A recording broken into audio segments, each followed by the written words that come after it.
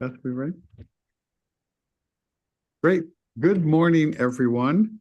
I would like to convene to order this 160th meeting of the ICOC and the 56th meeting of the Application Review Subcommittee.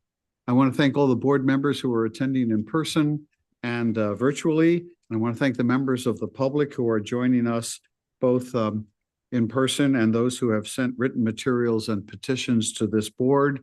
We take all such submissions to the board seriously. We enjoy reading your materials and thank you for participating.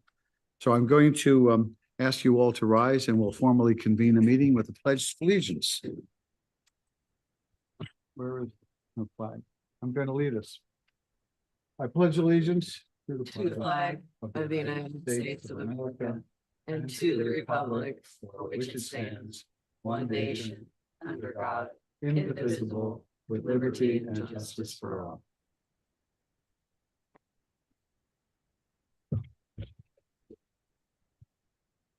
Thank you. Mr. Tosha, would you please take the roll? Yes. Mohammed Abu Salam. Present. Sorry, Mohammed, I think maybe you're muted. Present. Thank Can you. hear me? Yes, that's great.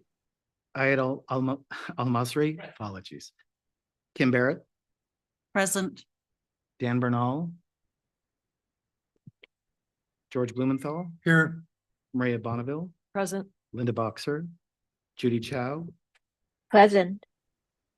Carol Christ, Deborah Dees, Present. Leandra Clark Harvey, Anne-Marie Deliege, Isabel Duron, Shlomo Melmed, Present. Mark Fisher Colbury, Present. Fred Fisher, Present. Elena Flowers, Judy Gasson, Here. David Higgins, present. Vito Imbasciani, Present. Steve Julesgard, Rich Lahara. Present. Thank you. Pat Levitt, Present. Linda Malkus, Present. Carolyn Meltzer, Present. Chris Miaskowski, Present. Lauren Miller-Rogan, Adriana Padilla, Here. Joe Panetta, Here. Marv Southard, Here. Michael Stamos, Present. Carol Watson, Kevin Zhu, Here. Keith Yamamoto. Great, thank you. We have a quorum. Thank you very much. So I'd like to address the board. First off, I want to welcome to the board two new members that are here with us today in person, Dr. Carolyn Meltzer and Dr. Ayed Al-Masri.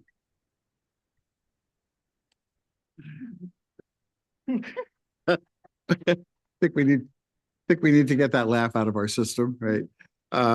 Dr. Meltzer is the appointee of Lieutenant Governor Eleni Kounalakis. She is the May and John Hoovel Dean's Chair in Medicine and the Dean of the Keck School of Medicine for USC. Her medical degree was taken at Johns Hopkins Hospital.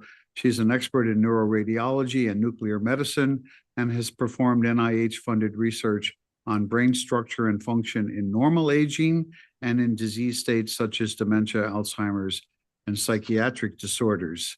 Carolyn, would you like to say welcome to the board? Delighted to be here. Thank you so much. I look forward to contributing and learning. Thank you and welcome. Dr. Al-Masri is appointed by the UCSF Chancellor. He's replacing Haifa Abdulhaq.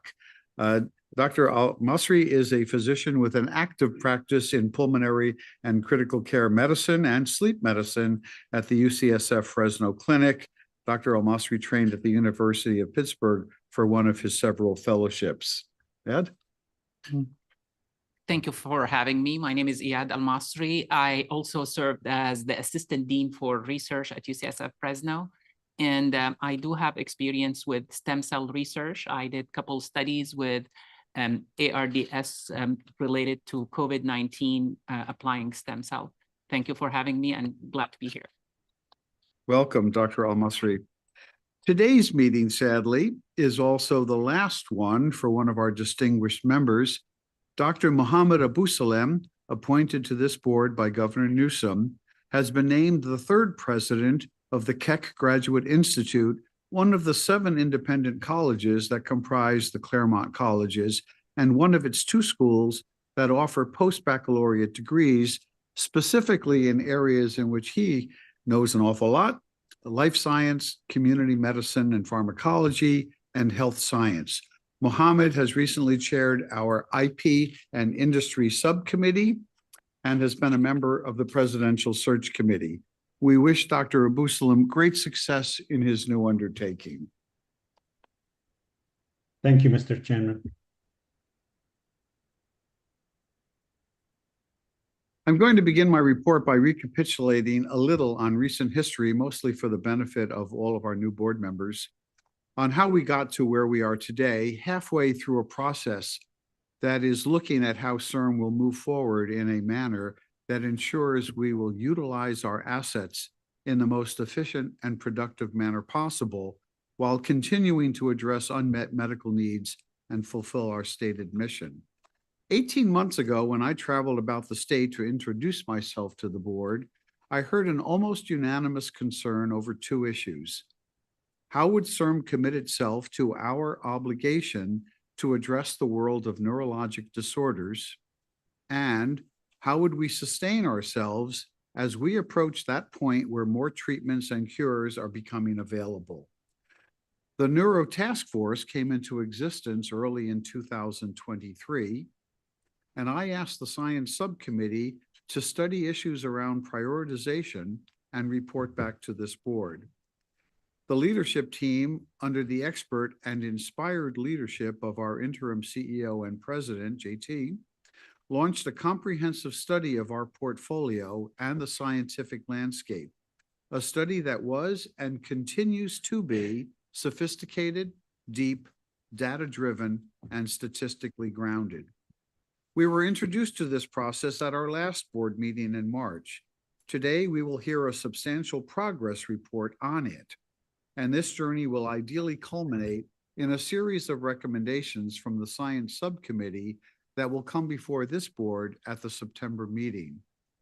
That September meeting will mark a significant pivot point in CIRM's history, as it will come to be written, because the board, acknowledging our now more limited resources and the ever-increasing demands on those resources from the scientific community, demands that we will never be able to fully satisfy, the board will engage in a fundamental debate whether we continue our open door policy or begin to narrow our support to specific areas of investigation, especially ones where we can make major breakthroughs by opening up bottlenecks or pushing trials through to commercial licensure.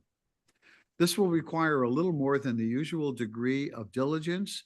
So as board members review the materials for the September meeting, if any questions arise, I encourage you to reach out to your board leadership or to members of the leadership team for explanations prior to the meeting. And I thank you for that in advance. On some other matters, on May 29th, CIRM leadership met with Controller Malia Cohen and the Citizens Finance and Accountability Oversight Committee for our annual review. CEO JT Thomas made the formal presentation on behalf of CIRM, and he will describe it in his report. Personally, I want to thank 2 members of this board for assisting the chair in a recent endeavor. I was invited to give the keynote address to the annual Alpha Clinic Nurse Symposium, Nurse Education Symposium, a meeting held at City of Hope in April. In attendance were over 150 nurses from all over California who are involved in research, education, and clinical trials involving regenerative medicine. I want to thank board member Christine Miaskowski and Elena Flowers for the tremendous effort they put in helping me develop the themes and for scouring over multiple drafts of my address, the theme of which was to encourage the nursing profession to begin developing a comprehensive curriculum for nurses who are involved in the delivery of gene and cell therapies. The address was well received, but I could not have done that without their help. On other matters, the Vice Chair, Maria, reported at our last meeting the meetings that were held with various members of the legislature in Sacramento. I'm delighted to report that over the course of this spring, the Vice Chair and I have had productive meetings with members of the executive branch of government, specifically the Director of the Governor's Office of Business and Economic Development, D.D. Myers, the Secretary of Health and Human Services Agency, Dr. Mark Galley, the Director of the Department of Aging, Susan Damaris, the Surgeon General of the State of California, Dr. Diana Ramos. Last week's meeting with the Director of the Department of Developmental Services, Nancy Bargman, was moved to a future date. And finally, with the Vice President of for Health for the entire UC system, Dr. David Rubin. This continues our outreach to key government officials to apprise them of CIRM's mission and accomplishments and to seek out common areas of interest. Finally, since this is the closing meeting of the 2023-24 fiscal year, a few numbers of note. During the fiscal year about to end, CIRM has awarded 105 individual grants plus supplements for 18 CIRM Scholars programs. These grants encumbered $377.5 million. A total of $300 million was dispersed to existing grantees during this same year past.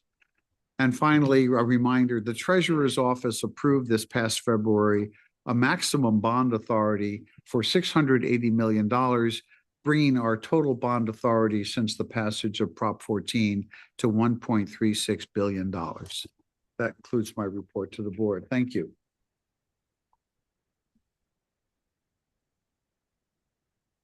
There's not going to be a vice chair's report this. So we're going to move on to agenda item number 4. Our interim president and CEO, Jonathan Thomas, will give his president's report. Thank you, JT. Thank you, Mr. Chair. Mr. Chair, Madam Vice Chair, members of the board, my outstanding team, and members of the public.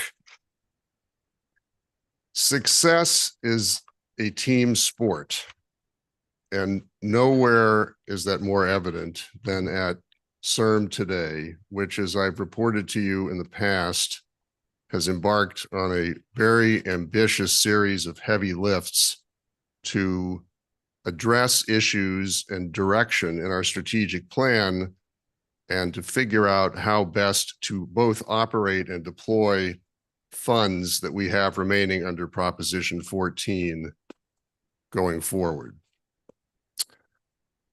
You will hear from a number of members of our team in this president's report, as I think that it's always best to have the people who are directly and most involved and informed talk to you about a number of the feats that we have accomplished since I spoke to you last March. We're going to start. I will do a few quick comments. That will be followed by Corinne Temple-Perry, who will talk to you about advances we've made in logo and branding. Dr. Shyam Patel will then speak briefly on the advances in our manufacturing network. Dr. Chan Lek Tan from the Scientific Program and Education Committee will speak to you about the Remind program, which culminated in a highly successful GWG last week. Dr. Uta Grasheimer will follow that with a description of the second part of the equally successful Shared Labs program, GWG and FWG. That stands for Facilities Working Group. That was a bifurcated effort. Then later in the program, as part of the president's report, but on its own, given the the gravity and length of the report, Dr. Rosa Canet-Aviles will report to you on the status of our strategic allocation framework effort that we are 2/3 of the way through en route to a series of recommendations on the ideas to put forth to the board for consideration in the September board meeting, as alluded to by Vito. I want to note in connection with the strategic allocation framework and acknowledge in appreciation a letter we received from 1,000+ members of the rare disease community who expressed their thoughts about how rare disease should factor into our program going forward, as it will be determined in September. Want to say to those who submitted this very material piece of advice that we appreciate that you've submitted it. We hear you, and we greatly appreciate all stakeholder input as we continue to embark on this process, because at the end of the day, this is all about the stakeholders. So thank you very much to that large group. Okay, so as I said, we've had a lot of work going on. One of the major efforts was flow control, which you've heard about. That's culminating in today's board meeting by a presentation by Dr. Gil Zambrano, who will be speaking to you about the suggested changes or amendments to the review application process, which has been the product of several months worth of hard work, and I think will materially improve our process going forward in that regard. Vito alluded to the meeting we had with the State Controller, Malia Cohen, and the Citizens Financial Accountability Oversight Committee, CFAOC, which was a very important meeting. This was part 2 of a meeting that started last December, in which the financial state of CIRM was reviewed. Here at this meeting, this was an opportunity to talk to the controller and the members of her committee, which I would like to point out is always an august group. It had an additional personal touch this year by the inclusion of our esteemed former colleague, Dr. Al Roulette, who now filled out that committee and was able to bring obviously many years of insight into that discussion. I gave a presentation that was largely put together by members of our team. Is Sarah, are you here? Sarah here? Sarah, okay. Sarah and Doug, who worked very diligently in compiling this. I was the beneficiary, got to present, talked all about all the cool stuff we're doing at CIRM. And that is always something that is very interesting and appreciated. The second part of the meeting was Raphael gave a report to the CFAOC on steps taken to address points raised in our most recent performance audit. Those two were greatly appreciated. Raphael did an excellent job. And the net result of the meeting was, I think from what we could tell from the response, was very, everybody thought CIRM was in good hands across the board, that we were pursuing programs of great note, and it was, in my estimation, a complete success. So thank you to all of you who contributed there. Okay, now we're going to get into the first of these brief comments by members of the team whom I really want you to hear from, because as I say, they're the ones on the front line on these things. So did I hear Sham is first? Sham is first. Okay. Little out, got that order a little bit wrong, but that's okay.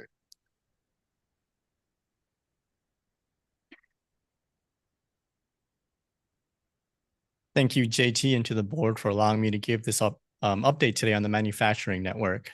So 2 years ago, the board approved a concept plan that envisioned the formation of a cell and gene therapy manufacturing network in California that would be composed of academic and industry collaborators. The concept plan envisioned doing this with a series of 2 RFAs, the first of which would be directed toward academic GMP manufacturing facilities, which, by the way, support the majority of CIRM's CLIN 1 and CLIN 2 portfolio programs, including those targeting rare diseases. So prior to this funding opportunity being in place, these academic GMP facilities, save a few exceptions, weren't used to having a lot of interaction and coordination with each other. So the intent of this funding opportunity was twofold.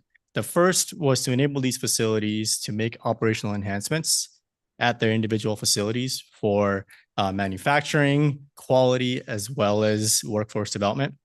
And the second intent was to facilitate communication and collaboration between the 9 facilities. So last year, the board approved 9 awards. These included awards to UC Davis, UC San Francisco, Stanford, I'm hoping I'm going to get this right, UCLA, Cedars-Sinai, USC, City of Hope, UC Irvine, and UCSD. I apologize if I missed any of them. So today I'm going to give you an update as to the extreme effort that they've made. In addition to that, the CIRM team has been diligently working to bring on board industry partners as well. So I want to acknowledge that these 9 facilities put in a lot of effort over the last 9 months to build communication and collaboration with each other. So first and foremost, the facility directors of all 9 facilities have built direct lines of communication with each other. And then through CIRM facilitated steering committee and working groups, not only the facility directors, but many of their team members have been sharing experiences and know-how on all manner of topics. This includes technical and scientific topics related to manufacturing and the facility operations. It includes developing best practices for workforce recruitment and training. They built a digital platform to help share information with each other. And they've started thinking about how they can work as a network. And on this last part, the next step for this program is to sort of start forming that network and to realize the value of working together. So they've identified key areas. This includes continuing to share knowledge and best practices and establish best practices in manufacturing and quality control to support the cell and gene therapy programs, to use their negotiating power as a collective group to establish relationships with vendors as well as service providers to improve reliability as well as reduce costs for manufacturing. And lastly, they want to build strategic partnerships with industry manufacturing partners to facilitate progression of projects from their facilities onto later stage, larger manufacturing partners. All in all, we hope that this effort from the network will lead to contributing to the advancement of development and delivery of cell and gene therapies for patients in need. Thank you. Thank you, Shyam. And I'd like to point out, just as the Alpha Clinics network was the first of its kind in the country, so too is this manufacturing network that Shyam and his team have put together. So I think it's something that we can be additionally very proud of on top of everything else that we are doing. So thank you, Shyam and team. Next up, Corinne.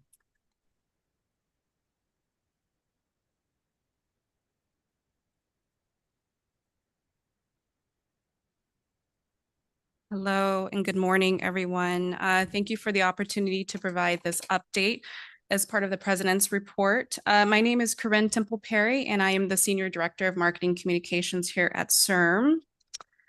All right, so to get started, as many of you know, we have been undergoing an effort to update our branding to better communicate who we are. We recognize the need to communicate what we stand for in a much more visually impactful way. And so as part of this initiative, we took a closer look at our logo, and this was back in December, and we made a recommendation to update it. The goal of the update was to improve the readability and visibility of our name, to increase the clarity of CIRM to many communities unfamiliar with us, and to strengthen our current brand. And after many months of looking at typefaces and logos and all sorts of elements, we made a decision to move forward. And so without further ado, I'd like to introduce our new logo. Here we are. And so we are very excited about this. This is where we've landed with JT's support and approval. The logo is not just a visual change. It really reflects our dedication to continuously improving who we are at CIRM. It is legible, it's approachable, it's clean. And I'm going to actually share the next slide, which has 4 different versions of our logo. It features a modern typeface, and most importantly, it spells out our name. It really makes clear who we are.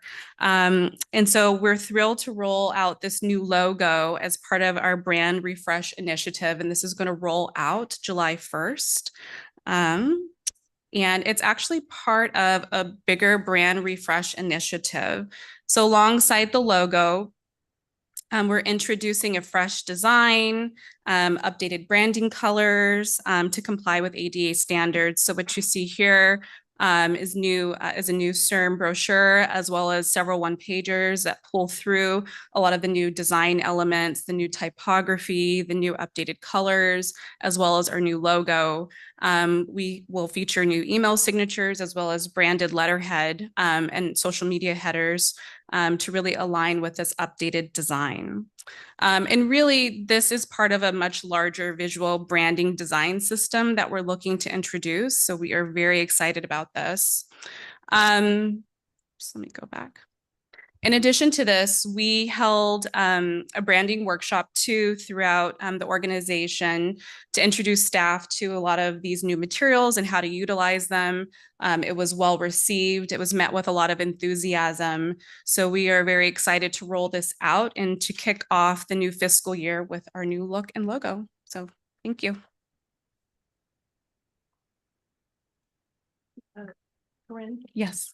thank you very much for the work I know you put in. Thank you to the Communication Subcommittee for their engagement. Yes. Thank you. Because I think it was very necessary, and thank you for doing this. One of the only things I'm going to tell you at this stage, and I'm always perhaps the lone voice on this, I would say that if you polled most of Californians and you asked them what regenerative medicine is, they wouldn't be able to tell you.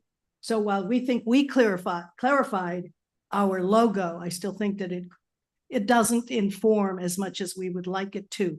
So I think we talked somewhat about putting like a little small explanatory underneath that name. And I would still, and I mean, even if you put stem cell, you would still have an argument. Well, I'm not sure I know what that means. So if we can add some small clarifying informational underneath that so that people really get it, everybody really gets it, I would appreciate that. I don't know if everybody else feels the same. I know for everybody in this room, obviously they don't. Oh, sure, regenerative medicine, no big deal. But go outside and just ask the people out there. That's if they know what it is. So, we're moving in that path. But in the meantime, if we could add something, a little tagline, Okay, yeah, definitely. And we will definitely explore that. And I don't know, JT, if you have any other. So Thank you. Leandra has her hand raised. Thank you. I just wanted to support those comments by Isabel. I agree completely. And so appreciate all the work that's gone into this, and a tagline would be helpful if our goal and mission really is to help people better understand and people in the public better understand who we are and what we do. Thank you. So thank you, Corinne, and to your team for all your hard work. Thank you, Isabel, for the hard work of the Communications Subcommittee and for your and Leandra's comments. I will note that we spent a lot of time trying to figure out a short tagline that embodies everything we do. And I can report to you, it's virtually impossible, because unless you want to have a tagline, it's like 3 lines long, it's very difficult to convey the message. And so as a result, what we settled on, which does have its cons, is the name as the tagline, because anything else that adequately explains would take up an entire business card. So, but we will take your advice to heart and continue to try to come up with something that accomplishes that. But I do want everybody to know we spent a lot of time on this. So, okay, next, Uta, are you up next? Okay, thank you. Good morning. I'm Uta Grieshammer. I'm a member of ROSA's Scientific Programs and Education team, and I'm here to give you an update on the Shared Resources Labs for Stem Cell-Based Modeling. This is a program that was developed by our team in collaboration with basically every function at CIRM, and also great input from the Science Subcommittee. Okay. And so for a little context, I'm going to, and actually, so this is going back to so the theme that Sham was talking about, and that CIRM is really committed to providing resources to the California research community to enable cutting edge research. And so this Shared Resource Labs program is rooted really in our Shared Labs program that CIRM funded from 2007 to 2016, which at the time had created several core research laboratories that were free from federal restrictions that existed at the time that were limiting human embryonic stem cell research. And so CIRM stepped in and funded these core labs that really enabled a lot of California labs and also education programs to become familiar with the then new human embryonic stem cell technology. During that time, a lot has happened in the stem cell field. The human-induced pluripotent stem cells were first derived. The federal limits on human embryonic stem cell research were lifted. Differentiation protocols were developed for these human pluripotent stem cells, enabling advanced disease modeling for in vitro disease research, in human biology research, I'm missing something here? No, okay, something got dropped. The whole effort was also turbocharged by the invention of the CRISPR modeling that was invented around the same time. So when Proposition 14 came around in 2020 and it envisioned relaunching the shared labs, our team, with the support of the rest of CIRM, developed what we now call the Shared Resources Labs, and it which we're launching now, and it takes this kind of research into the current time with advanced disease modeling, genomics technologies, et cetera, that will be supported. So this Shared Resource Labs program is envisioned as a network of core research laboratories whose goal is to provide access to stem cell-based disease models across California, to advance the standards and reproducibility of this research, also to provide access to educational opportunities in this field, and to develop the whole network as a sustainable stem cell core infrastructure. There are two types of shared resource labs that are being developed. One is called the Enhancing Expansion Shared Resource Labs. They're meant to enable leading experts in stem cell-based modeling to share their expertise and technology across labs in California. And the Establishing Shared Resource Labs are meant to provide access to these advanced disease modeling approaches in geographic areas of California that are currently have limited access to such models. The Shared Resource Labs review happened, and in February, the Application Review Subcommittee approved the first 5 projects, which are shown here in red, listed the institutions that will be hosting these first 5 shared resource labs. And at the same time, when the Application Review Subcommittee approved those 5, it also approved the resubmission of 11 proposals that are distributed across these 2 types this way. Our fabulous review team was right on top of this, and we already we received those resubmissions. The Facilities Working Group and the Grants Working Group, as necessary, already reviewed these applications, and they're coming to the Application Review Subcommittee in July. We have room for 6 more of shared resource labs in the total program budget. And so I want to end by saying that we're delighted to have started this process with the 5 groups, with the 5 teams that are being launched right now. It's a pleasure to be working with them, and we look forward to welcoming hopefully 6 more of these labs after the July ARS meeting. Thank you. Thank you, Uta. Actually, is that okay for a question or a comment? Good. First, well, congrats. You know, this is so much forward-looking, forward-thinking. Can you? My question is actually, can you clarify what sharing here means? Sharing resources, is it sharing expertise? And the convening power of the CIRM is remarkable. Is it sharing storage capabilities, or is it sharing research ideas? And my second part of the question is, can you explain to all of us what kind of modeling you're doing? Modeling is a buzzword these days. Is it artificial intelligence? Is all that? But what exactly do you use as modeling? Thank you for the clarifications. You're welcome, and great questions. So what we mean by sharing here is actually broad, and it depends really on what the individual applicants and then awardees were thinking of what they wanted to offer. It goes from inviting researchers who need a space to conduct these experiments into their core laboratories. It involves advising them how to do such experiments if they need such advice. It involves assaying these models, and using the genomic technologies, modern imaging technologies, modern genomics analyses to gather the data on these models. Actually also involves data sharing that we're going to insist on, that comes out of all of this. It could also involve, in some cases, shipping a prepared model that somebody's interested in to another institution where they then analyze the model. So yeah, it's very broad, and it might evolve over time depending on how these will be used. So now, what is modeling?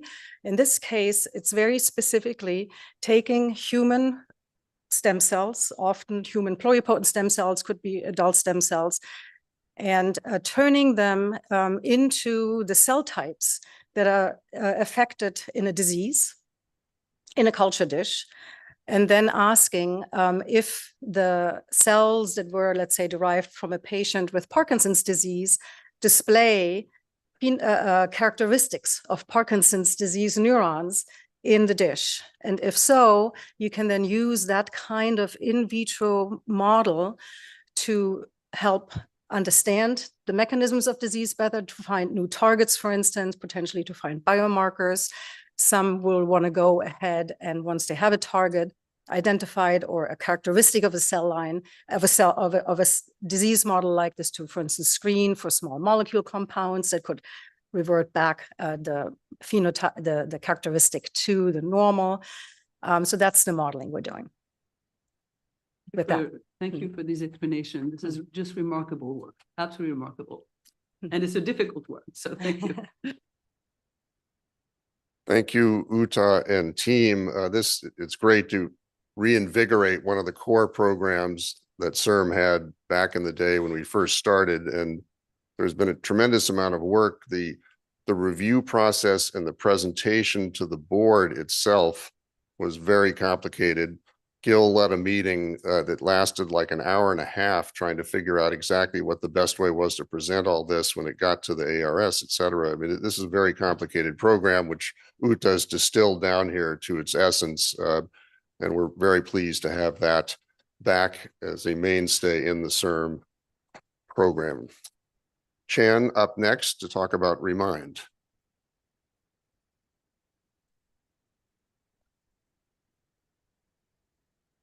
Great.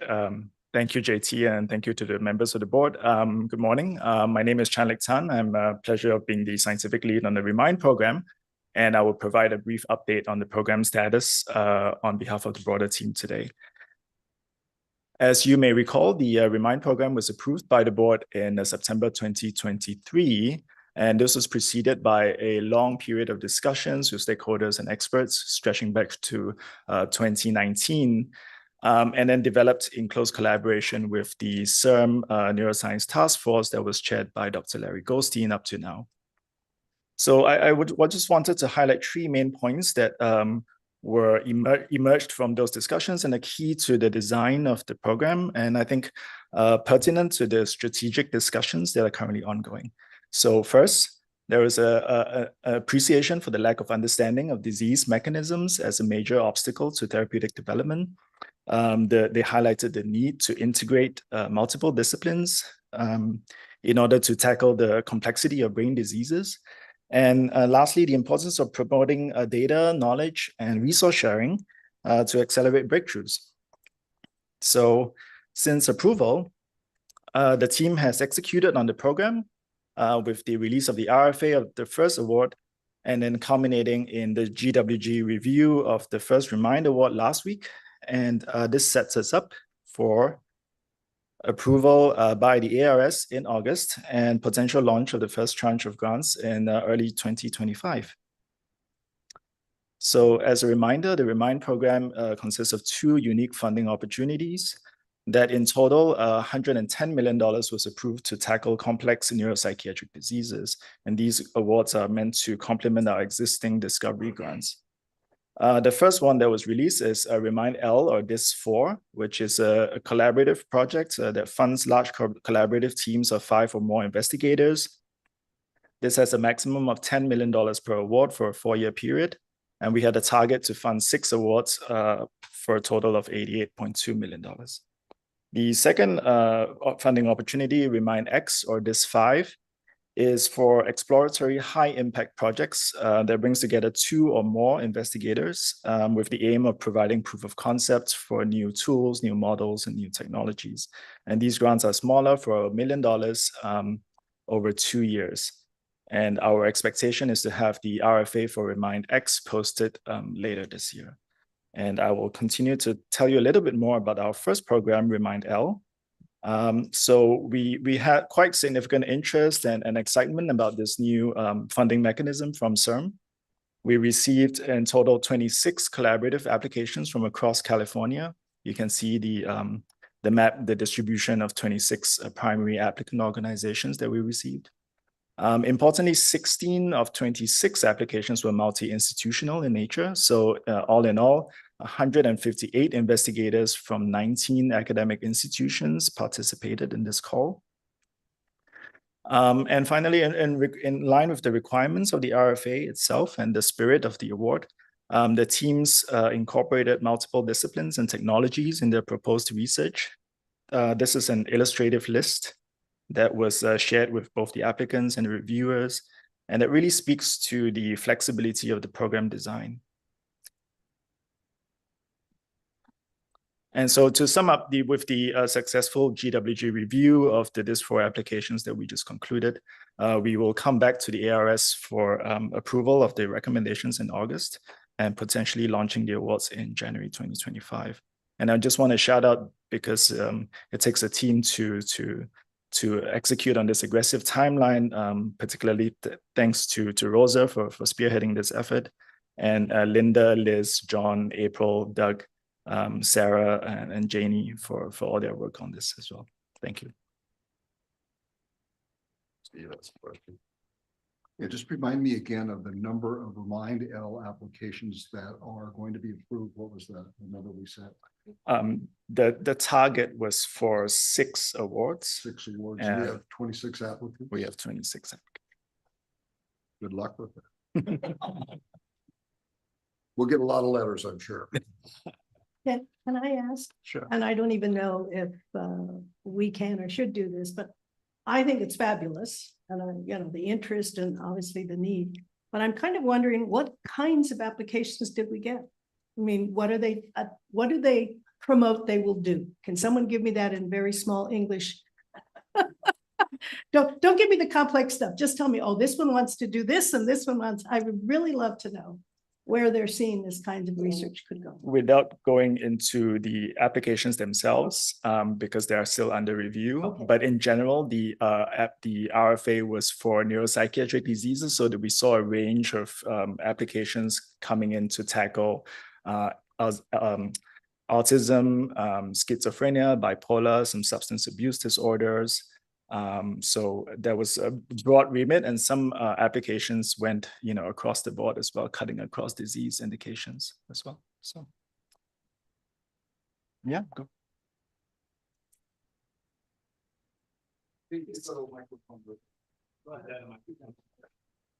There. And I think I'm just too tall for this, right? I think this is a pilot. This is obviously was a pilot. The fact that we got 26 applications and there was very high quality applications, also thanks to the team with the consultations, Chan and Janie, that prepare many of these researchers to have very competent applications to us, means that there is a lot of demand. That's also aligned with what we will be talking about later, the whole need for further the discovery of disease mechanisms to help the translation pathway and help the development of potential therapeutics in the clinic, right? So all of this is just to say that there is demand, that we had a good process, that was very successful, and I think that's as much as we can say. So hopefully there will be more opportunities, and not only within. And another thing is that we saw a lot of complementarity. There might have been a schizophrenia, for example, but they can in different approaches that were complementary. So that's going to be part of our network. Something that Uta didn't mention was the fact that there are steering committees that are managing all these networks as well. So they will connect as well so that we can leverage all these resources that we are making available. I don't want to step on Chan's presentation though. Mr. Jules, good. Yeah, no, just one quick response, Rosa. So what's going to be important is the remit to the GWG. Question is what are they going to look at? So you can just look at pure scientific merit, but you can look at heterogeneity of diseases. You can look at the importance of the unmet medical need. How significant is it? Things of that sort. So, I'm not suggesting that you tell us what you're going to do, but I think it's important if you've got that many applications that they're spread in a way that looks like that fair and even-handed and will address some important issues. Yeah, and we have very clear review criteria, and my colleague, Dr. Gil Zambrano, will be explaining this at the ARS. The team and the Chan's leading scientific mind, we developed a really good review criteria that will help justify the decisions as well. So thank you. Thank you, Chan, Rosa, and your team.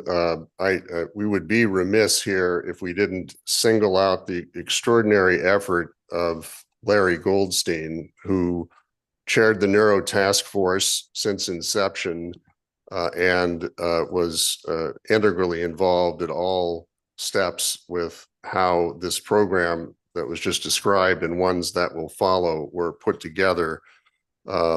So Larry, if you're listening, high five. Thank you, not just for that, but for your many years of wonderful service to the board in so many different capacities, and a true product of the CIRM system, starting out as a grantee way back when and head of the UCSD stem cell program, and on and on and on. So yes, Pat. I just want to say, this was an effort developed at NIH. Would have taken 5 years to get to where we are now, or more, maybe, right? And some of us have sat on advisory boards for institutes and know that that's the timeline. So it's extraordinary that the pace was kept. The pace is what it is in terms of going from trying to garner as much information as possible what the barriers are for brain diseases in terms of research and getting to this point. The other point is there were 26 applications and 6 may be recommended. that's still much better than the federal rate of funding. And so all of us who do research and apply for federal grants understand what the risks are in terms of putting in a ton of work. And then for many of us, or probably all of us, have experienced the unfortunate outcome in terms of not getting funded. So you want large numbers of applications, which increases the chances of getting really beyond the outstanding work that's going to be done. So I'm really excited about the outcome of this, and Larry deserves a ton of credit for leading the task force.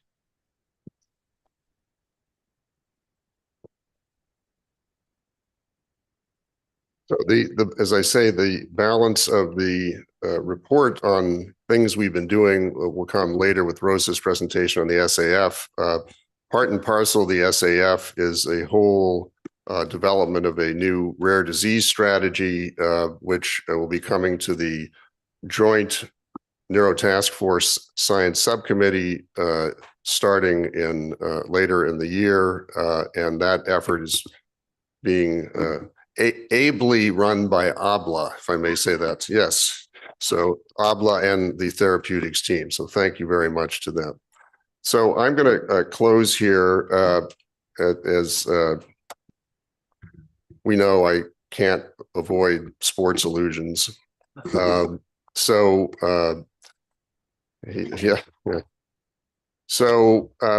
for those of you who followed in the last month or so, it's been a very tough stretch for major sports icons passing.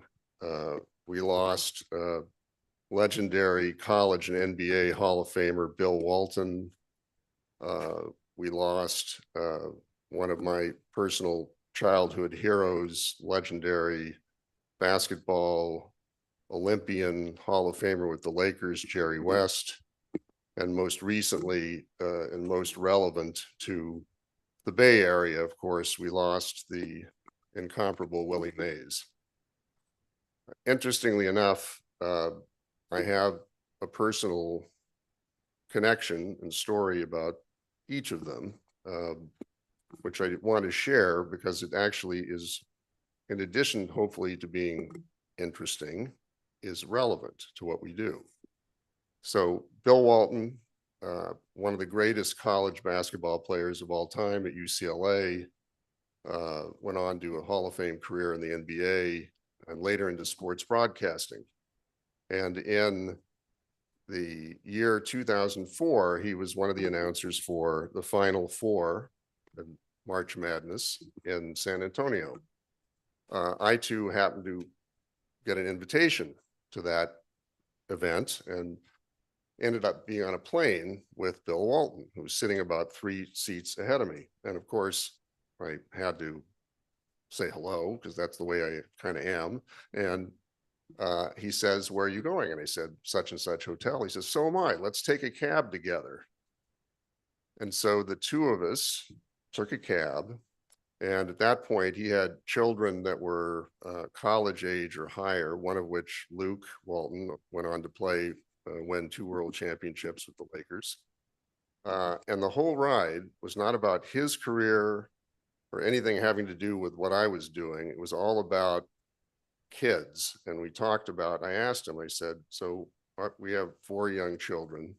How have you managed to raise these kids that are so successful in various things that they do?" And he said, "Well," he said, "it's just a matter of being loving to them, of supporting whatever they're interested in, and drawing on the lessons imparted to me, Bill Walton, from John Wooden, who name you'll recognize, legendary UCLA basketball coach who won 8 NCAA titles in a row, and Walton's team that won 88 games in a row, neither of which will ever be eclipsed."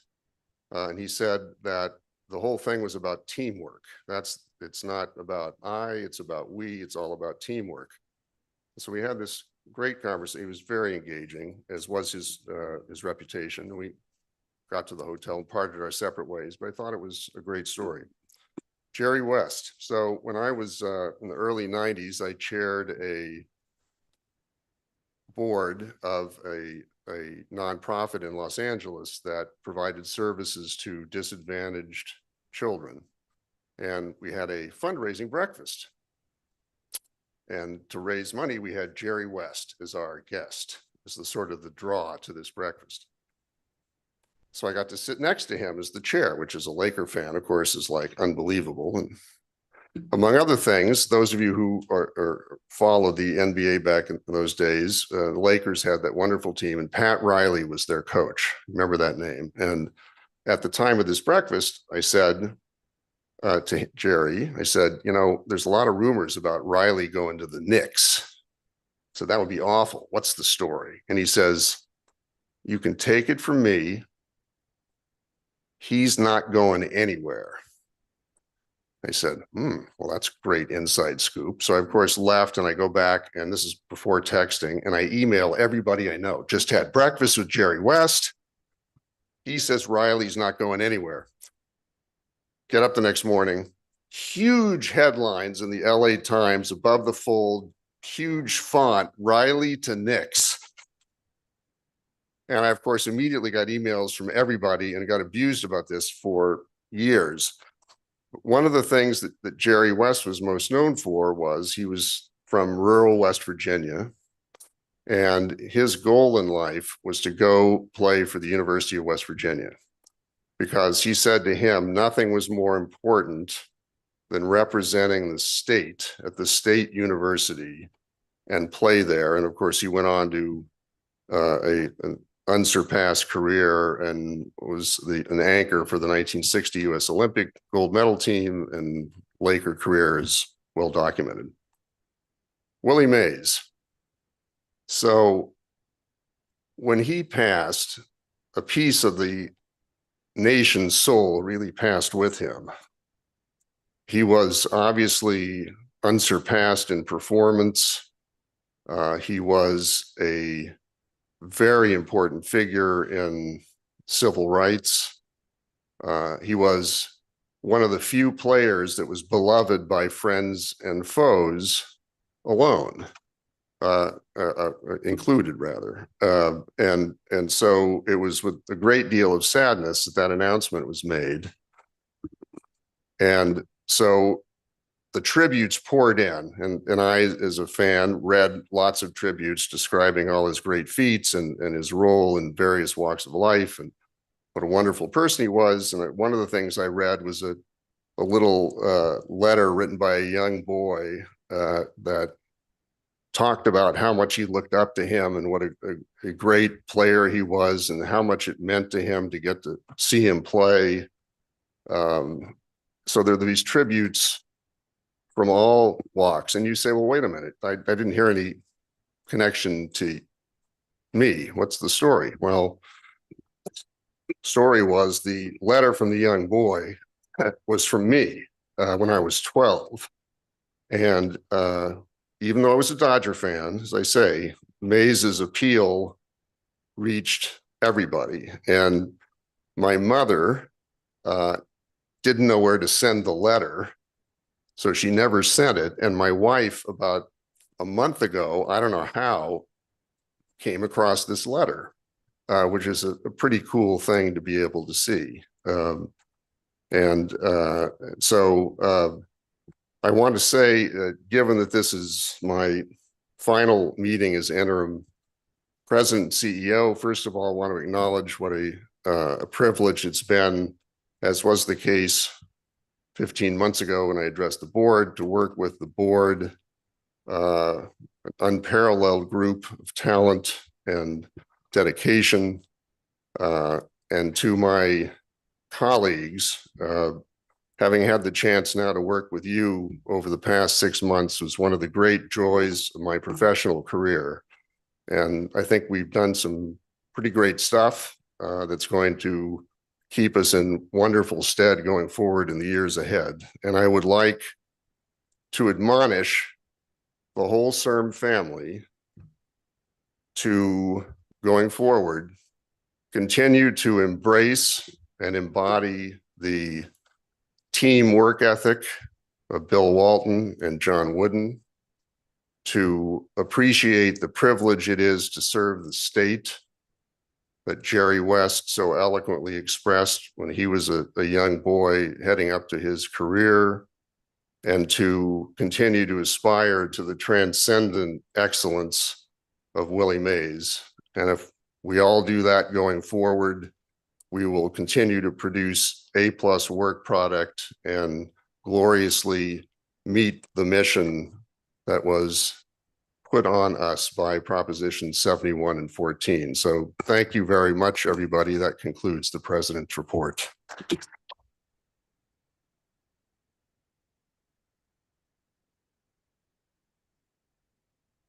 Thank you, JT. That was wonderful. I suggest you print it up and submit it to the LA Times. It would make a wonderful story. I'd like to direct the board's attention to the next four items 5, 6, 7, and 8, which constitute our consent agenda. So the way the items are minutes from the March 28th meeting, 7 new appointments and 13 reappointments to the scientific members of the grants working group. And then a single appointment of a very distinguished person to the accessibility and affordability work group, and a request that we see at every meeting to attend remotely by 2 board members. So does anyone want to abstract anything from this consent agenda? See no abstractions, I would ask Scott to take the roll to approve the consent agenda. Just need a motion. Motion. Move approval. Thank you. I heard maker was George. Who was the second? Kim, thank you. Any public comment? There are no hands raised. Oh. Thanks. All those in the room in favor say aye. Aye. Those opposed? Any abstentions? And I must call a roll call for those on the phone. Mohammed Abu Salem, Yes. Judy Chow, Yes. Deborah Dees, Yes. Leandra Clark Harvey, Yes. Shlomo Melmed, Yes. Mark Fisher Colbury, Yes. Fred Fisher, Yes. Rich Lahara, Yes. Linda Malkus, Yes. Chris Miaskowski, Yes. Adriana Padilla, Yes. Joe Panetta, Yes. Marv Southard, Yes. Michael Stamos, Yes. Kevin Zhu. Yes. Great. Thanks very much. The motion carries. Thank you. Our next item of business is we're going to enter into closed session. And since I think certain people need to leave the room, this would be a perfect time to have a coincident bio break, short recess. I'll read us into the closed session citation. And Yes. for those members who are on the phone, you'll see a tab to click that will invite you into the break room. So feel free to select that. We'll be proceeding to closed session for a discussion of personnel pursuant to Government Code Section 11126 Subdivision A and Health and Safety Code Section 12529.0.30 Subdivision small f3 capital D. What time? For the members of the public and staff, Cypress C is available for you to sit during this time.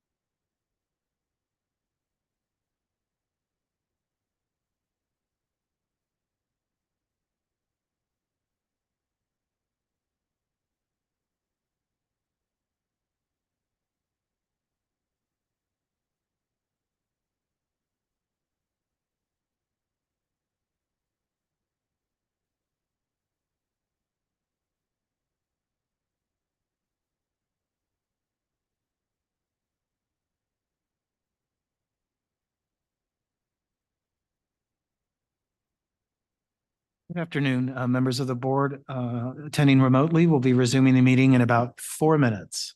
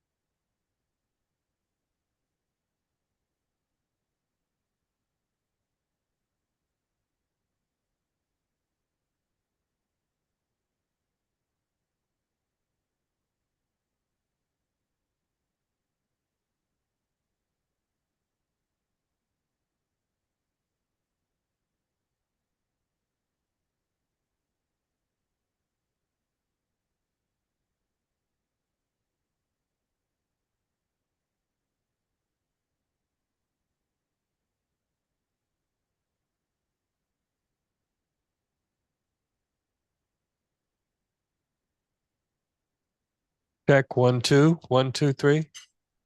Still a little loud. Okay. 1, 2, 3, 4. 1, 2, 3. Okay.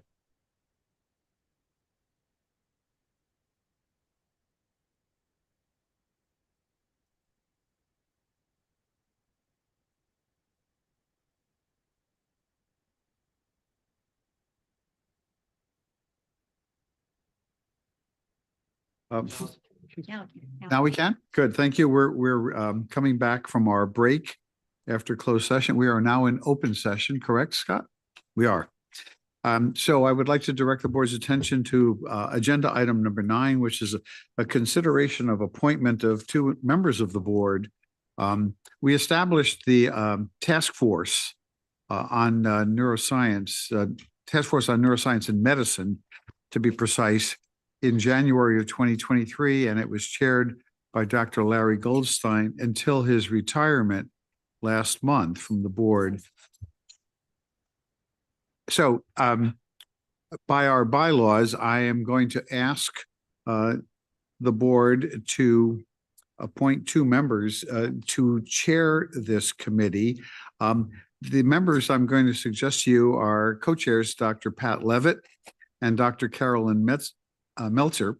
I've already given earlier in this meeting Dr. Meltzer's some of her professional achievements, and I just want to remind, maybe for new board members' sake, that Dr. Levitt, who is to my right, is an esteemed neuroscientist. He holds the Simsman Chair of Developmental Neurogenics at Children's Hospital, Los Angeles, and is a chaired professor in neurogenics at the Keck School of Medicine at USC. So I am asking the board to allow me to appoint both of these distinguished physician as physician and researchers as co-chairs for the task force. So moved. Just a point of Second. order. Point of order. The motion is to appoint those 2 individuals. The board will appoint. Correct. Exactly, right. Thank you. Mhm. I heard a motion. Judy, Second. And I Judy, second. and second. Okay, thank you. Discussion from board members. No hands raised. Okay, any member of the public want to comment before we vote? Not the right thing to say. Scott, you may proceed to a vote. Okay, I'll voice vote in the room, and I must poll the members individually on the phone. All those in the room in favor say aye. Aye. Those opposed say no. Any abstentions? I didn't hear that. Polling those on the phone, Mohammed Abusalam, Yes. Judy Chow, Yes. Deborah Dees, Yes. Leandra Clark Harvey, Yes. Shlomo Melmed, Yes. Mark Fisher Colbury. Yes. Thank you. Fred Fisher, Yes. Rich Lahara, Yes. Linda Malkus, Yes. Chris Miaskowski, Yes. Adriana Padilla, Yes. Joe Panetta, Yes. Marv Southard, Yes.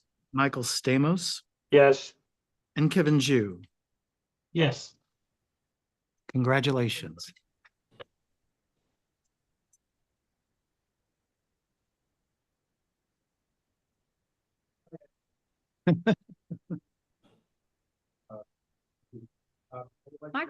Microphone, please. I'd like to invite Jennifer Lewis to the podium, please, to discuss agenda item number 11, which is a consideration of CIRM's interim research budget for the upcoming fiscal year. Thank you, Chair Ambassiani. Can you hear me? Okay. Thank you, Chair Ambassiani and members of the board and public. It's my pleasure today on behalf of the CIRM team to present the fiscal year 24-25 interim research budget. And just really quickly, just before I begin, remind everyone of our mission to accelerate world-class science to deliver transformative regenerative medicine treatments to in an equitable manner to a diverse California and world. And before I dive into the agenda, I wanted to provide two overview slides for the board. This slide is depicting of the 8.5 billion that is allocated to CIRM from Prop 71 and Prop 14. 7.64 billion of that is for grant funds. And as of April 30th of 2024, we're nearly halfway in encumbrances, meaning paying out those funds or commitments and approvals by this board, with 3.86 billion, 51% of that money being unencumbered. And my colleague, Dr. Kenneth Avilios, will be sharing more as we talk more about the strategic allocation framework and how those funds will be deployed later today. This slide is particularly showing the Prop 14 research budget allocation. And in this is showing, as many of you may know, Proposition 14 has specific allocations for various types of funding streams. This first bar is showing for research, therapy development, and therapy delivery, 3.4 billion is allocated to date, we have 764 million committed under that allocation. Just for context, this allocation also allows for things like education programs and alpha clinics. That's specifically stipulated in the proposition. And the arrow is just demonstrating that there are specific allocations of up to amounts that allow for building and equipping shared resources labs up to 26 million, as you heard Dr. Grishmarner's presentation earlier today. And then also an up to of 78 million for building, equipping, and operating community care centers of excellence. The second bar is for diseases of the brain and central nervous system of 1.38 billion. And to date, CIRM has expended 243 million. And lastly, 96 million for access and affordability. And this board has committed 2.4 million of that this year with the patient support program. So the agenda that I'll be going, the topics today will be a review of the fiscal year 23-24 approved research budget and actuals. And then I will present to you the 24-25 proposed interim research budget, the drivers of that budget, and what went into developing that budget for your review and approval today. So here's I'll walk through these columns of what shows. In the first column is the fiscal year 23-24 approved budget. So last year, the board approved 252 million for clinical programs, 84.6 million for translational programs, 110.7 million for discovery, 9 million for education programs, and 62.5 million for our infrastructure programs, for a total of 519 million. The second column is demonstrating the commitments that are up as of today, which total 350.7 million. The third column is showing the pending commitments, and it seems odd, I know, that we're already on June 27th.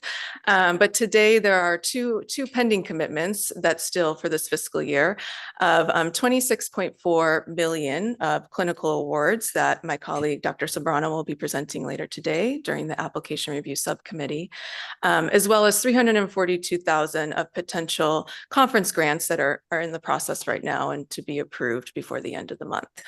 So that total of pending is 26.7 million. The fourth column is demonstrating the estimated to finish for the year. And as you can see, that total is 377.5 million is what we are expected to finish at the end of the fiscal year. And this, the fifth column is showing the variance. So the variance is we take the fiscal year 23-24 approved budget and compare it to the estimated to finish in the fourth column, which you'll see here is 141.5 million. And I'm going to walk line by line for this because there's several reasons and drivers of that 141.5 million that I think will be informative for the board. So for the clinical program, we have we're ending the year at a balance of 14.7 million. For translation, we have a balance of 1 million. For discovery, there is a balance of 93.9 million. And that is due to two reasons related to our discovery program. The DISC-2 Quest Awards and the Remind L program that was presented earlier today were slated to be approved by the board during this fiscal year. However, due to our operational review schedule or extending application deadlines for grantees, these are all in process, but the actual approval will not occur until fiscal year 24-25. Therefore, we will be having a balance at the end of this year, but you will see in upcoming slides that we'll be asking for this funding in 24-25. For the education program, we have a remaining balance of under 1 million. And then for infrastructure, there is a balance of 30.9 million at the end of the fiscal year. This is also due to postponing a potential review. So earlier this year, we came to the board for approval of the Shared Resource Labs program. And there were several tier 2 applications that were recommended to go back to the GWG and the FWG for review. And those are in process as discussed earlier today. And the actual approval will happen in July. So we will be asking for that, those funds, as you will see in the 24-25 budget. So the total variance is 141.5 million, but 86% of that variance is really be reallocated in the upcoming fiscal year budget, which you'll see in future slides.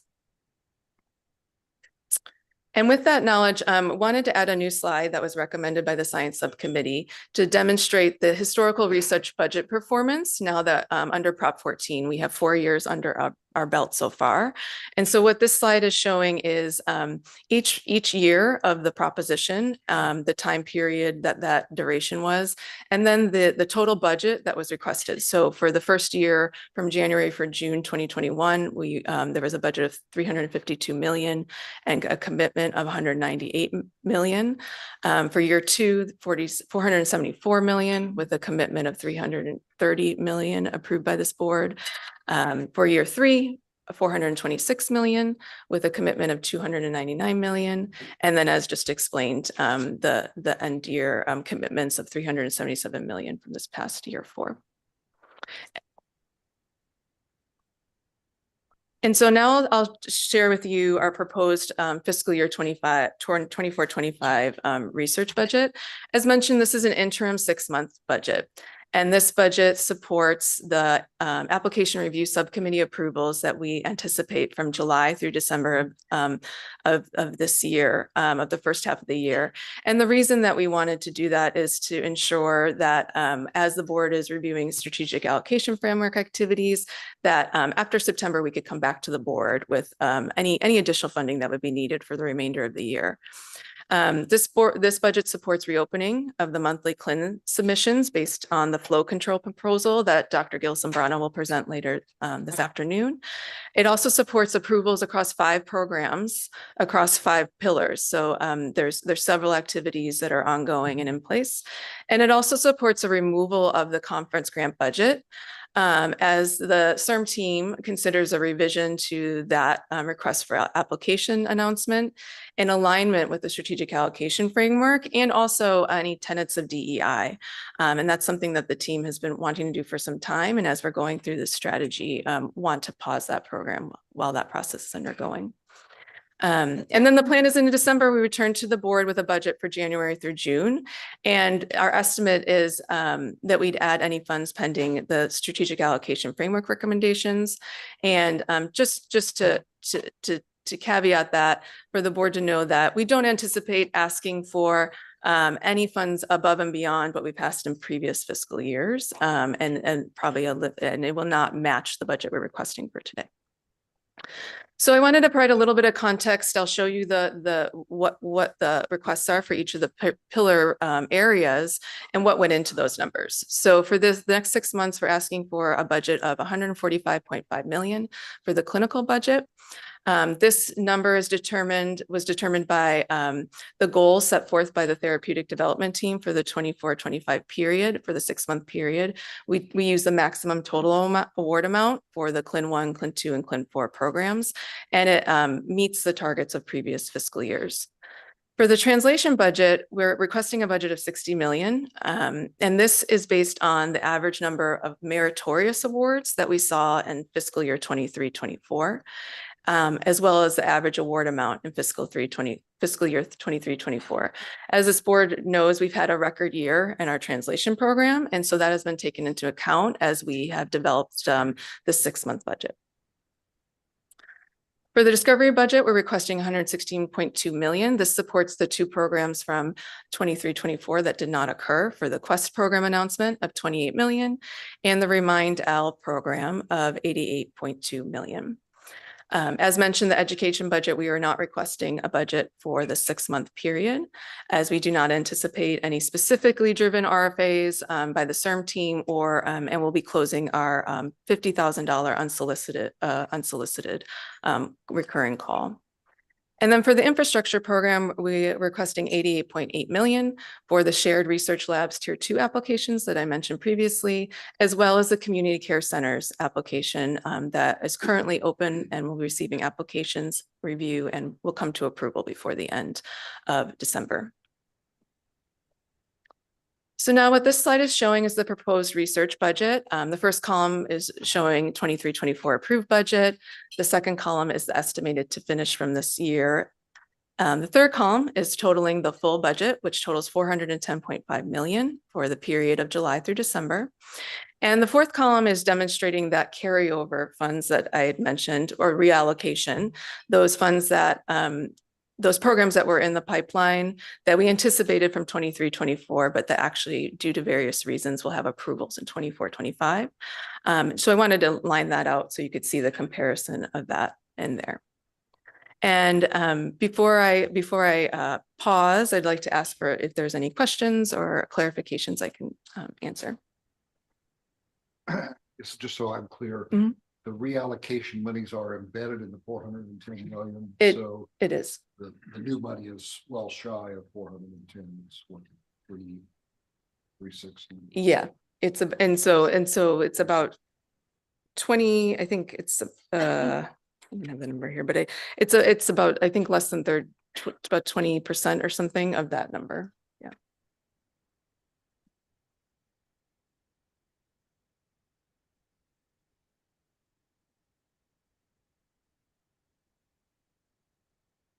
I have a question. Judy Chow? So it's not completely clear to me about the proportion for each area. I understand based on the existing program, that's why we're probably trying to react to that. But given we try to, more or less trying to operate within the budget, can you explain a little bit about that proportion for example, like a discovery is we don't do any cut, and is there any philosophy behind that? I want to make sure I clarify your question. So, Dr. Chow, is your question, how do we determine the size of the budget for each of the programmatic areas? Particularly the relationship between or like clinical side and compared to discovery, it seems like the funding is pretty similar, but I think typically we would give clinical a little bit more because given the need. Sure. And so I think the one thing to remember for this budget is that it's only a 6-month budget. So so for clinical, that's we're only showing the 6 months of that reoccurring cycle. For discovery, those budgets are based on 2 calls, one of them being the Remind L, the new initiative that we discussed earlier today, that the board is committed to make a significant investment in the neuro space. But typically, the clinical budgets historically have been larger, I'd say historically, and then discovery and translation less than that due to the nature of how much the total award amounts are and the volume of awards. Also, one thing to note is discovery, the number of awards we're funding for discovery is greater than the individual awards because just the population of applications we get is larger. And I don't know, and I don't know if that answers your question, but I think that's partly also as we go into the strategic allocation framework and come back in December, the board's guidance and where how much funding we want to put to these various areas is also something that we seek. Yeah, I definitely think the last comment you made, that's probably where we should kind of pondering about. But thank you for the answer. Thank you. Fred is next, Fred Fisher. Thank you. Since you've got 0 proposed for the education budget, I'm wondering if we should be inferring that as part of the strategic reallocation process in the second half of the fiscal year, whether or not education will be prioritized sufficiently to reinstate the budget for it. Or should we be taking some clues about the direction that strategic allocation process is going, given that education is the only area where funding was taken down to 0? That's a great question, Fred. So to give context, the early on in 2021 with the relaunch of Prop 14, we reissued all our education programs. We have 4 Bridges, Spark, Compass, and Research Training, CIRM Scholars. Those are 5-year awards, and we're midway through all of those awards. So those programs are fully funded. If we refunded or revamped or changed any of those things, those would come to the board in future years. Any new programs would come out of the strategic allocation framework. And so this 6-month budget is representing what we know today and has no implications of any planning that's been going on or anything of that. That would come in December. The conference grant budget is a budget we've been asking for several years, which is typically about $1.5 million to $2 million. The CIRM team has noticed over the past year that this really refocusing that RFA to meet the objectives of the new strategy, to ensure we're encompassing diversity, equity, inclusion elements into that is needed. It makes sense to reopen once the strategy is done. So I observe that conferences that CIRM has valued their participation in maybe being planned and the timing of reopening the application process and those conferences may be out of sync. Sure. Yeah. So there are no CIRM planned conferences in terms of typically we have a call for our alpha clinics or education programs. Those are all have been taken care of or awarded already for the next upcoming year. The program that would be on pause during those 2 quarters would be the $50,000 unsolicited conference grants, where it's an open call related to regenerative medicine that goes through a review. Typically, many of these CIRMs are not fully funding. We're just funding a portion of that, up to 50,000, many times less than that. I'll just express my preference that given the low dollar amount of that activity in particular, that funding be included for those conference applications. I would like to entertain a motion to consider to accept the proposed interim budget. We have, has a motion and second. First, further comment from board members on the proposal. Stephen. Jennifer, so if I understand your comment, you said we're a little thin on the clinical side of the budget, relatively speaking. You didn't say that. No, sorry. No, this is anticipating the increases from the concept approvals from last year in budget, the CLIN 4, that's all taken into account in this. But it's in pace with the goals that we have set forth today, not including the strategic allocation framework. So just to say it's comparable to budgets in the past, as well as considering those adjustments that have been made during the year. Well, this issue is going to come up when Gil makes his presentation. I assume it's Gil about setting a cap, if we do, on the number of clinical awards that we're going to be reviewing at any particular time on the one hand, and our strategic allocation framework on the other, which really focuses on doing clinical work. So we're going to have to harmonize what our longer term goals are with the process that we use to get there. So just when the time comes. Thanks, Fred. Any further comment from board members on the proposed interim budget? Okay, no hands? No board hands. No board. So I would make the microphone available to members of the public that might want to comment on the interim budget. Anyone online then? There is someone online. Can our staff facilitate that? Paul, if you could unmute yourself and start, you'll have 3 minutes. Sure, great. Thank you much. Thank you very much. Thank you for the opportunity to address you today. I'm here to advocate for the funding of a previous proposal that was submitted in the previous fiscal year, focused on developing a groundbreaking genetic therapy for Huntington's disease.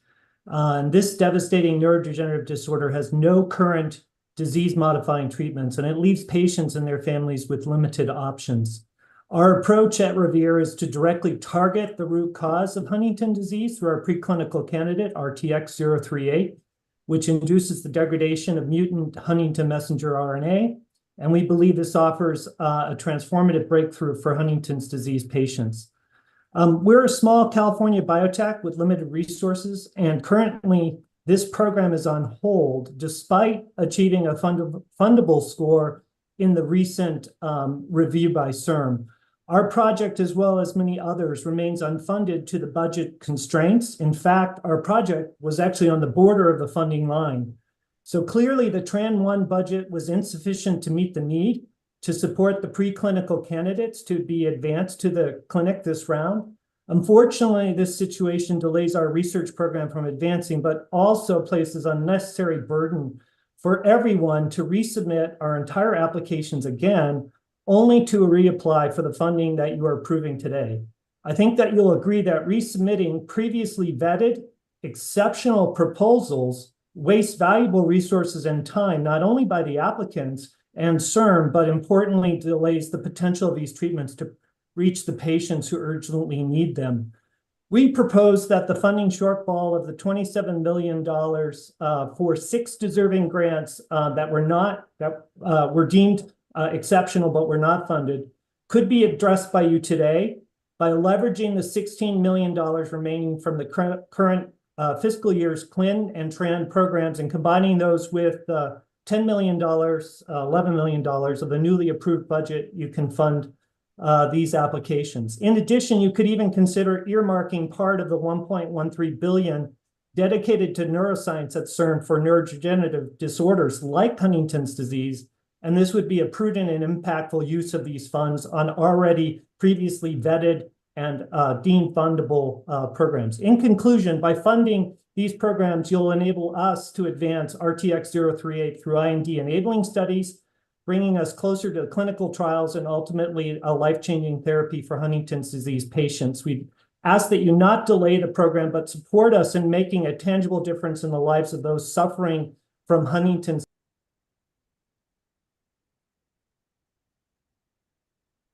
Apologies, Dr. We are Dr. out of August. time. Thank you so much, Dr. August. We can move on. We can move on to the next speaker, Mary McMahon. Who is it? Oh, yes, go ahead. Thank you. Identify yourself. Dear committee members, my name is Mary McMahon. I'm from Revere Therapeutics. Thank you for your continued commitment to accelerating discovery and delivery of transformative treatments for patients in California and around the world. I represent Revere Therapeutics, a Bay Area startup that you just heard from Dr. Paul August, developing treatments for rare neurological diseases. While our TRAN1 application was recommended for funding and met the established criteria, we were passed over in the last cycle and are encouraged to reapply. However, the process of resubmitting the application in the upcoming cycle appears unfair, not only to the CIRM staff and reviewers, who have already spent a great deal of time and effort to recommend review and recommend the proposals for funding. We understand you have set up a task force on neuroscience and medicine to generate a plan for funding related to neuroscience and related medicine as specified in Proposition 14. Our TRAN1 application is focused on therapeutic development for Huntington's disease, a devastating neurodegenerative disorder that develops over 15 to 20 years with no effective therapies. We urge CIRM to reconsider prioritization approval of the TRAN applicants recommended but not funded in the previous cycle, and to utilize funds specified in Proposition 14 to support the proposals without resubmission. Thank you for your time and consideration. Thank you for your comments. Do we have any members of the public? Another member on the phone. Is this Anne Moreno? Vega? That's correct. Yes. Go ahead. Go ahead. You have Thank 3 minutes. Thank you. I appreciate it. Good afternoon. I'm Ana Moreno. I'm the CEO and co-founder of Navega Therapeutics. We're a San Diego-based company that's developing gene therapies for chronic pain. Obviously, a huge unmet medical need. I'm here not speaking just for myself, but for other 6 applicants that actually apply for the TRAN applications that were recommended for funding. And as you can see, we actually came together and sent a letter together to really advocate for our applications. I would not like to repeat what Paul and Mary mentioned right now, but in general, we just felt that it was unfair for us, but also obviously for the the CIRM and the scientific review to go through this whole from 50 applications down to 16 that were recommended, and 6 of us were left unfunded. What was really interesting was that all of us are in the neurospace, and as you know, actually for chronic pain, less than 1.7% of funding goes to chronic pain in investments. So it's a huge unmet medical need. So we really ask you to reconsider funding these applications where the new budget is approved less than a month after the last review. And to have us go through the whole cycle just really puts us behind. And actually it's difficult. TRAN really is focused on bridging the valley of death. NIH is really great at actually securing funding for early stage applications, but the TRAN is really crucial for stages such as toxicology and manufacturing that's really difficult to fund otherwise. As well as investors also like to focus on programs that are already clinical stage. So we really are in this valley of death. And as you know, it's a really difficult funding atmosphere out there right now. So we really ask you to reconsider approving these grants that have already shown to be exceptional and that are ready to move forward and help patients. Thank you so much for your time. Thank you for your comment.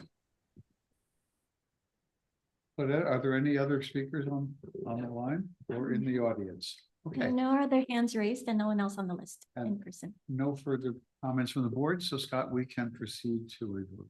And the motion is to approve the CIRM interim research budget for FY 24-25 as proposed. All those in the room in I favor? didn't know if we had time for comments from the board after the public comments. Is that okay or not? Yeah, Is that the right time? absolutely, Anne Marie, go ahead. You know, maybe I'm wrong here and I would love to be wrong, but and there's a disconnect for me in terms of the fact that we're approving an overall budget, an envelope budget right now. And the fact that our representatives of really important research endeavors are coming to speak, and I absolutely welcome them to speak here in the room and online. And I think it's very courageous, but I fail to understand how we could consider the request if we wanted to, which is far from being a given, out of the context of there's a time for these particular grants to be reviewed, which happened in the past. And, you know, I understand they want to come back to it. My whole point is trying to say where I do appreciate the public comments when it's time for them. Right now, it's completely out of context of something I think we could vote. We're not going to look at one or two of these applications independently of the merit in the today's situation. So I wanted that to be a message for, you know, again, the courageous scientists and colleagues of biopharma who have come here today online to see, for me, that's disconnected from what we can do completely. And that has nothing to do with the merit of their application as well as their grievance, you know. So, and tell me if I'm wrong here. No, thank you. And it was really very very wonderfully said. So thank you for that comment. Joe Panetta? Thanks, Vito.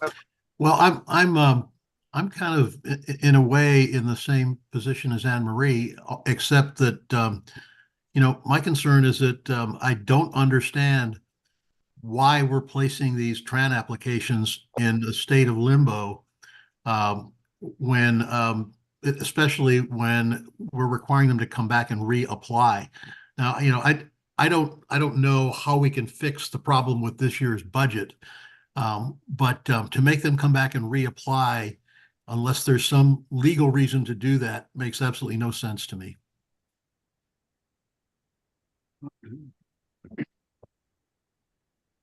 Thank you.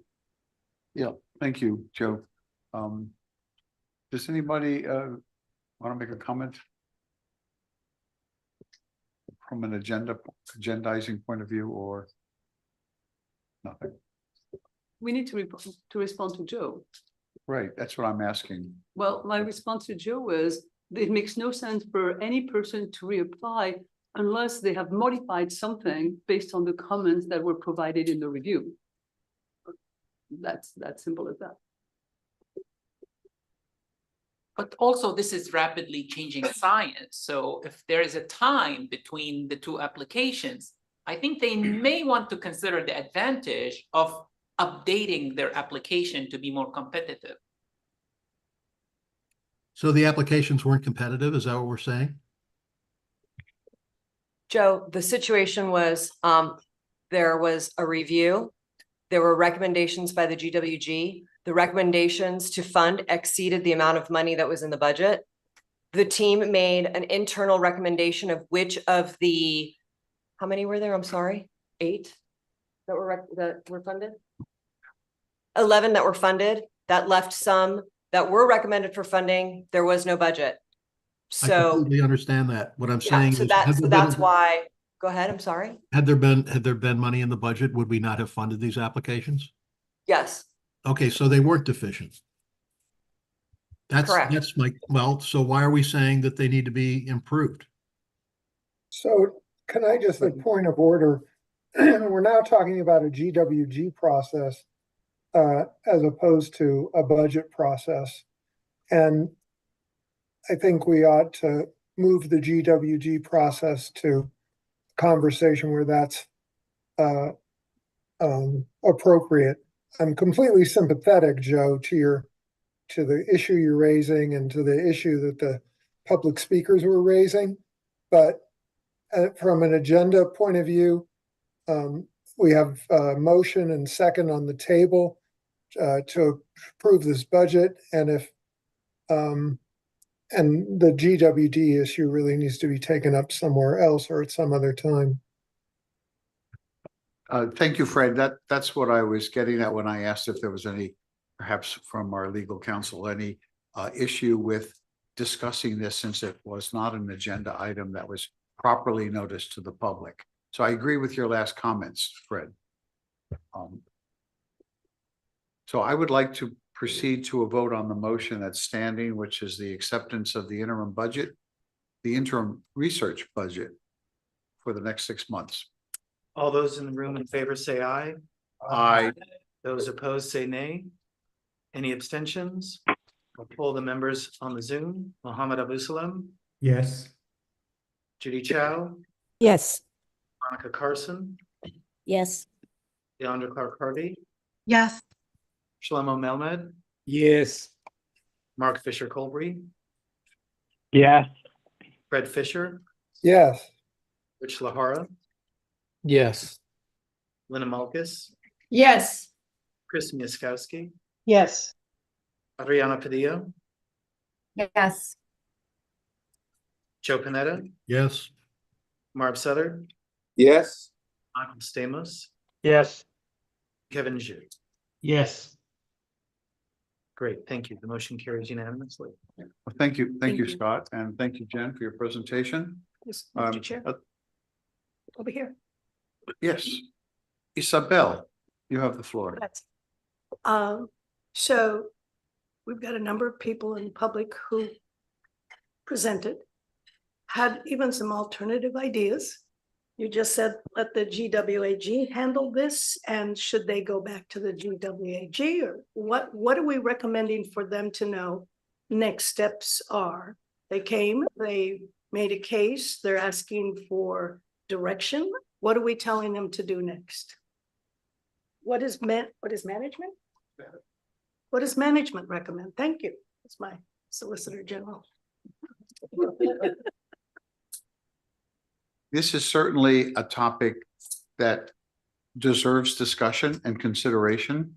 The board being the size that it is, and with an agenda that's stated in front of us, is a very difficult place to consider ab ovo a conversation like this. It would be my preference to take it back to an appropriate subcommittee of the board for consideration, to be brought forward then back to us at the most appropriate time.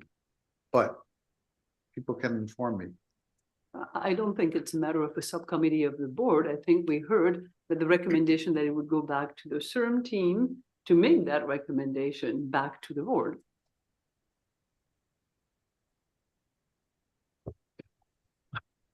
Is that what you said, Isabel? So if I could speak, JT, Mr. Chair, so the way this is imagined at this point is these applicants, because of the budgetary situation, are welcome to reapply in July. This isn't a matter where the reapplication period is months from now, it's immediate. And so that is the process that the internal team is recommending at this point. Yes, that's what I did hear. But what I also heard was that from our presenters and the public, that they're finding this process or the idea of reapplying, since they initially, I guess, were approved, they just didn't make the cut, that they should have to go through this rigorous move again. And so I'm saying, should we think about other solutions, that is in subcommittee or GWAG for this? I mean, we can start a revolution here, we can be very calm, whatever. I'm just wanting them not to go away feeling like they haven't been heard, or JT is saying, this is the answer. Come back. Sorry, it might be super difficult to have to do this all over again, but I don't want you to be discouraged about it.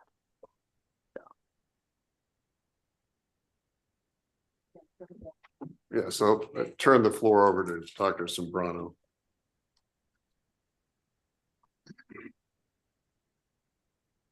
Okay. No, we very much appreciate the comments from applicants, and we certainly understand the difficulty of having to put together another application in order to respond to what was already declared a meritorious application by the GWG. I think part of the problem that we're facing here is analogous to what I'm going to talk about in a little bit, related to the clinical program, that overall we have more meritorious applications than we can support. That's just the bottom line. So we're going to have to make decisions about ultimately how many we can fund. However, in terms of the process, we can consider options as to what to do. If we take applications and not have them go through the application process again, we risk the issue of over time, things do change. We would like the grants working group to look at these applications again, knowing, yes, they were recommended before, but do they still hold up? And if they still do, they would likely be recommended again, and we would bring them back for consideration. So that's our thinking about of how we approach it, that the grants working needs to have an opinion about these applications in the context of the new cohort of applications that comes in the next cycle.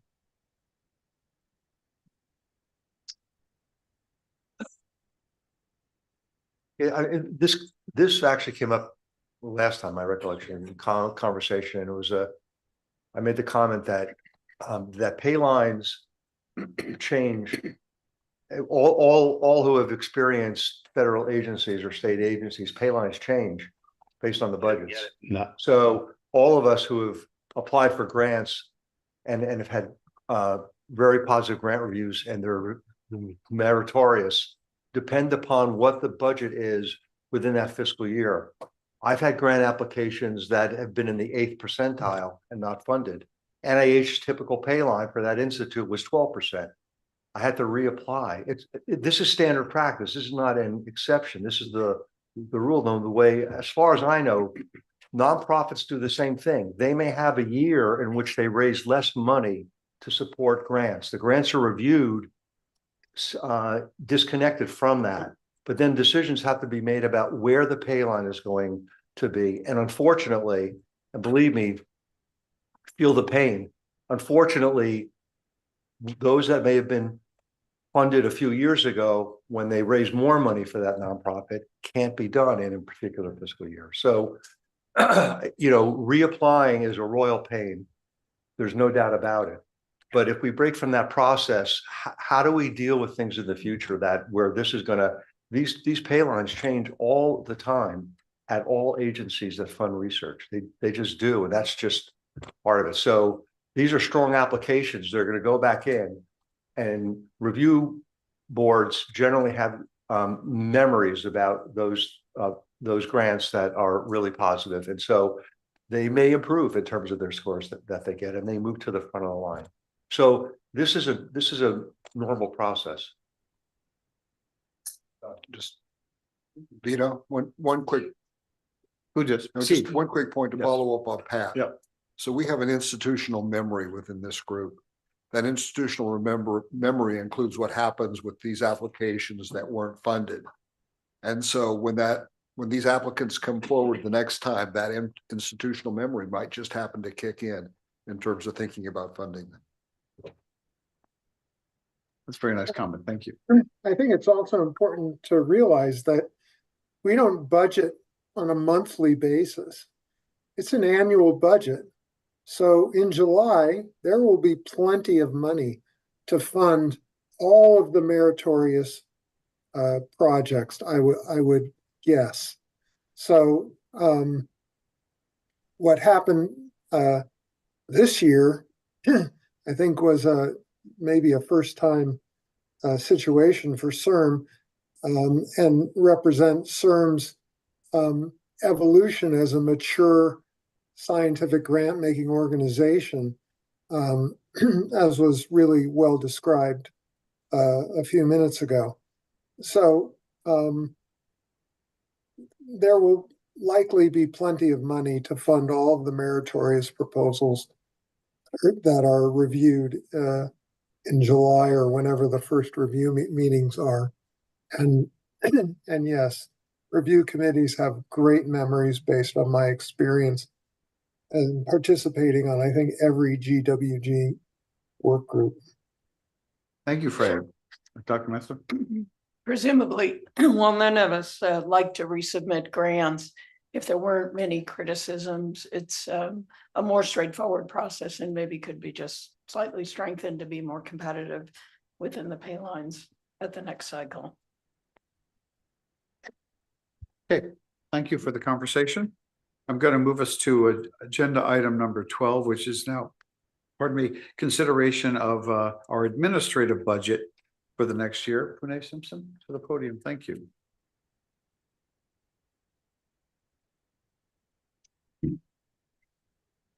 Thank you, Mr. Chair. Madam Vice Chair, board members, I'm Pune Simpson, the Senior Director of Finance, and I will be presenting the 24-25 administrative budget.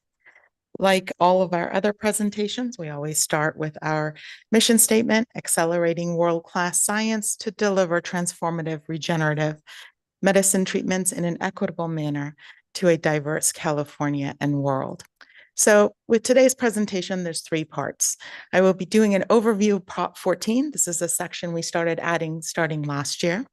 We're going to review what has happened this fiscal year 23-24, with the amount of money that the board approved and some of the major drivers that impacted where we are today. And then the proposed fiscal year 24-25 budget and some of the drivers that have led us to bring that to you. So with regards to the Prop 14 overview, this chart, like I said, was added last year to show the full $5.5 billion.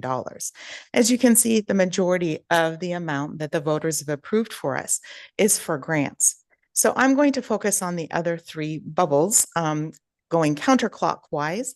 The voters have given us $300 million for grant administration and compliance, $192.5 million for administration, and $100 million for the state treasurers to offset the cost of issuing bonds, which is how we're funded.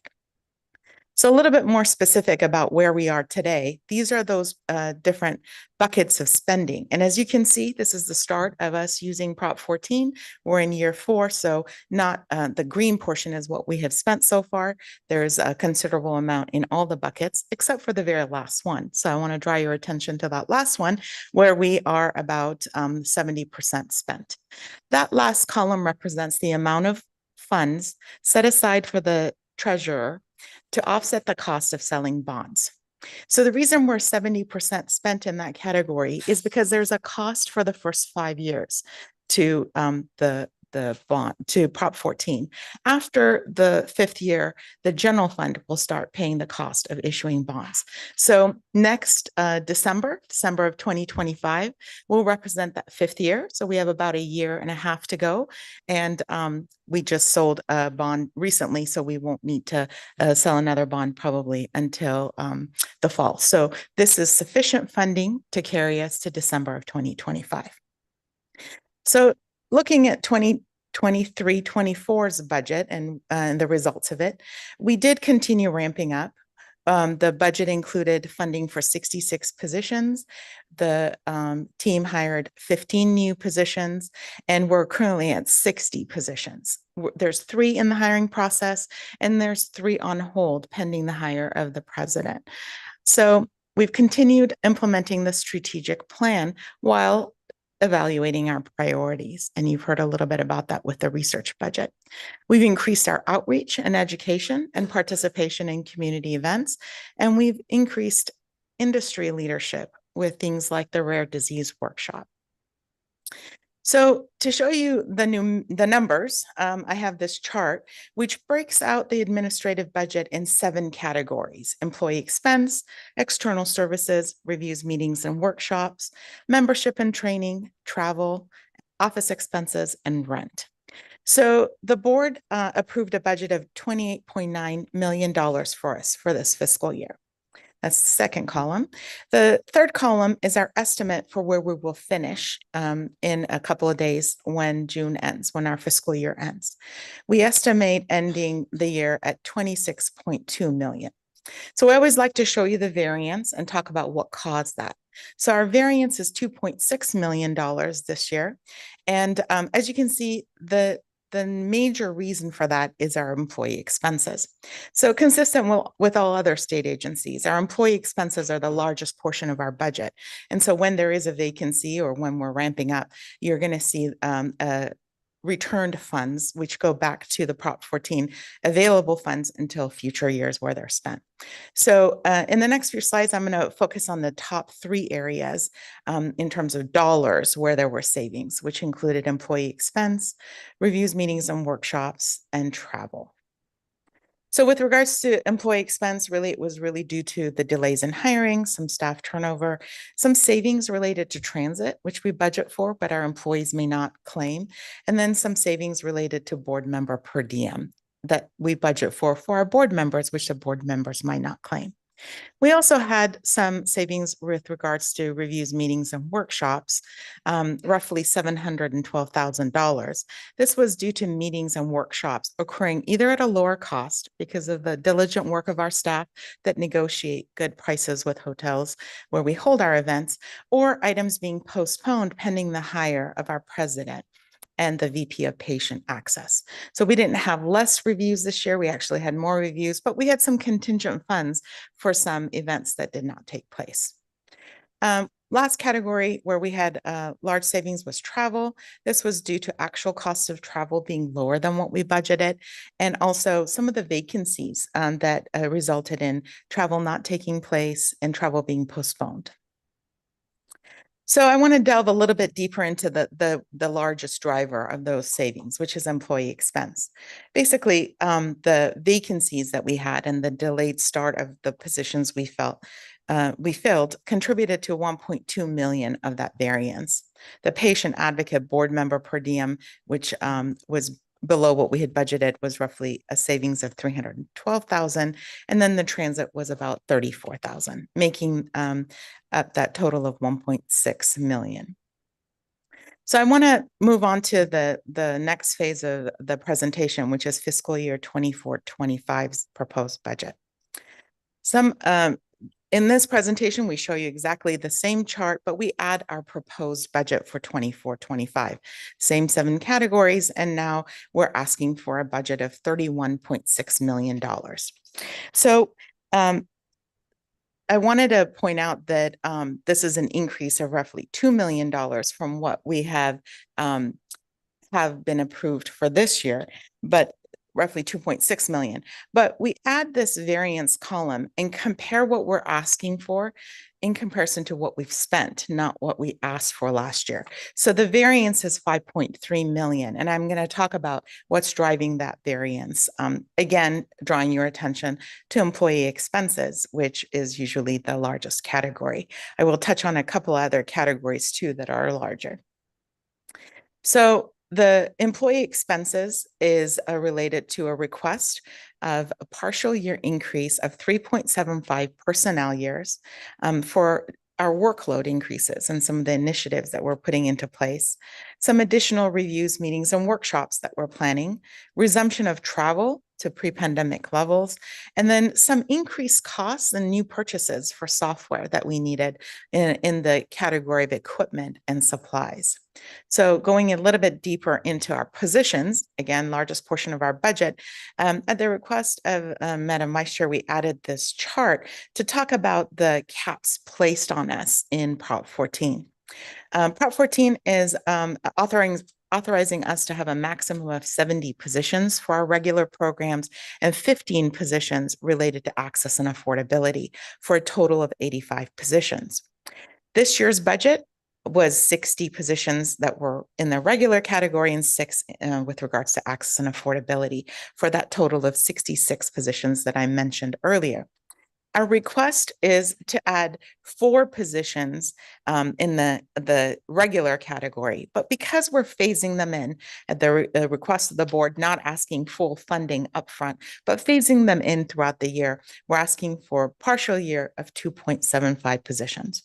And then with regards to the access and affordability, we're asking for a full position to start July 1st funding for a total of 5 new positions, but partial funding next year. So 3.75 positions of partial funding for next year. That equals about $1 million in increase for our new positions. And included in the increase we're asking is a merit increase of 3% and a COLA increase of 3% for our existing staff, and some adjustments like retirement rate adjustments and promotions that took place for a total of $4.7 million for our personnel category. That 4.7 million is again divided into two parts: the savings from this year, which was 1.6 million, and the increase that we're asking for next year, so 3.1 million. Some of the risk factors that that we encounter in any fiscal year, but in this next coming year, is the continued recruitment and personnel challenges we might have, filling our positions as we grow. The increased cost of goods and services due to inflation, which is out of our control, and then adjustments to meetings, travel, and work activities due to things like the strategic allocation framework, which you've heard about today, and the hiring of our president that may have some new ideas and agenda for our budget. So in conclusion, I'm requesting the board to approve the fiscal year 24-25 budget for $31.6 million. And I'm happy to answer any questions you might have.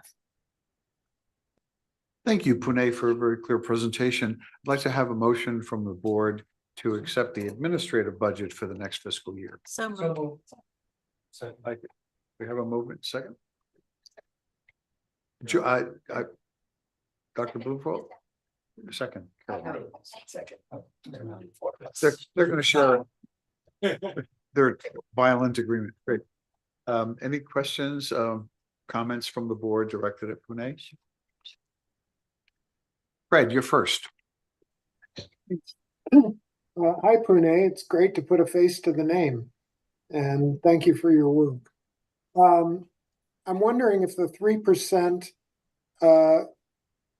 for COLA and the 3% for merit increases is sufficient to keep pace with salaries in California for the positions that you're seeking, as well as part of a retention strategy for employees that you want to retain in a competitive market. Thank you for that question. I will defer it to my colleague, Dr. Aguirre-Sacasa. If I heard your question correctly, Fred, it's whether the 3% for COLA and the 3% merit is sufficient to retain our employees. We feel that this is we do, the HR team, let me be clear, does an analysis of the inflation for the San Francisco Bay Area. So we think that 3% is adequate for the COLA portion thereof. And that 3% is traditionally what we do for merit increases. Again, we look at that regularly, but we also do think that it combined with the COLA, that the 6% proposed for all our employees would be good for retention purposes this year. Again, I'm sure they would all want more, but we think that this is appropriate as a steward of California. Thank you, Raphael. That's great. Any other questions for Pune on the administrative budget from members of the board? If not, be happy to open it up to any comments from the public. Don't see any. And we do not see any. Then Scott, I think you're free to call. All right. All those in the room in favor say aye. Aye. Those opposed say nay. Any abstentions? And I'll roll call the members on the Zoom. Mohammed Abu-Salam. Yes. Judy Chow. Yes. Monica Carson. Sorry, I was having a mute problem. Yes. Great, thank you. Are you there? Leandra Clark Harvey. Yes. Shlomo Melmed.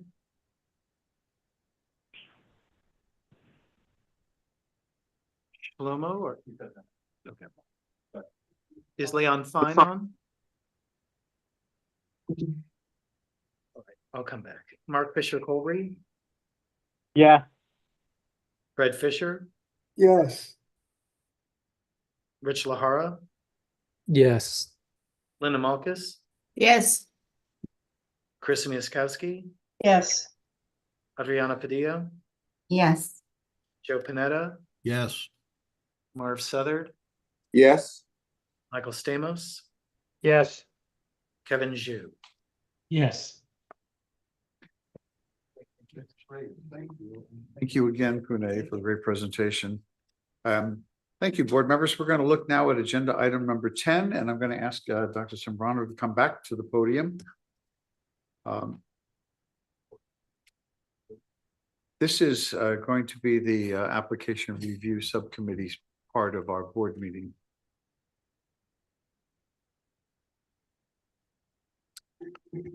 Okay, thank you. Good afternoon, everyone.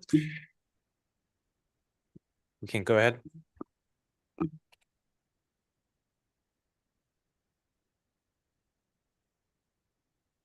Oh, okay, good.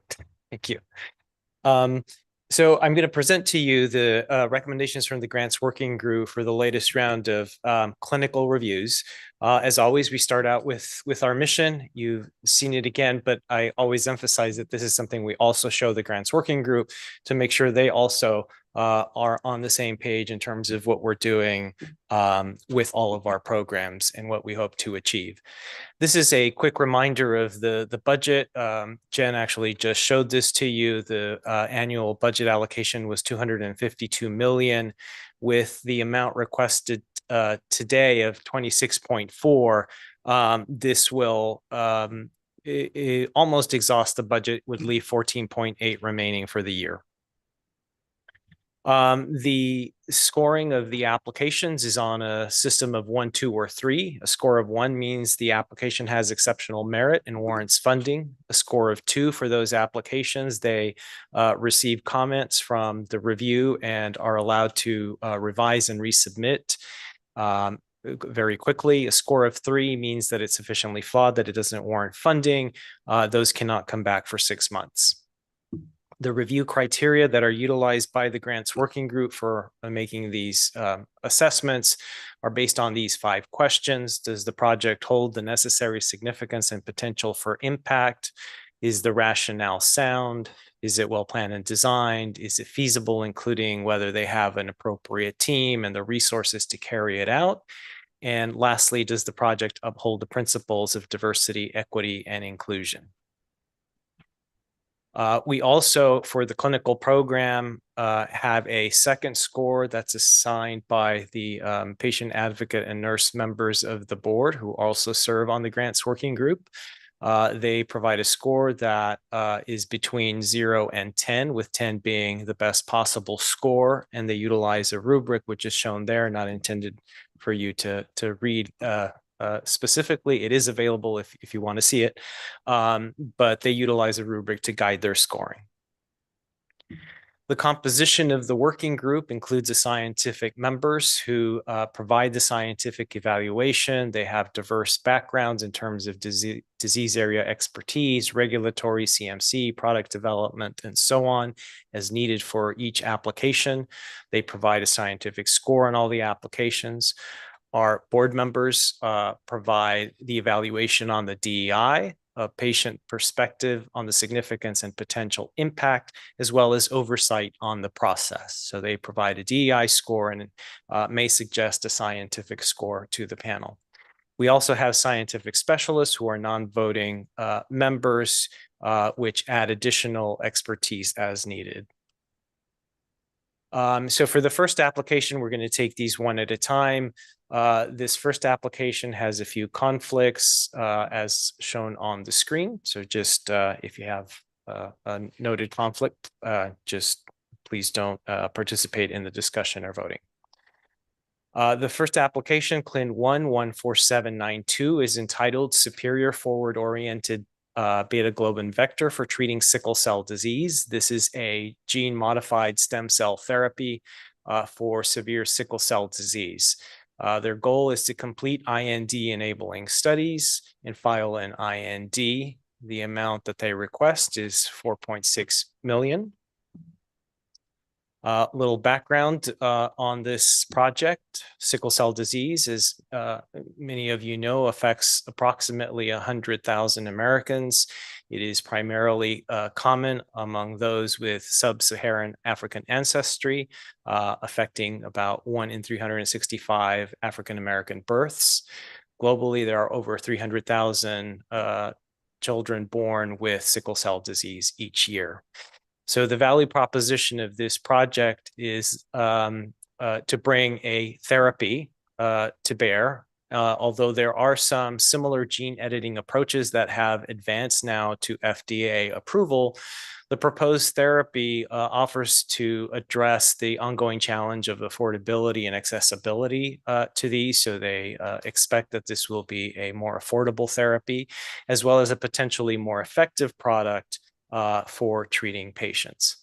Why is this a stem cell or gene therapy project? This therapy involves genetic modification of blood stem cells, and that's why it qualifies for CIRM funding. In terms of our portfolio of similar projects that are currently active, you may all recall that we have supported sickle cell disease projects for several years. These two that are listed happen to be the ones that are currently still active. These are two clinical trial projects that have different approaches that are being developed. One is an autologous gene modified CD34 cells. The other is this CRISPR edited HSC approach. Both a little bit different from the current proposal. The applicant has had some history with CIRM funding, so listed are 3 different projects that represent some of the projects that the PI has headed. One is a CLIN2 clinical trial project for HIV/AIDS, and the others are Alpha Clinics programs that they have headed and supported. For all the projects, the milestones have all been completed early or on time. And so the summary of the recommendation for this project is as shown. The grants working group had 12 votes for a score of 1, no votes for a score of 2, 3 votes for a score of 3. The DEI score was a 9. And the CIRM team recommendation is in concurrence with the GWG to fund this application for 4.6 million. Chairman. Thank you. I would need a motion to to approve the recommendation. So approved. We have Fred Fisher motion. Second. Carolyn, thank you. No. You need to be a member of the ARS. Ah, that's right. Thank you. That's amazing. Sorry, I put you off the spot. A second, actually. Great. Thank you. Discussion? Members? Yes. So this is a really complicated situation, I think. For one thing, the scientific merit speaks by itself, and we should absolutely normally approve and respect the process that I've been the one always trying to support. There are 2 things that come to mind, however. One is that as we are seeing per the discussion we had earlier, we're going to come more and more often in a situation where our budget is at a cap, will come at a cap, and we'll have to make choices among excellent grants with excellent scientific merits. The discussion will come at some point about ultra-rare disease would be another example. We'll have to make choice. And it's fair to say that in sickle cell, we have invested a lot, and other groups have invested a lot, like the NIH. And the other thing that you mentioned is that this therapy has the potential to be more effective than others existing therapy, which is some important thing in consideration, and also more affordable. And I would like to have an idea of what we mean by more affordable, because all of these are going to be super expensive, co-payments to no end, and reducing the affordability by 20% is still not going to make it very affordable anyway. So I'll start my comments. One is, as a board, do we have to shape a little bit how we keep money for projects that have not been funded as much as sickle cell? Question number 1. Number 2 is, should we be influenced by more affordable and more effective? I don't have a real answer to that, by the way. I just find it complicated. So I'd rather share my thought process. Thank you. Comments from board members? Judy? Yeah, I want to echo Emery's comment. This may be actually more broadly applicable to all the application as we moving forward. So I don't know if it's fair now at this spot to got this stuck, because I think now the landscaping will become even more important as we try to bring the impact of CIRM to the next level, meaning truly address the unmet medical need and not just being one of the additional choice or option in the crowded space. So for that, I also struggle a little bit about and to move forward. However, definitely I echo Emery just say, scientifically, there's no doubt it looks like that will be a good exploration, but the value it does bring in, and again, this is not something today GWG has to take into factor. So I totally refer myself not to promote to get it approved, but want to further emphasize that point about as we're moving forward, when we need to prioritize it further and truly looking at the impact to patient, then we need to think about that. Thank you, Judy. I don't see any other board members raising their hand. Let me just Emery, yes, come back. Sorry.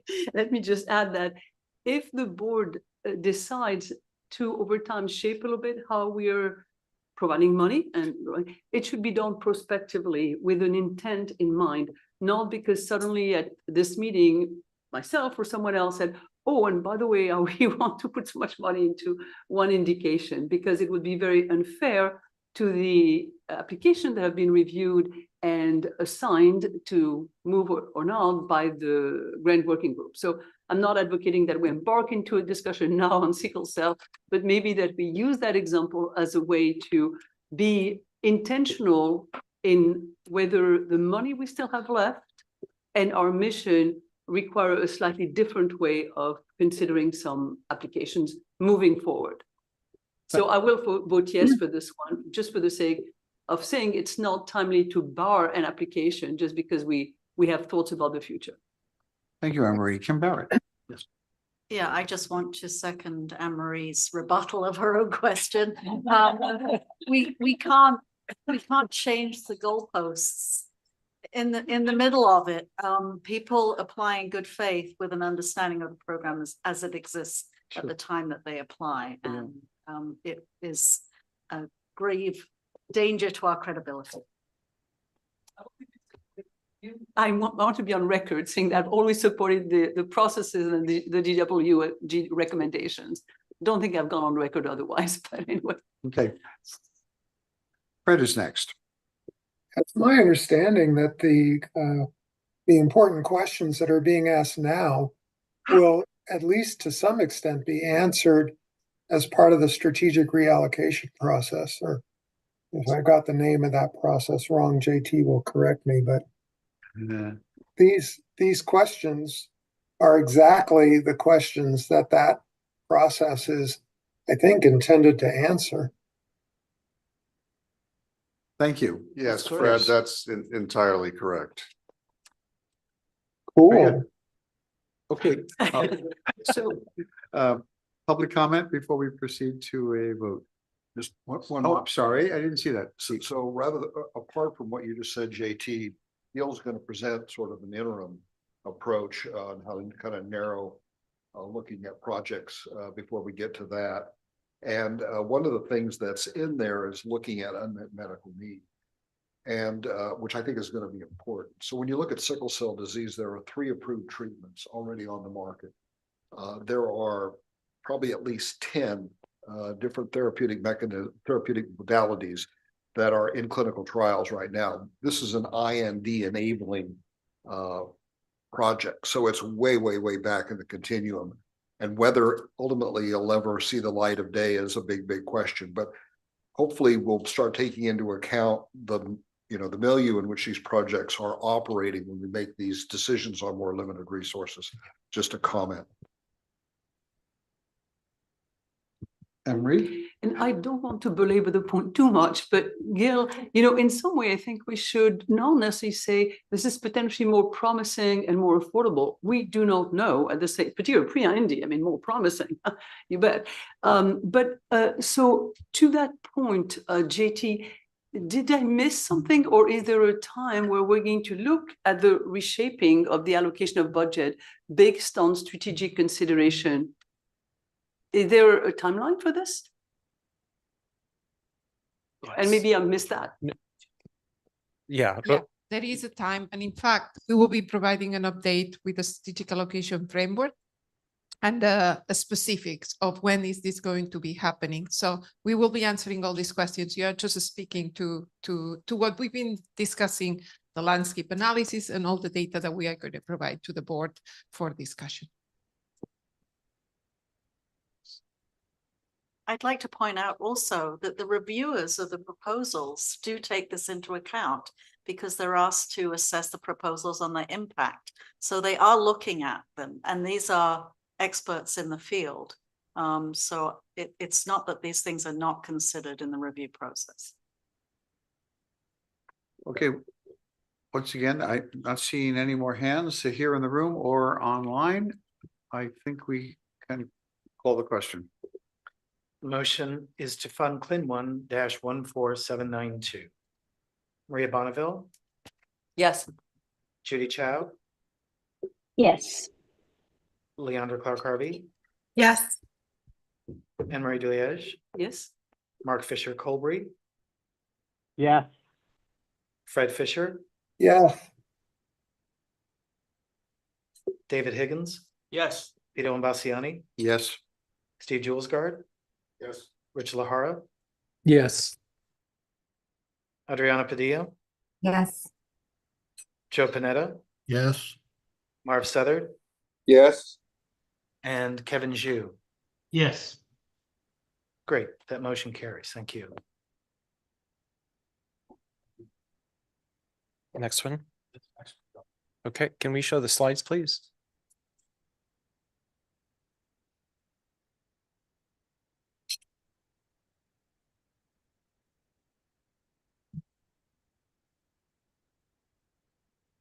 Okay, thank you.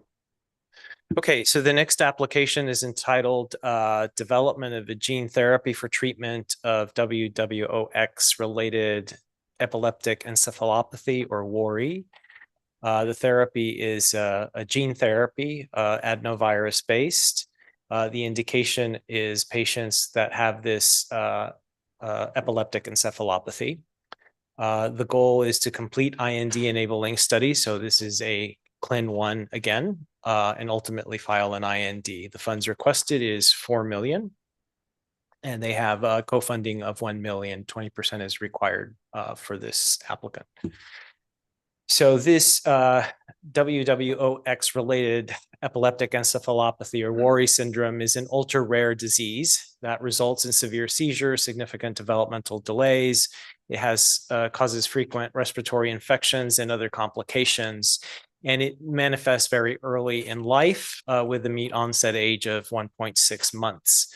The value proposition for this project is that the proposed therapy has the potential to restore the production and function of this missing gene in order to significantly reduce the burden on those that are affected. This treatment is a gene therapy that's adenovirus based, and it qualifies as a gene therapy for CIRM. There are no similar portfolio projects that we have that address this specific disease. We do have several that take the gene therapy approach in general to other rare diseases, but not this specific one. This particular applicant has not previously received a CIRM award.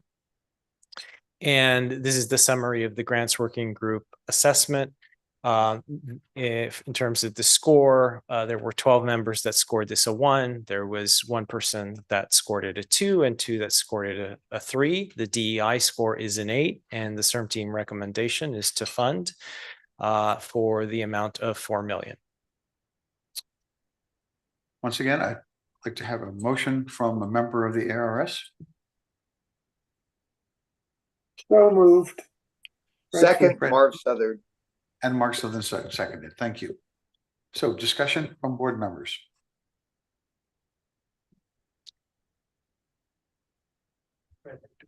Fred, you're first. Yeah, Gil, so when there's 25% of the GWG members saying, come back again, or we don't want to see you again, can you give us some context for what those concerns were? Yes, absolutely, Fred. So for this particular one, there were a couple of concerns. So this is a rare disease. One of the concerns was whether there was ultimately going to be a commercialization path for this therapy. So one thing is, to show that it is efficacious, but then ultimately are patients going to be able to have it? So I think there was some concern from some of the reviewers whether ultimately this would have a commercial pathway. That is true for many rare diseases. So it's not just about this one. The other is that this had a manufacturing plan change.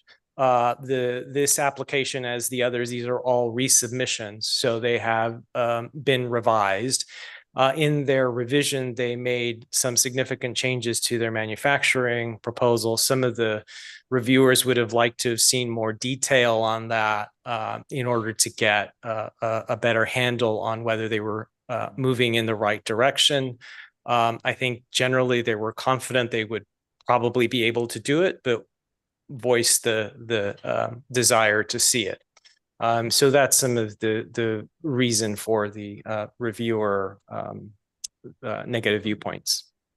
Thank you. That's helpful. My motion stands.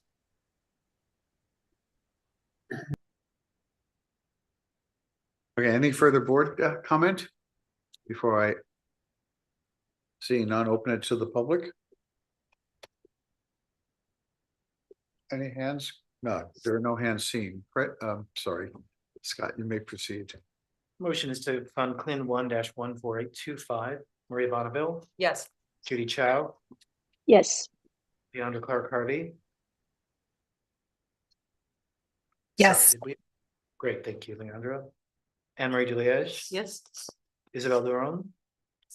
Mark Fisher Colbury. Yeah. Fred Fisher. Yes. David Higgins. Yes. Vito Bassiani. Yes. Steve Julesgaard. Yes. Rich Lahara. Yes. Chris Miaskowski. Yes. Adriana Padilla. Yes. Joe Panetta. Yes. Marv Southard. Yes. Kevin Zhu. Yes. Thank you very much. The motion carries. Great. Thank you very much. I think, Gil, we can move to number 3. Yep, thank you. So the next application has a couple of conflicts to be noted. This is CLIN 2-15218. The title is a phase 2 study evaluating the efficacy and safety of IV administered AAV gene therapy in male patients with Danon disease. So this is again, an adenovirus gene therapy approach for patients with Danon's disease. The goal is to complete a phase 2 clinical trial. The amount requested is 5.8 million. And co-funding is provided in a large amount. This is a phase 2 trial, and it's a out-of-state company. So a lot of the effort is happening outside the state, and this would cover the portions that happen in state. So for background, Danon disease is a rare X-linked disorder that primarily affects the heart, skeletal muscle, and brain, and results in some limited cognitive impairment. There are no curative treatments that are currently available, with the most definitive option being open heart transplantation. The value proposition is that this proposed gene therapy would restore the expression of the missing LAMP2B gene that would relieve patients of their symptoms and the need for heart transplantation. And the applicants hope that the approach may offer the possibility of a cure if it's adequately effective. The treatment is a gene therapy approach and why it qualifies for CIRM funding. Other projects in our portfolio that are similar, we have a TRAN1 grant that has been given to for the same indication, Danon disease. This is an approach of autologous gene modified blood stem cells, so it's a bit different than this one, but still with the goal of trying to replace the missing LAMP2B gene in patients. The applicant has received a couple of other CIRM grants that are CLIN2s, clinical phase 1 clinical trial stage, with milestones that have been completed, some with delays, but generally performed as expected. So the summary of the review, the grants working group had 12 members that scored this a 1. There was 1 member that scored it a 2 and 1 that scored it a 3. The DEI score is a median of 8, and the CIRM team recommends the funding of this application for $5.8 million. Thank you, Gil. Can I have a motion to discuss from the members of the committee? David Motion. moves. Second. Motion to approve. Thank you. David, that would be a motion. Excuse me, I'm sorry, yes, so.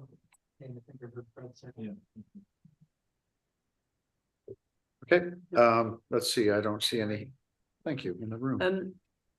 Gil, can you tell us how many children are born every year with this condition? Roughly, just roughly, either in California or in the US, because it's a rare disease. So it would be good to have a rough idea. It's a rare disease. I can't tell you how many are born, but it's about 1 in a million is the estimate. So I think one of the estimates I saw, there's out of the children born with hypertrophic cardiomyopathy, that about 2 or 3 out of 1,000 of those have Danon disease. So it's an ultra rare disease. Yes. Yes. Yes. So in both cases, there were of previous funding, there were noted delays. You commented on the first one where there were delays, but they essentially completed what they were expected to complete. I'm not sure what that means. And then in the second one, they had 5 milestones. One was not completed, which is 20%. Not a small not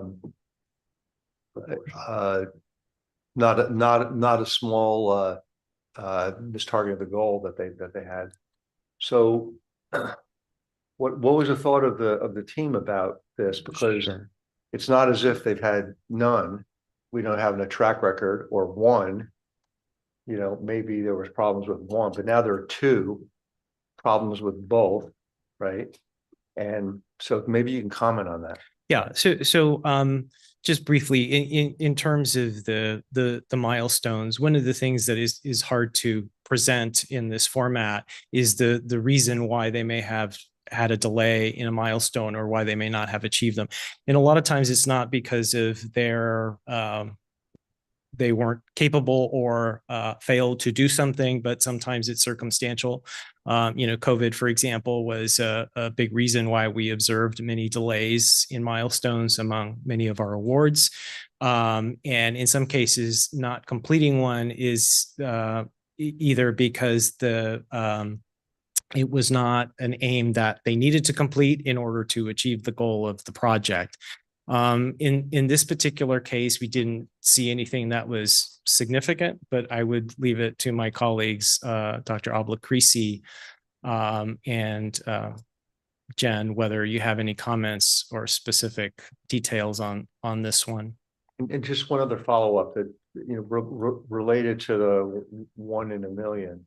So I assume the application was convincing in terms of them being able to identify and recruit and consent Yes, patient population. Right? yes. But So, this is to fund those that are in state of California or so broadly. correct. The funds that would come out of the CIRM grant would be to fund activities that are in California and patients that are recruited in California.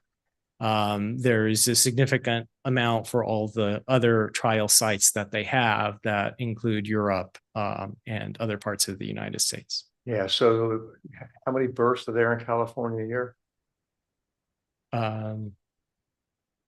I'm sorry, how many births are there? Oh. New births are there in I- California a year? I don't know. It's a few 100,000. Yeah. Right. Maybe not even. It's not a huge number. Mhm. So I'm just expressing my worry about, one is the track record, and two, it was 1 in a million, and this is focused. This has to be focused solely in California.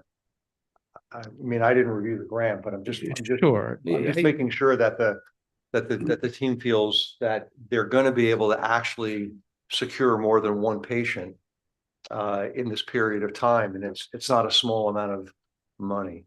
So that's my worry. Go ahead, Abba. Our experience with this group is that this second grant is not that old. It's a recent grant, and that's why they didn't achieve the milestones yet. While the first grant, again, it's due to the availability of the patients and moving them. Some of them come to California for treatment. And so, but the group has a good track record. And so for that reason, we agree with what the GWG recommend. Pat, obviously you can guess that I share concerns about the ultra rare disease, and I've mentioned this in the past, but that's for another time, where this will come as a strategic recommendations from the team. So I understand that one of the milestones were not met, not because it failed, it's because it was not yet timely to meet it. And then finally for ultra rare disease, as we all know, it is impossible to conduct a development program on time. It's just totally impossible. Let's not even try to get close to it. So it really comes down to the strategic question that we will review in due time. But yeah, I share your sense of discomfort about this.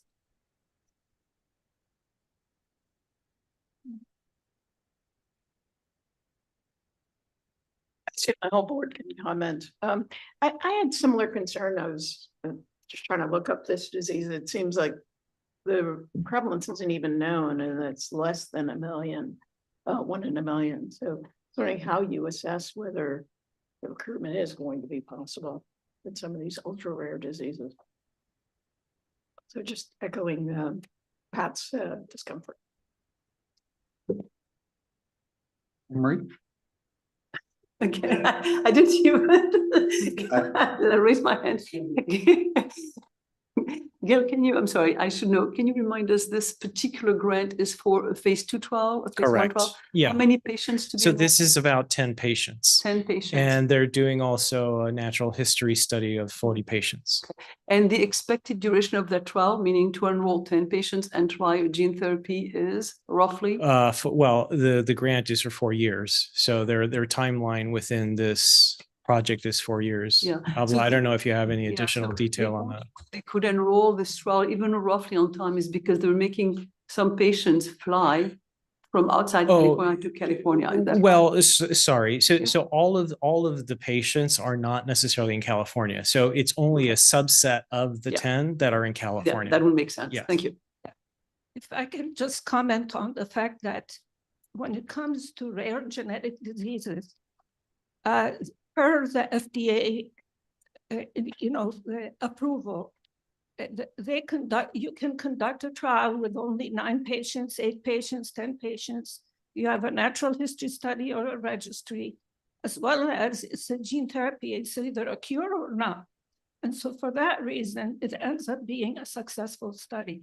So this particular group is actually getting an approval expected at the end of this month for their first product, and we CIRM funded that program. So as a result of that, I personally feel that this is what they're doing is something that we have been kind of all along part of our strategic plan to fund grants that no one else funds with unmet medical need, and that's what they've been doing. So, but for the first grant for which they will get an approval, apparently, that's a totally different disease. It's Correct. another ultra rare disease. Correct. So you're making two very good points. One is that also the role of CIRM to fund grant that will hardly ever be funded, maybe other than NORD or something like that, number one. And number two, to remind all of us, which I knew, but you expressed it so well, that the approval process for this situation is totally different from anything else. Correct. And it could be on 5 patients, potentially. Okay, thank you. Very important. Yeah, as long as they have the right controls, they have their manufacturing under consistent and under control. And obviously there are cures with an acceptable duration. Just one quick question for Gil. So the 5.8 million is expected to treat how many patients in California?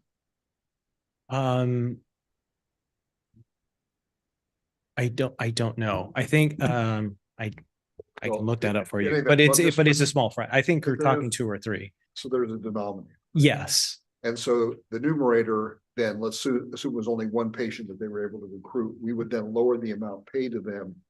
So to be 1 over whatever the denominator is. So we're not gonna cover costs that aren't expended, right? So we're gonna issue it based on milestones, and often the milestones are based on the patients that are enrolled into the trial. Okay. Yeah. Yeah. Don't see anyone else in the room. His hand is, oh, sorry.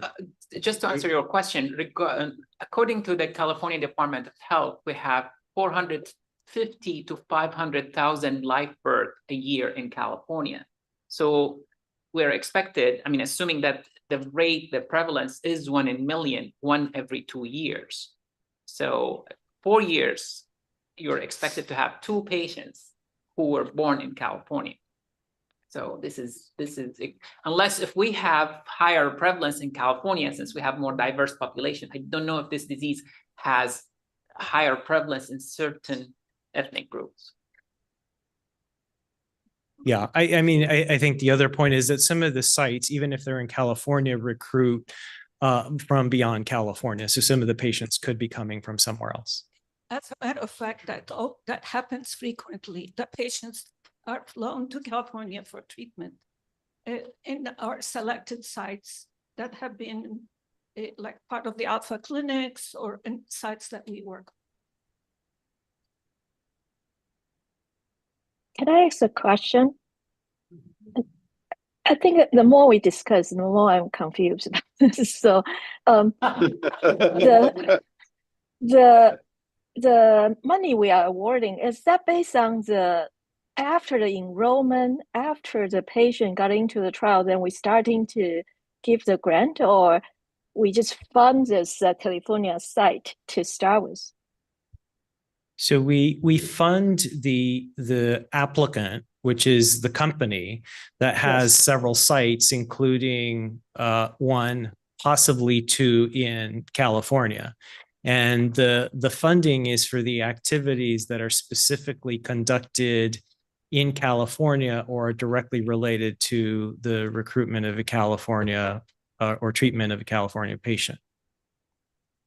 But most of the clinical study, the spending started as soon as you activate the site. So I don't see this will be, then we can, not fund the study when they have no success of enrollment. So I think it's less, it's less about the incident about this disease. It's more about how likely they will have the success of recruiting or enrolling in patients. So I feel the discussion getting a little bit kind of towards not necessarily how the clinical spending has been spent. As soon as you activate the site, the money kicking, couples million just gone because of that. Not, no matter you got patient or not, just want to make sure we don't discuss this out of the content. Right. So just for clarity, so the payments are based on milestones, and what those milestones are often based on the enrollment. And so we issue an initial amount that they obviously can spend in order to achieve activities. Some of the expenditures may be related to manufacturing, or others that are not directly related to patient activity. So the amount of funds that go out the door, and ultimately when we get to a decision that they can't succeed and therefore may have to terminate, will vary. But you're right, it's not as if we would not issue any of the funds that are shown there. Thank you for that clarification. No other comments in the room, perhaps something from the public? If not, we can take a vote then. The motion is to fund CLIN 2-15218. Judy Chow, Yes. Leandra Clark Harvey, Yes. Anne Marie Deliege, Yes. Isabel Derone, Mark Fisher Colbury. Yes. Thank you. Fred Fisher, Yes. David Higgins, Yes. Vito Imbasiani, Yes. Rich Lahara, Yes. Chris Miaskowski, Yes. Adriana Padilla, Yes. Joe Panetta, Yes. Marv Southard, Yes. Kevin Zhu. Yes. Great, the motion carries. Thank you. Good, we can now proceed, Gil, to the fourth application. Thank you. Okay, for this application, we have one noted conflict.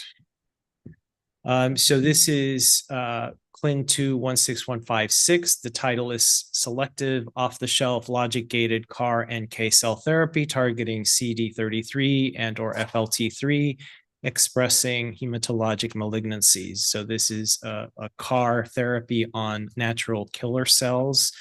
The indication is for hematologic malignancies that include acute myeloid leukemia and myelodysplastic syndromes. The goal is to complete a phase 1 clinical trial, and the funds requested is 8 million. The co-funding is 4.8 million, 30% as required. The background information on this, acute myeloid leukemia, or AML, and MDS are types of blood cancer, and they affect about 20,000 Americans each year. The 5-year survival rate is about 32% with current treatments. And patients with recurring or relapsing AML undergo various chemotherapy approaches or clinical trial treatments, because they often participate in clinical trials in order to as part of their treatment plan, with median survival of only 3 to 6 months. So the value proposition of this project, given the limited effective therapeutic options, additional approaches are needed. And so this NK therapy uses a targeted approach that is potentially more durable and effective. It has some specificity for the cancer cells while attempting to protect the non-cancerous cells. The therapy may, in fact, double the median life expectancy for patients that have recurring and relapsing AML. Why this is a project that qualifies: this is a gene modification of natural killer cells, so qualifies as a genetic therapy. Similar projects in the CIRM portfolio, there are several that address cancer, many that also are focused on leukemia or AML. There are none that are exactly this CAR NK approach, but we do have a CAR T cell approach, a vaccine, and a small molecule that are aimed at treating AML. And all of these at various stages of clinical development. This particular applicant has not previously received a CIRM award. And so the recommendation from the grants working group here is we had 12 members that scored this a 1 and no members that scored it a 2 or a 3. The DEI score is a 9.5 and the CIRM team recommendation is to fund for the amount of 8 million. Thank you, Gil. I would like to have a motion to fund this application. So moved by Marv Southard. Mark. Thank you, Marvin. Anne Marie seconds. Thank you. Comments first from board members?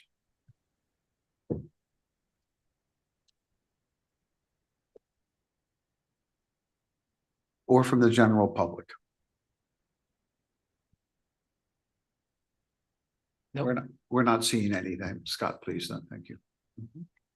Motions to fund CLIN 2-16156. Maria Bonneville, Yes. Judy Chow, Yes. Leandra Clark Harvey, Yes. Marie Deliege, Isabel Derone, Mark Fisher Colbury, Yes. Fred Fisher, Yes. David Higgins. Yes.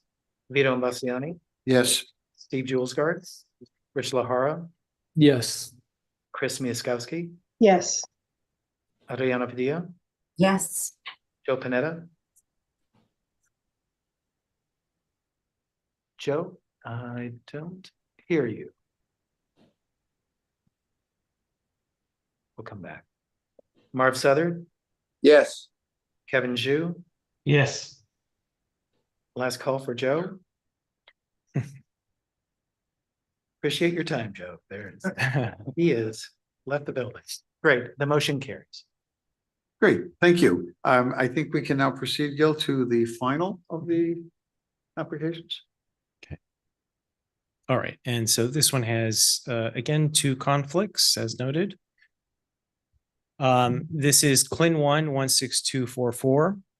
The title is Novel Gene Therapy Targeting Multiple Pathological Drivers of Desmoplakin-Associated Arrhythmogenic Cardiomyopathy.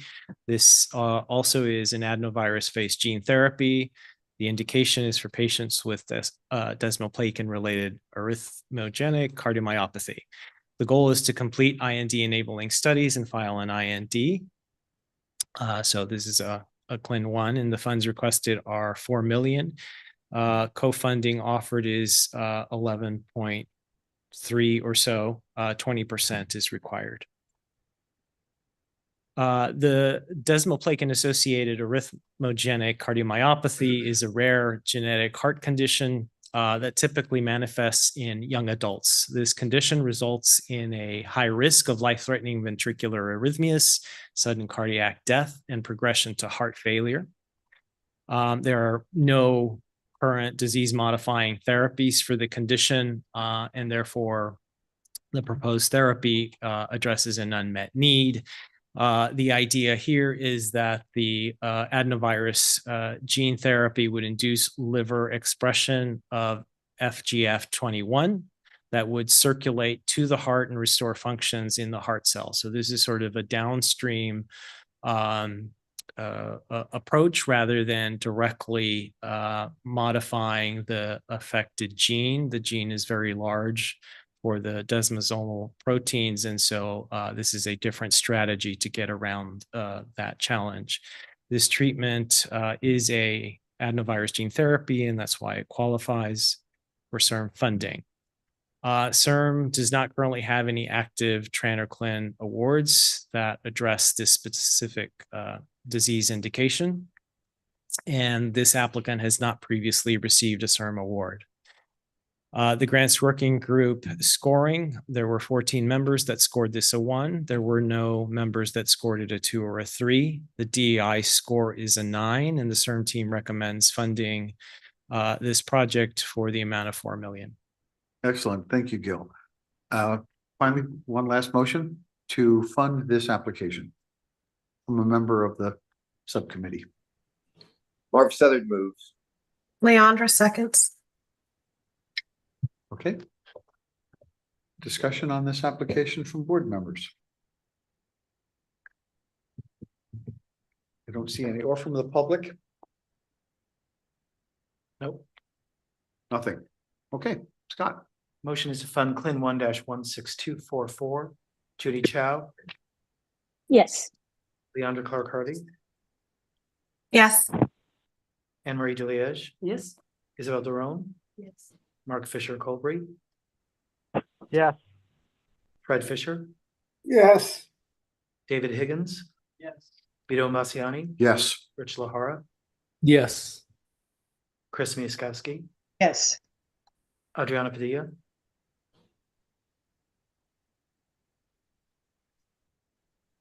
sorry, Adriana, I'm not sure if you're on mute. I see you're still on the call. I'll come back. Joe Panetta, are you back?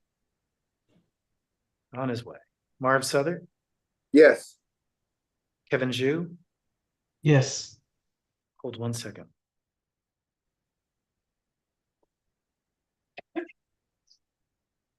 Great, we just have quorum. Great, the motion carries. Thank you. To that end, if I could just make, we have obviously two more critical items that require board action on the agenda. So, I think we may lose quorum around 4:15. I have the following members leaving at 4. Kim Barrett and Adriana, though I see she's still connected. And Pat, I believe you're leaving at 4:15 is your hard stop. Okay, if there's anyone else, either on Zoom or in the room who has another hard stop, yeah, or, okay, so we'll definitely need to reach, and Mohammed, okay. Yeah, I apologize. I do have a house stop at 3:30. Those who do not That's have. probably okay. Okay, so we'll just need to make sure that we get to the voting items well before 4. Yes. What's that? Do you recommend that we change the order of the Don't agenda? recommend we change the order, but just that Okay, we yep. do it with deliberate speed. Okay, Mr. Gil Deliberate Speed Zambrano will now take us into agenda item number 13. Okay, I will do my best to be speedy. Not too speedy. A balance. Okay, thank you. So I'm going to present to you the recommendations related to the flow control, and I'm going to just start off with this calendar view that you have seen as it relates to the strategic allocation framework. So here I'm overlaying the flow control process. So this started with us stopping the acceptance of new application submissions for the clinical program that was back in February. We have actually had reviews as we just went through all the way through June. This is to deal with all the resubmissions that have followed that. But during that same time, we've been figuring out a process that will allow us to address that large influx of applications. But we have a proposal that would allow us to resume CLIN application submissions at the end of July. So that would be the first deadline. If that comes to bear, then the earliest clinical application approved would be around November. And as you've heard, there's also in September a planned meeting to bring to you recommendations related to the strategic allocation framework itself. And that may lead to creating new opportunities that will be developed and may lead to concept amendments. So that may affect ultimately what the clinical program looks like. And we anticipate those kinds of changes would be launched in January. And that's just something to keep in mind as we move forward through this. The other important element is that these are two parallel efforts that even though I'm showing them in a single graph, I want to make sure that these are distinguished. So on the one hand, we have the clinical flow control process, which is the problem that we faced with the clinical applications and allowable budget and so on, and developing a solution for that. Separately, there's the strategic allocation framework that is strategy related. So important to know, flow control is only focused on creating an updated CLIN review process. The effort is not going to address funding strategies. We focus this program on the way the CLIN program exists today. And all of the parameters around it. We want to make sure that it's adaptable. So once September comes along, and if we have different priorities, we want to make sure that we can still utilize this same program without having to have another stop in the flow. So I want to provide a little bit of historical background to help set the table for the direction that we took in developing this process. The current clinical review process was established in 2014. This was when Randy Mills was here, and we established the DISC and TRAN and CLIN programs themselves. In the time before that, we had only funded about 16 clinical trials. And that was a reflection of the fact that the field at the time really hadn't yet advanced many candidates to the clinical trial stage. And as a result, we were prepared to fund any good clinical trial that came our way that met with the parameters of regenerative medicine, stem cell research. And as such, we still had, this monthly deadline and 12 cycles per year. Each project was assessed independently of the others, since we often had only one or two. And especially if we had one, there was nothing to compare that project to. So there was no ranking in how we scored them or how we approached the review. It just didn't make sense for that.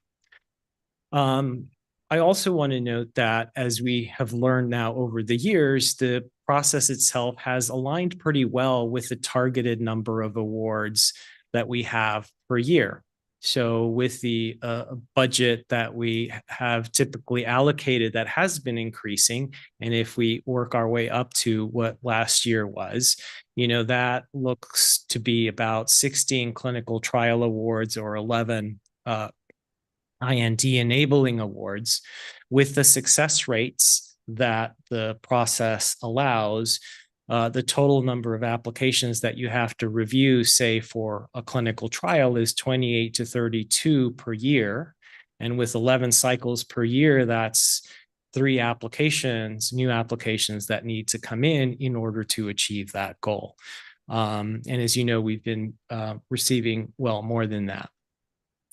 I want to stress that the process as it exists today is quite rigorous. Most applicants go through one application revision and sometimes more before getting a recommendation to fund, meaning that the grants working group itself has looked at this more than once. And with few applications in any given cycle, each application does get the full attention of the grants working group.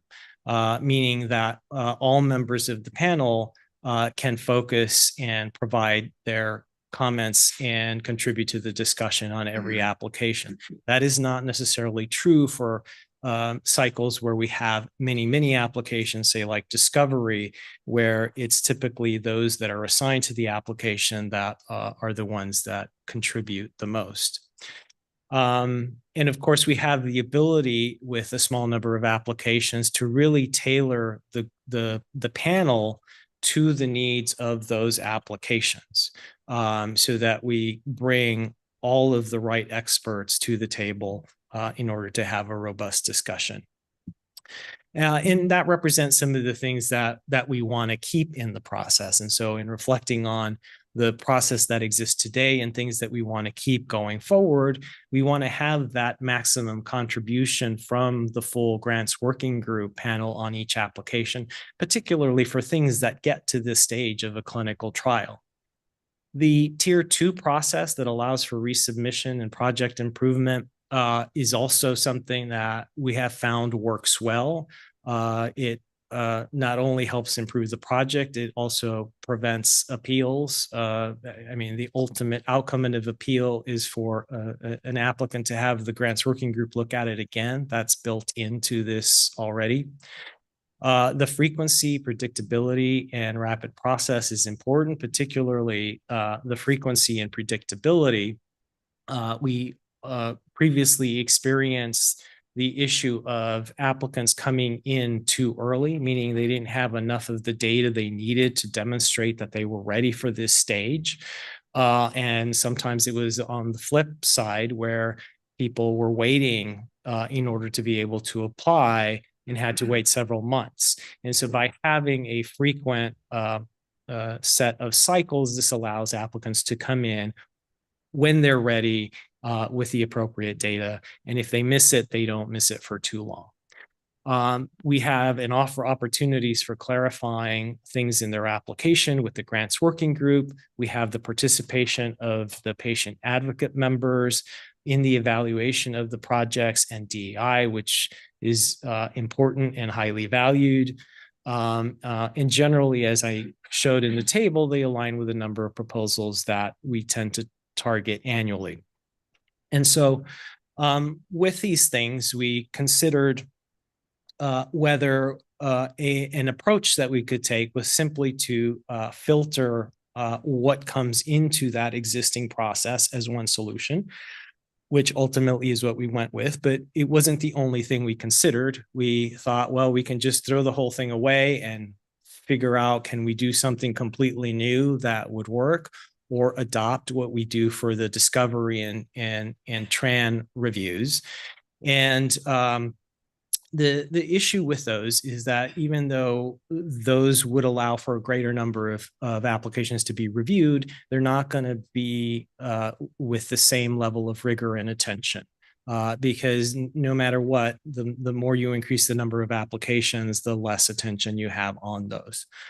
The frequency would need to be less if we changed it in order to accommodate that kind of change. As you know, discovery and TRAN reviews, we don't have that often, in part because of the high demand, which makes it difficult to have that many applications in one sitting.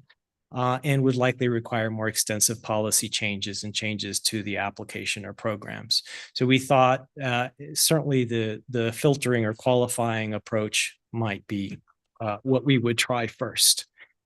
So how does this look? It just kind of at a very high level. This is an illustration of the existing or current clinical application and review process, which we divide into 3 phases.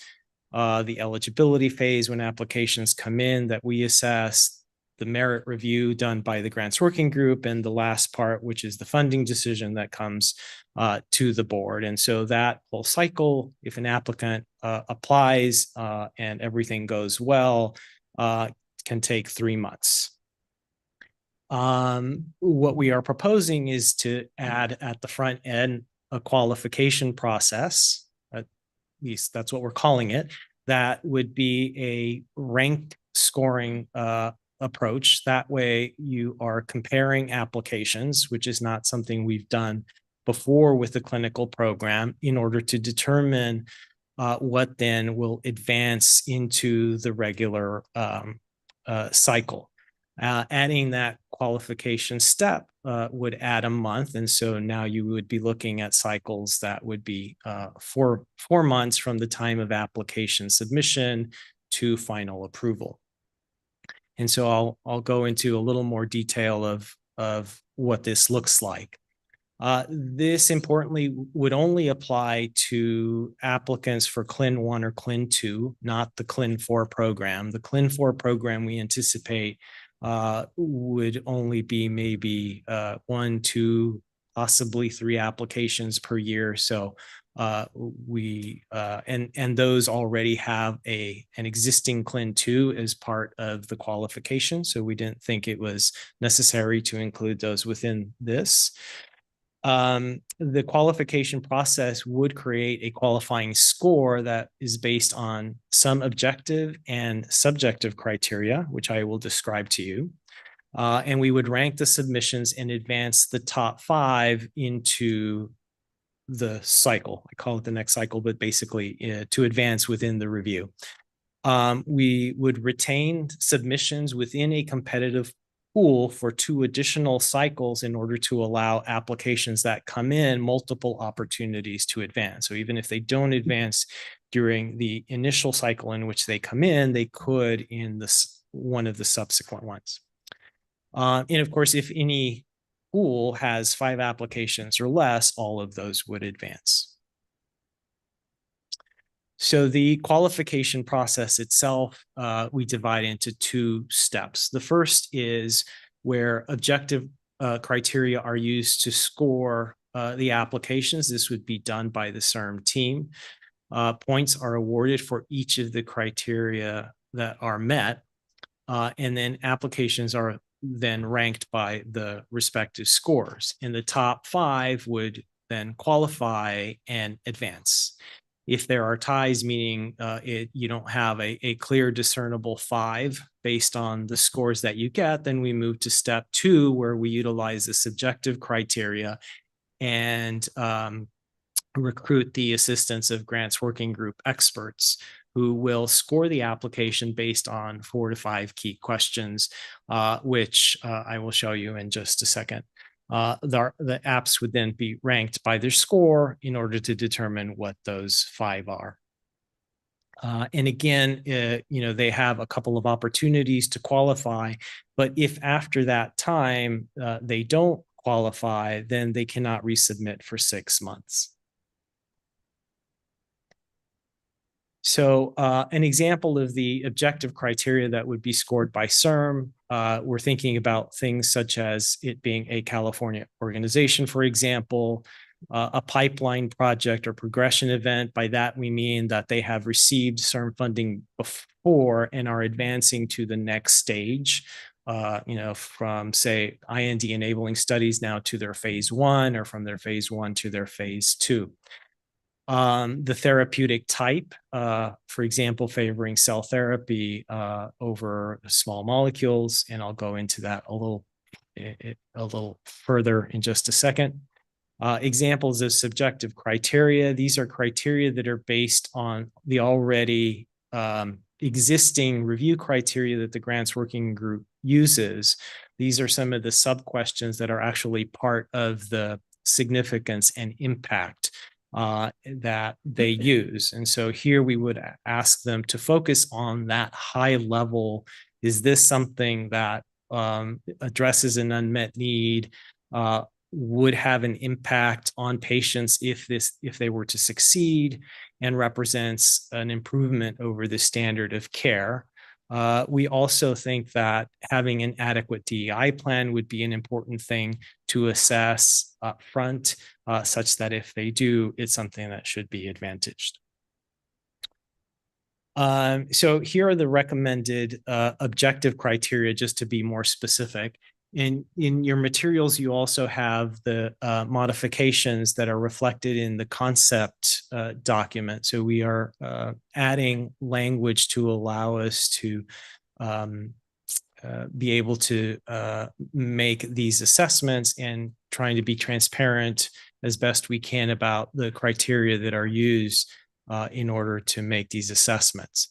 And even though the criteria that we've chosen are generally supported under Prop 14, the clinical program concept itself, and I think what we have heard from members of the board, they do have a programmatic value. So we want to make sure that we are in agreement as to the appropriateness of using these, and that you are in agreement with the direction that these would take us in terms of the applications that we would advantage. So these include advantaging California-based organizations over non-California organizations, giving preference to cell therapy and gene therapy approaches over small molecules and traditional biologics. Again, projects advancing that have had already previous CIRM funding, that we would favor projects that are at a later stage of development, such as the phase 3 over a phase 1 or a CLIN 2 over a CLIN 1. Projects that are targeting a disease or condition of the brain or the central nervous system, given the priority of the proposition for that element.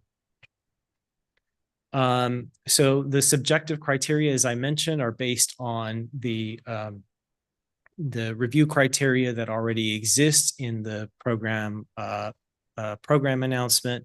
This is what the grants working group is already used to using, but they would focus on the significance and impact with the questions that I outlined earlier, including the DEI, and also the completeness of the plan. And one of the reasons we added whether it has all the necessary components for proper evaluation is simply because some applications suffer from not having, say, a complete manufacturing plan that makes it very difficult for reviewers to assess. So getting their assessment of whether it's complete from their perspective, we thought was important. There are a couple of other changes that we want to implement that we think will help streamline the process. One is to limit the tier 2 resubmissions to one time. Currently, applicants can resubmit as many times as they want. So if the grants working groups gives them a score of 2, there is no limit to how many times they can score a 2 and come back. So we felt that limiting to one instance, giving them one opportunity to bring back a strong resubmission, thereafter scoring it a 1 or a 3 would help alleviate some of the buildup of applications. We would also want to tighten internal deadlines for resolving eligibility issues. There's a lot of back and forth that our staff goes through with applicants in order to ensure completeness and that we have all of the elements that are necessary. So we want to limit the amount of effort that goes into that and give them one opportunity to do that. And so as a result, the policies or regulations that would need to change, we would need to update the grants working group bylaws to restrict the tier 2 process for CLIN reviews. And so that is, the language is provided in the grants working group amendments, bylaw amendments that were provided. And in the concept, we defined this qualification step and the selection criteria that would allow us to move forward with this process. And so what we're seeking is your approval for those changes in the bylaws and the concept that would allow us to move this forward and open up the opportunity with the end of July, last business day of July being the first deadline. So back to you, Mr. Chair. Okay, great. Thank you. Thanks for the presentation, Gil. Yeah, I'm going to ask for a motion to do exactly what that slide says, which is to update the GWG bylaws and the concept. I move approval. Move approval. Kim moves, and we have a second from? Second from Maria. Steve, just for clarification, Gil, so very early on in the presentation, you indicated that we have average 11 cycles per year, right? Correct. And then later on in the presentation, you want to advance top 5 per next cycle. So we're talking about 55 per year. Is that how this is supposed to work? No, so a cycle, the 11 cycles represents the deadline for applications, which usually at the end of every month, except for October. And we don't do October to avoid having a GWG in December. That usually falls right into the holidays. So we have 11 cycles and each cycle begins with a deadline all the way through getting through the GWG and to the board. And so it's the cohort of applications that come in at a given deadline that come into and what constitutes the cycle. So it includes all the applications, not each one. Let me ask the question differently then. So we tend to have an ARS meeting every month. Mm-hmm. And we in theory can approve. So how many of the CLIN 1 and CLIN 2 applications on a per month ARS meeting basis do you expect that we'll be looking at using this process? I don't, because I can't put together the number of meetings we're going to have with the limitation of whatever 5 per cycle means. So let's do it. So right. So I mean, I guess the easiest way to say this is that what you've been used to in terms of basically having an ARS every month would continue. The number of applications that you would see would remain about the same if the success rate continues to be the same. And the limit is basically preventing it from increasing beyond what we're used to.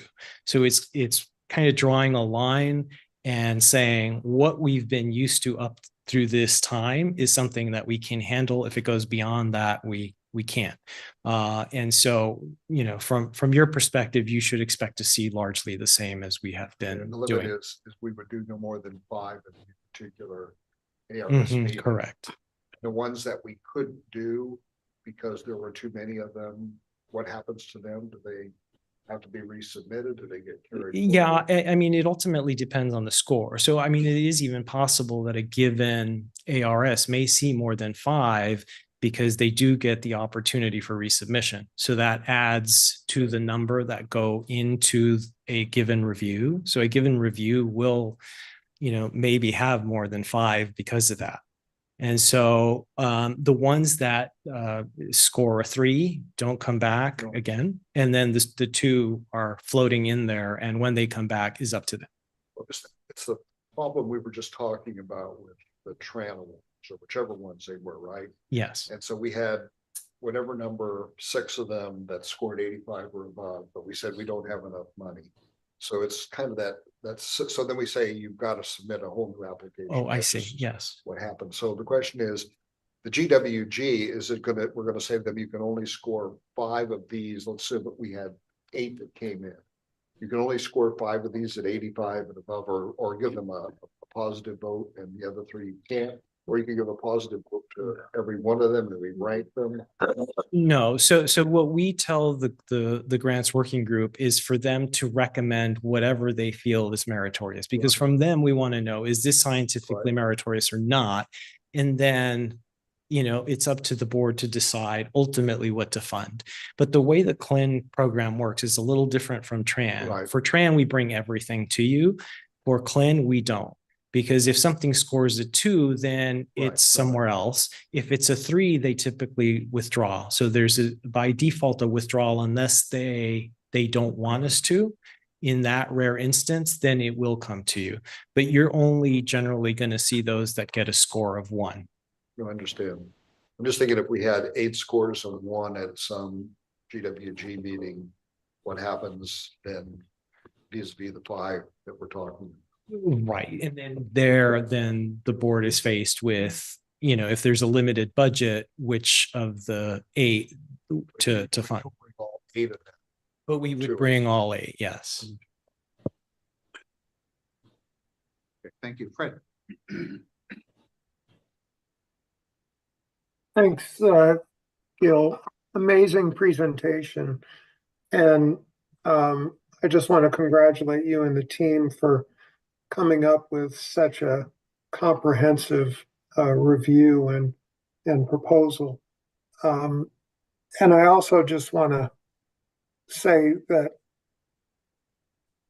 part of this may have, you know, relieving some additional burdens related to recruiting panels of experts. I've been completely impressed with the level of expertise that you were able to recruit into these GWG meetings. And I'm on, I think, every GWG work group. And the topic specific areas of the people you recruit are outstanding. So just congratulations on all that. I have 2 other comments. One, I think your very first slide showed that you'd be adding a step. That was basically all this stuff. And it leaves me wondering, if you're doing all this stuff, do you really need the next step, which is what you've been doing? Because it seems like a lot of that work will get done in the first step. So that's the first question. The second thing is really probably something for the strategic realignment process, is funding phase 3 clinical trials. Those are typically super expensive and could, you know, consume giant chunks of our budget. So probably need to understand more about sort of how we go into funding a phase 3 clinical trial and in partnership with a biotech that is got a plan for commercialization. And then I would hope that given the money that we would be putting into that trial, that we'd also be negotiating some kind of revenue sharing agreement because we're funding basically a commercialization process. So those are my comments. Okay, thank you, Fred. So so for your first question, yes, some of the eligibility activities that we typically do, we've been thinking about how that would overlap with that qualifying step. Some of it may, but there actually is quite a bit that we do during eligibility. Particularly, the grants management team does a lot in terms of assessing the budgets and determining how they compare to other projects and providing an assessment of that, figuring out what is or isn't allowable. And before we spend time on all of the applications on that degree or that level of assessment, we want to make sure that it's something that we're going to take through the full review. But at the same time, I think we are wanting to test out how this works. And it could be that there are efficiencies that we may come up with as we move along that might allow those two steps to merge a little more than they are illustrated. But that's something that we want to wait and see. With regards to the phase 3 projects, I think all we're saying there, I mean, if we get a project that represents something that's much more advanced relative to the other projects that are coming in, it is what we would prefer to move forward. And so it could be a phase 3, it could be a phase 2. I think each of those projects then need to be assessed as all the others are based on the criteria and ultimately whether they have an impact or not. Well, congratulations to you and your team for not just this presentation, but for executing really a stellar grants review process. It's super impressive, and you and your team are to be congratulated. Thank you. It's a great team. I'm very proud to lead it. Thank you. I have Chris Miaskowski and then Isabel. Yeah. And then Anne Marie. Order. I want to echo Fred's praise of your group. It's really a pleasure to serve on this committee. But I would like to drill down in terms of your qualification process related to step 2. And I'm wondering, maybe along the lines of Fred, for each of these applications that we're going to qualify, how many members of the GWG are going to review the application? Is it going to be maybe tell a little bit more about the level of depth of the review? And because it could be almost double work in some cases, right? Yes. And so part of what we're trying to do is make the process as efficient and easy for reviewers to accomplish. So thinking of the questions that they could address without having to go in depth. And so, from a high level, they can certainly see whether, this a proposal is something that is addressing an unmet need, whether it's something that has been done before or not, where it stands in the field. And we don't want them to take a deep dive into the review only to have to do it again. So, our goal was to take these questions and have them score each one on a scale of 1 to 5 and tell us, what, relatively speaking, is this application addressing an unmet need? 1 to 5 is, relative to the standard of care. If they succeed without looking at their all of their studies, if they succeed, would this be a meaningful improvement over that or not? So we want the questions to be high level. We want them to be relatively easy for them to do. We did survey the working group members, or a select group of working group members, to understand whether these were questions that they could readily address. If we presented an application to them and we said, hey, we need you to just quickly tell us and pick and score these on these bases. And so we got agreement that that was completely doable for them. So we felt comfortable moving forward. Would we each do a couple of applications, are you thinking? Well, patient advocate members would not be doing that at this stage of the process. What we would be doing, the qualification based on that significance, would be disease area experts. And we've been toying around with the idea of basically creating a group of about 20 or 25 that we would go to, that would also develop sort of a memory of what has come through, so that they understand how they have ranked and there's some consistency in how they qualify. But that's something that we are still developing. So you wouldn't have the patient advocates and nurse members do the DEI portion screening? This would be correct. This would be looking at the completeness of the DEI plan, but you would do the DEI on all of the applications that qualify. Would the applicants get feedback on this part of the process? I'm sorry, could you repeat that? Would the applicants get feedback on the outcome yes. of the process? Well, so we've been thinking about that too, in terms of, what feedback we could provide. With the objective criteria, I think that's pretty plain for them to know and understand. We could certainly give them what their score is. For the subjective, we're trying to think of how to provide that feedback and what would be useful to them. So we can certainly provide the scores, at least for them to know, what things they scored well in for those questions and which ones they didn't. We think that would be helpful. But again, those questions are relative. So it may depend on, how they do compared to other projects. So I think we can provide some feedback, but I don't know how helpful it will be. But we certainly want to test it out and see whether it is useful for them or not as we engage in this process. Thanks so much, Gil. Thank you, Christine. Isabel.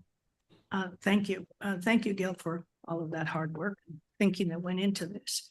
I am concerned, given the underrepresentation of racial and ethnic minorities, organizations, groups, in clinical trials, which we've heard over and over and over again. I'm very concerned when we say they should have an adequate DEI plan.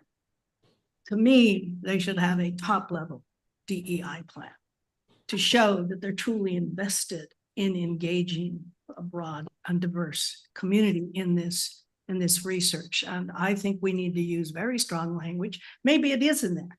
And I know we have, that lovely chart. So I'm just worried. Define, if someone read it, what adequate means. Yeah, no, that's a great question. And I think part of what we're trying to do here is the first step of, what would become a more in-depth DEI review.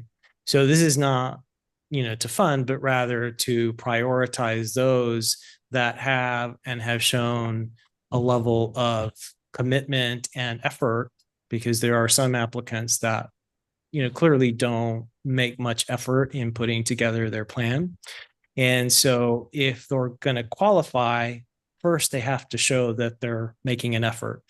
Then secondly, once it is accepted into review, then we engage in the normal DEI evaluation that our patient advocate and nurse members participate in, that follow the criteria that are in the rubric and score them. So this is sort of layering something on top of that helps us select hopefully what comes in already is starting on the right foot with DEI. So, and we've had this for 2 years at least, the DEI rubric and in our applications and in our promotion, I would think. So it says to me that some of these applicants don't take us seriously about DEI. If they're giving us these plans that are inadequate, it says to me they are not taking the issue at all seriously.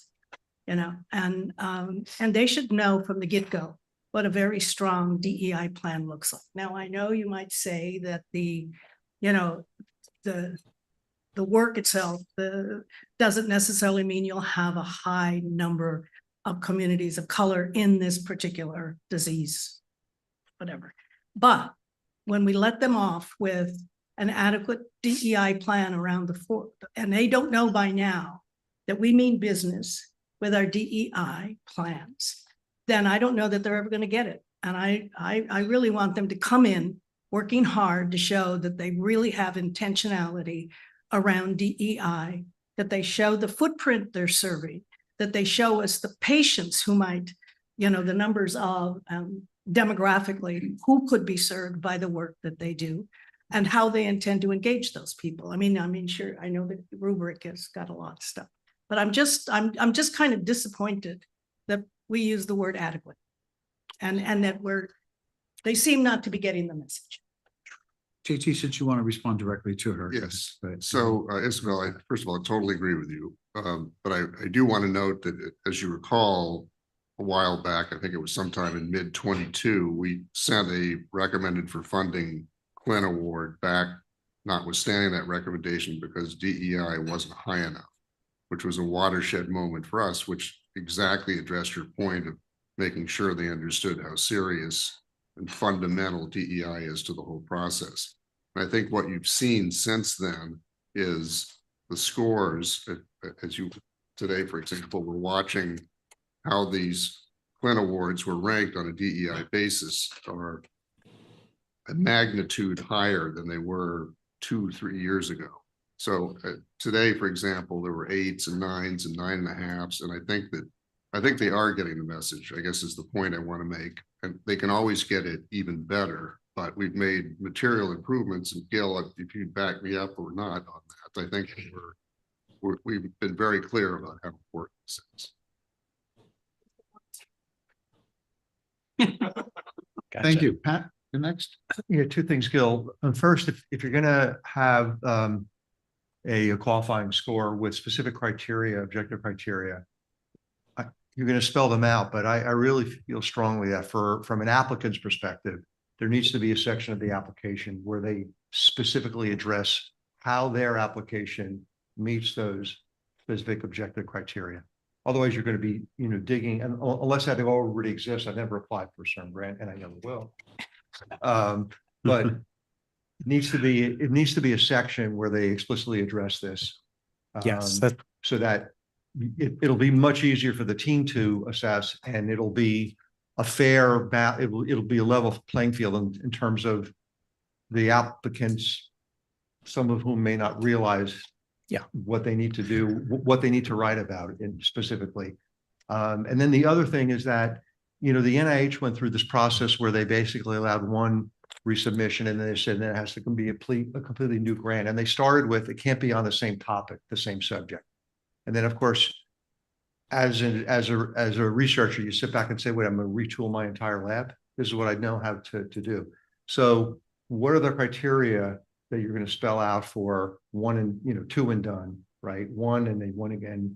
And then you can't resubmit on the same topic, not consider a revision, or so what are the criteria the team's going to use to say, this is really a revision, or this is really something new, which again, so the NIH went through this and then they backpedaled, right? They created the A0. If there's initial submission, the A1, and then if you don't get either one of those, you can submit an A0.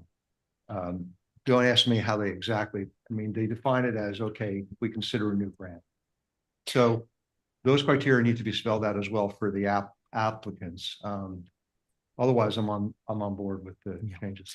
So to address your first question, the criteria we chose are, pretty plainly existing already in the application, and where it isn't, we're making sure that it is. And so that is part of being transparent about what we're asking for. We are also developing an FAQ to make sure they understand what these criteria are. So when you're applying, it's like, these are things you need to know, and this is how it's going to work. In terms of the resubmission, so just to be clear, if an application gets a score of 2, that means that they're allowed then to revise. So they're going to get extensive comments from us on what they need to do. The grants working group will look at it again. And so it's at that time that then the grants working group needs to decide, did they do this successfully or not? So they get a 1 or a 3 rather than a 2 again, meaning, oh, we still need you to revise more. And so let me make, if they get a 2 again, then they can submit again. That's a 3rd. That's what we currently allow. So right, but I'm saying what your change is to only allow to allow an initial submission and then a revision based on their score. And then if they don't get scored to a 1 for funding, then they're done. Then it's a score of 3 and they can come back in 6 months. So then it's a score of 3. But they could get score. I guess I'm missing it. They could get scores of 2, but miss the pay line, right? Well, so there would be no score of 2 available if this is already their resubmission. I see. Okay. All right. So it's either yes or no. Yes. Okay. And then they can't resubmit again for 6 months. You're still going to allow them to resubmit. Yes. So how is this reducing the number of applications? It reduces the total number that we have to do. So, I mean, just for example, the applications that you saw today in the last few months represent often multiple resubmissions. That's why we've been even though we stopped new applications in February, we're still seeing applications in June.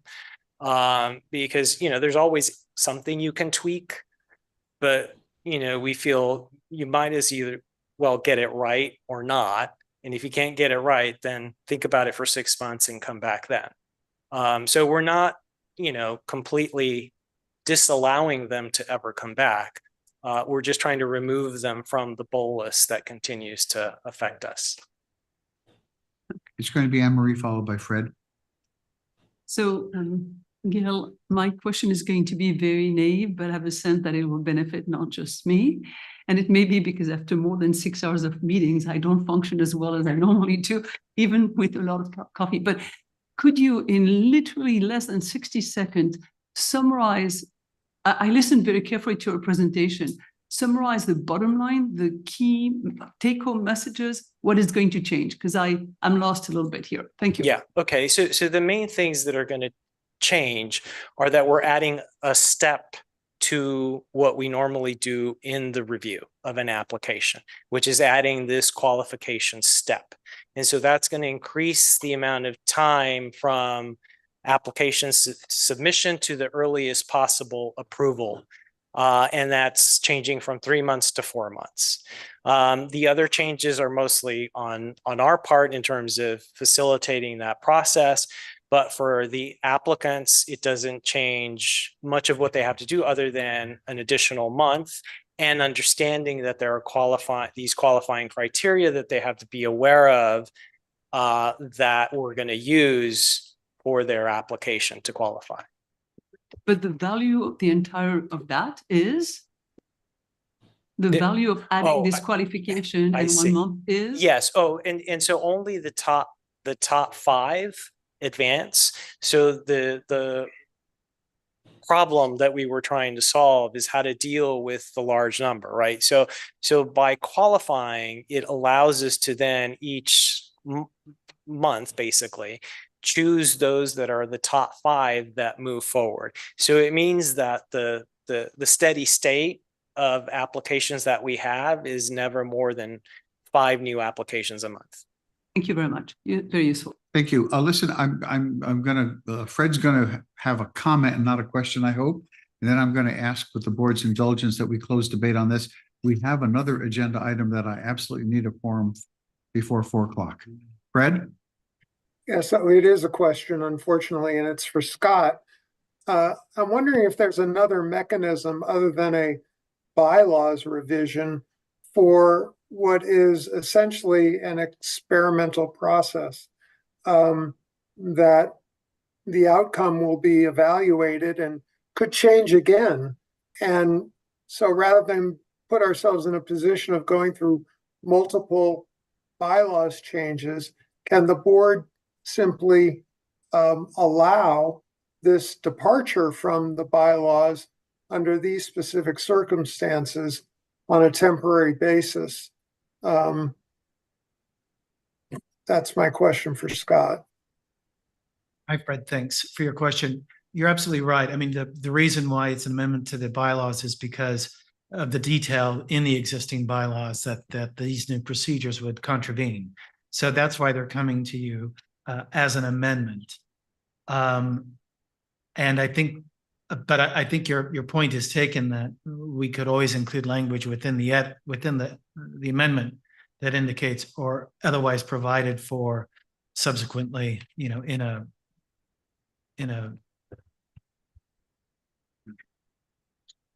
I'm just trying to think, because typically we have to do it by bylaws, but we could also indicate in the program announcement, which doesn't come before the board. And then we can always bring that back to the board for ratification. Is that simpler than what we're doing right now? Well, it provides a greater degree of flexibility, I think, if there were revisions that experience dictated were necessary. Can I make a recommendation, which is that we just do what motion is on the table now? And then if we decide down the road we want to change it, we just come back and change it, but not try to foresee the future. Just deal with the issue in front of us. So I will accept that as an amendment. No. Oh, no, I'm sorry. No. Oh, yeah.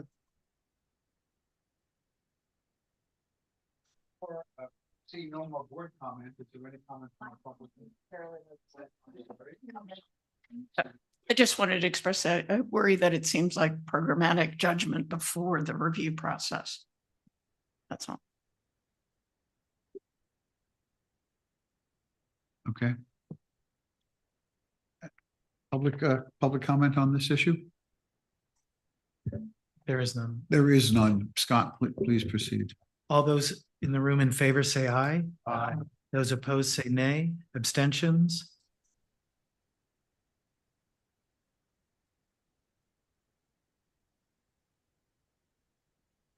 Mohammed Abu Salam?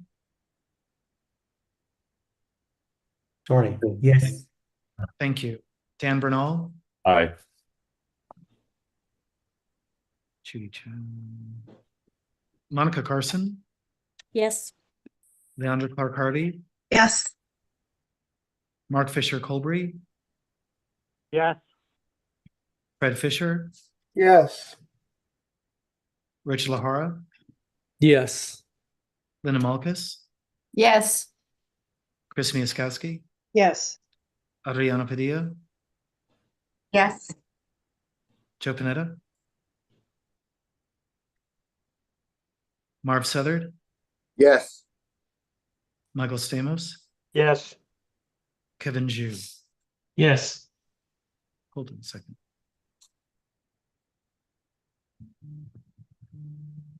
Okay, the motion carries by one. Okay, thank you very much.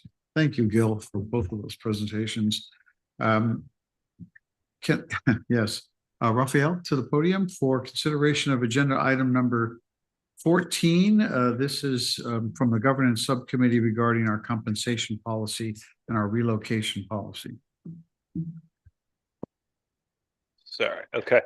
Can everyone hear me? Okay. Thank you. Thank you, Vito. Due to time constraints, we're going to move to real quickly through our presentation here. Here's our mission.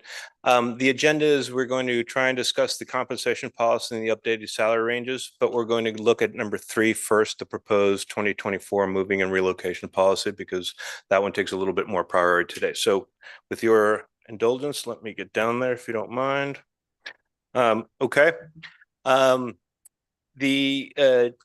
the policy is in your materials, but as an introduction, Proposition 14 permits the reimbursement of moving and relocation expenses. The policy that we have presented complies with the IRS rules and regulations regarding the same moving and relocation expenses. The legal team and the finance team, and I'd like to thank Pune for this, conducted an analysis on the moving and relocation policies from the UC system, as well as other nonprofits who are qualified to appoint an executive officer to the ICOC. So we did a survey of the various relocation and moving policies there. The policy itself only applies to level 9 and 10 employees for reimbursement and moving relocation expenses.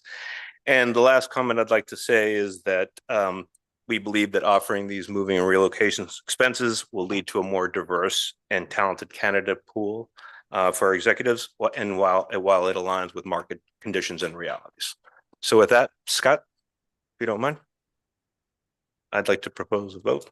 Yeah. Okay. I think it's great. So I'm waiting. Thank you. George Blumenthal. Is there any board member comment? Any public comment? All right, all those in the room in the favor say aye. Those opposed? Nay. Any abstentions? Pull those on the phone. Mohammed Abu Salam? Yes. Dan Bernal? Aye. Judy Chow? Leandra Clark Harvey? Aye. Mark Fisher Colbury? Yeah. Fred Fisher? Yes. Rich Lahara? Yes. Linda Malkus? Yes. Chris Miaskowski? Yes. Adriana Padilla? Yes. Joe Panetta? Marv Southard? Yes. Michael Stamos? Yes. And Kevin Jew? Yes. Wait. Monica Carson? Yes. Great, thank you. The motion carries. Thank you, everybody. Okay, now we have caught up a little bit, so we'll take a little bit more time here on the compensation policy. And not a lot. All right. I'll move relatively quickly. Okay, so this the 2024 compensation policy is consistent with the terms of the 2015 compensation policy and market practices. One of the goals of the 2024 policy is to clarify certain compensation practices and add rigor to our checks and balances. One thing that we're calling out specifically here is that we are requesting that the chair, vice chair, and president and CEO be included in cost of living increases along with the rest of staff. Currently, these positions are not included for such COLA adjustments. Next slide, excuse me. We're also going to look at some updated salary ranges that were included in the materials. As a point of reference, Morgan HR, which was our HR consultant, performed a market analysis in 2022 of CIRM's then existing position salaries and proposed updates to the same.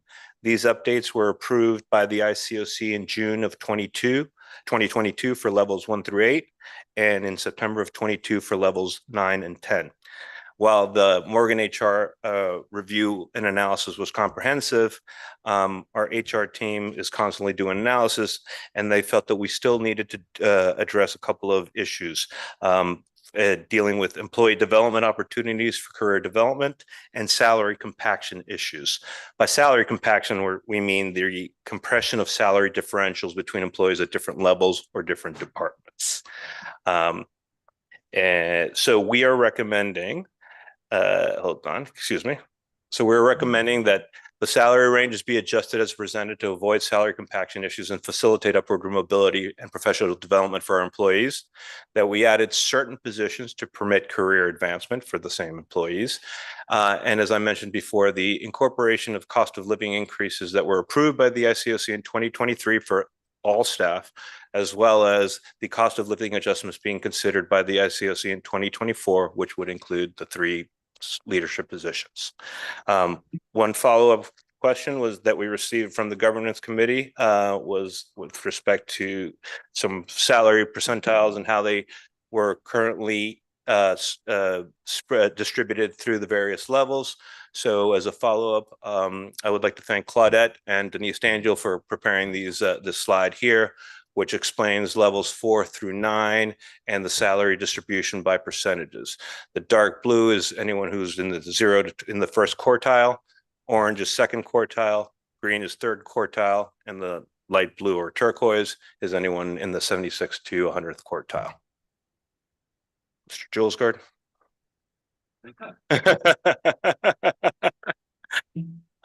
With that, I would like a Is there a motion? I thought he was going to ask for one. Oh, sorry. Yep. This one. This one. The relocation? No. Yeah. Yes. Yes, sorry. Salary range considerations. All right, Steve moved and we have a second. And the policy, sorry. And the policy, yes. Second. Second came from Judy, thank you. Discussion from board members on the compensation policy or from members of the public. Hearing none, Scott? All right, except for Vito Imbasciani and Maria Bonneville, all those in the room in favor say aye. Those opposed say nay. Any abstentions? And on the phone, Mohammed Abu Salam? Yes. Dan Bernal? Aye. Monica Carson? Yes. Leandra Clark Harvey? Yes. Mark Fisher Colbury? Yes. Fred Fisher? Yes. Rich Lahara? Yes. Linda Malkus? Yes. Chris Miaskowski? Yes. Adriana Padilla? Yes. Joe Panette? Correction. Marv Southard? Yes. Michael Stamos? Yes. And Kevin Zhu? Yes. Thanks very much. Thank you. Motion carries. Thank you. That's great. So we're going to move now. Rosa, can I invite you to come to the podium? Word. I hear the voice. There we go. This is for agenda item number 17. The one of everything is important on the agenda. This is very important. I had so many things to say. Hopefully I'll remember them all. So, thank you. Well, a lot of the comments that were being made are related to the discussions that the team has been having with the board and amongst us in relation to this strategic allocation framework. So, Mr. Chairman, Madam Vice Chair, distinguished members of the board and my esteemed colleagues and the public, I am going to present now an overview of the strategic allocation framework, especially with with regards to the new members of the board, and also to the objective of today is to provide an update on what's coming in the last tranche, the last third of the timeline effort. And Beth, we had some misbehavior going on. So with that said, let me see here. So again, the goal that we have right now is to provide an overview on what's coming from now till September, and when will the board be interacting with us. Haris, if you want to make them a bit smaller, that would be Wonderful. And thank you so much for your help. There's so many people helping. Okay, so this slide provides an overview of the structure of today's presentation. And you can track where we are by looking at the top right side of the screen, where it tells you which section we are on. So for facility of following.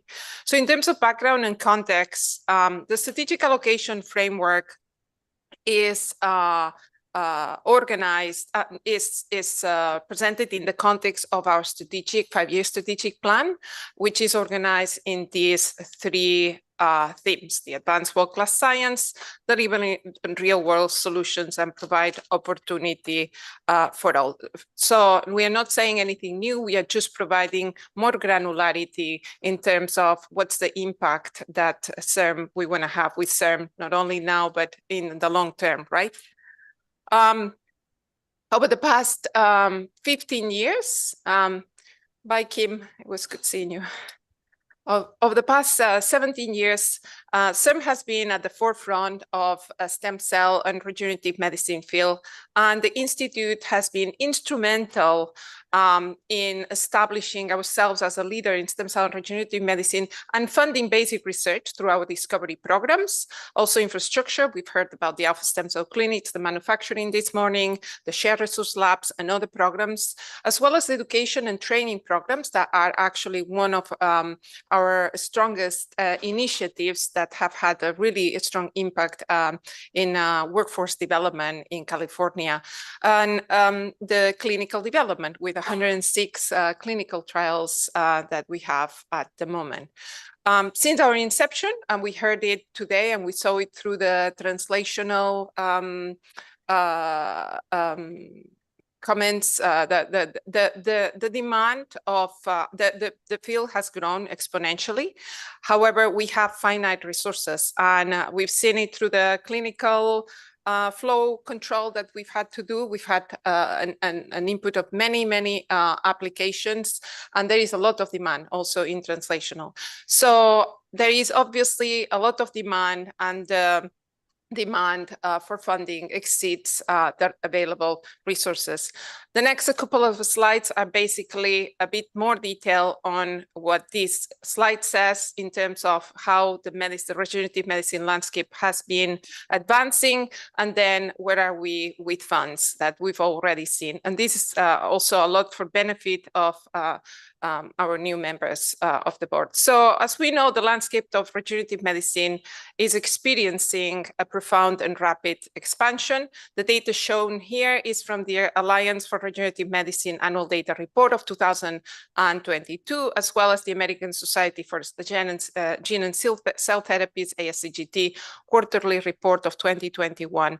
And the slide underscores, it has very small graphics, but the main point here is that there has been an exponential growth that we've witnessed in the sector since 2005.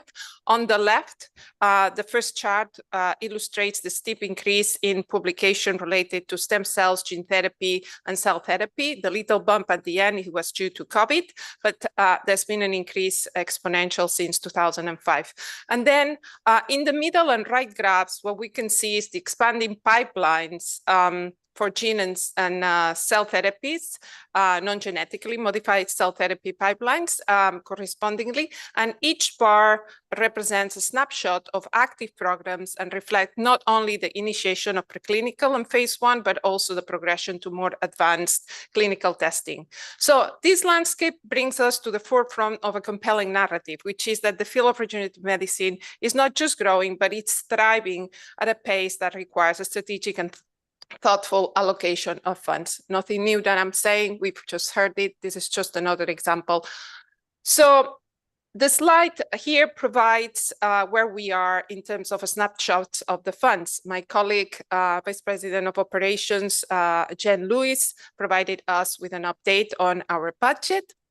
And currently we have a total research budget from Prop 71 and 14 that corresponds to $7.64 billion. This is the net of operational and compliance oversight costs from the $8.5 billion that were initially allocated by both Proposition 71 and 14 respectively.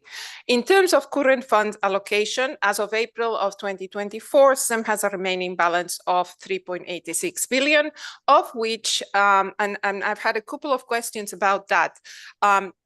And this is excluding the expended and scheduled payments and approved allocations. For this, we have two earmarks that we need to allocate. One is for neuro research, $1.14 billion, and the other is the access and affordability, which is $94 million.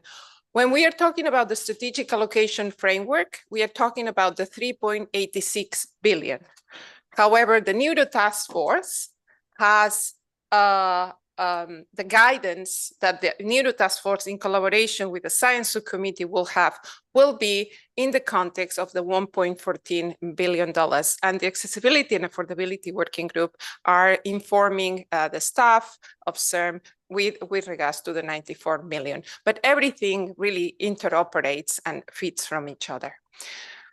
Now, where is the mandate for the strategic allocation framework come from? The mandate for the strategic allocation framework originated in 2023 at the Science Subcommittee of September. At that time, board member Mark Fisher-Colbury provided a kickoff discussion around what we called at the time prioritization. And the outcome of that meeting was that the board asked CIRM staff to develop an approach and recommendations for prioritization. Now, since March of by then, around January, February, we started to develop a plan for strategic allocation framework. And at the March 2024 Science Subcommittee and Independence at the ICOC, we presented the first plan for the strategic allocation framework, and we've continued the process with September of 2024 as the target for recommendation. So when we presented in March, the board said, yes, we like said we like this and we would like for you to keep going and present to us. At that time, we said that we told the board that we were coming at the June meeting and we were going to provide an update, which is where we are today.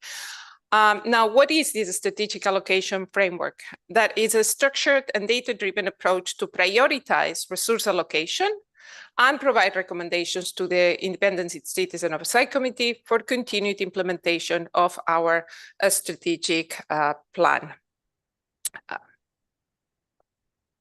So what is the process for this strategic allocation framework? The first thing that we had to do is to ask ourselves, what are the highest level questions? This should have been done probably a little earlier, but we are asking this now.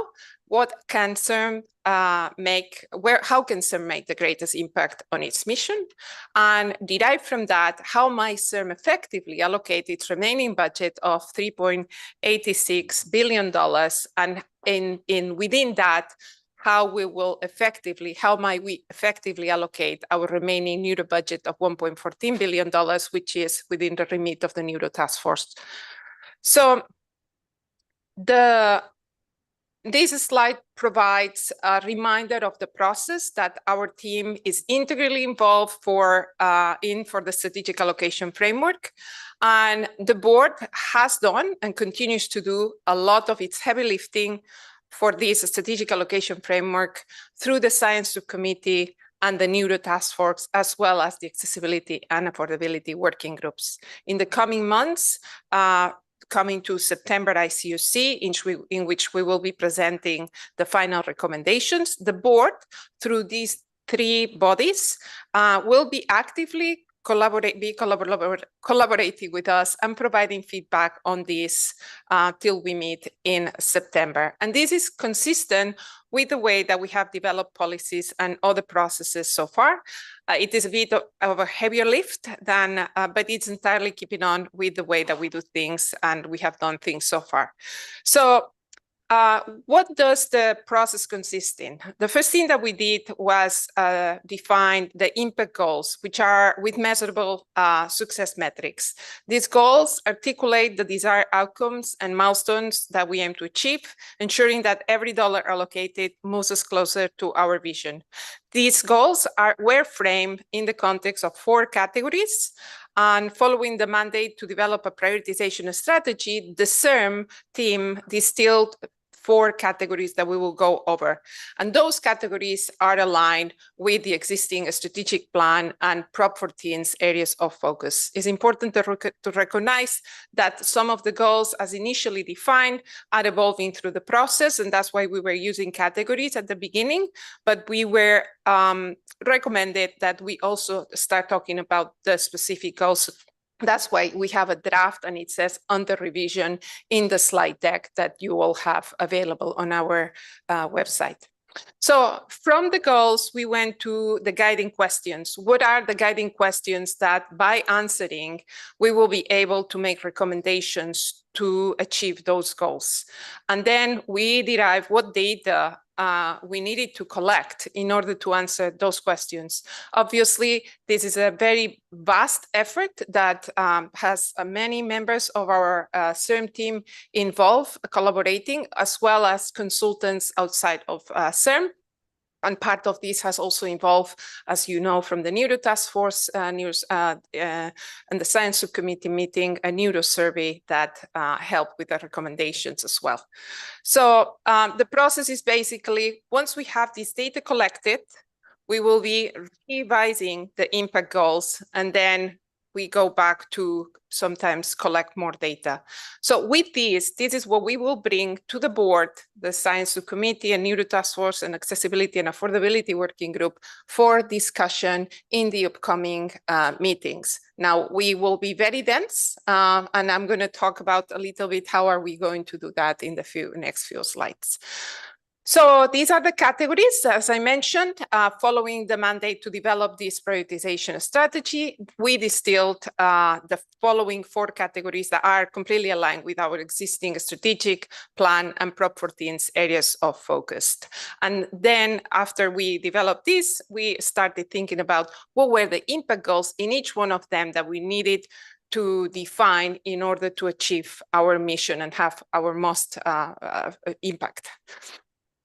So here are the impact goals, and again, they are still on the draft, and that's why we had draft under review. So the first, and basically this is our working hypothesis. This set of goals is our working hypothesis, and we are presenting them to you today as part of the discussion of the process that we are undertaking. And we have a software update. And just to give an indicative idea of what we are thinking and what we'll be coming to you with in the next few meetings. So the first meeting, which is scheduled for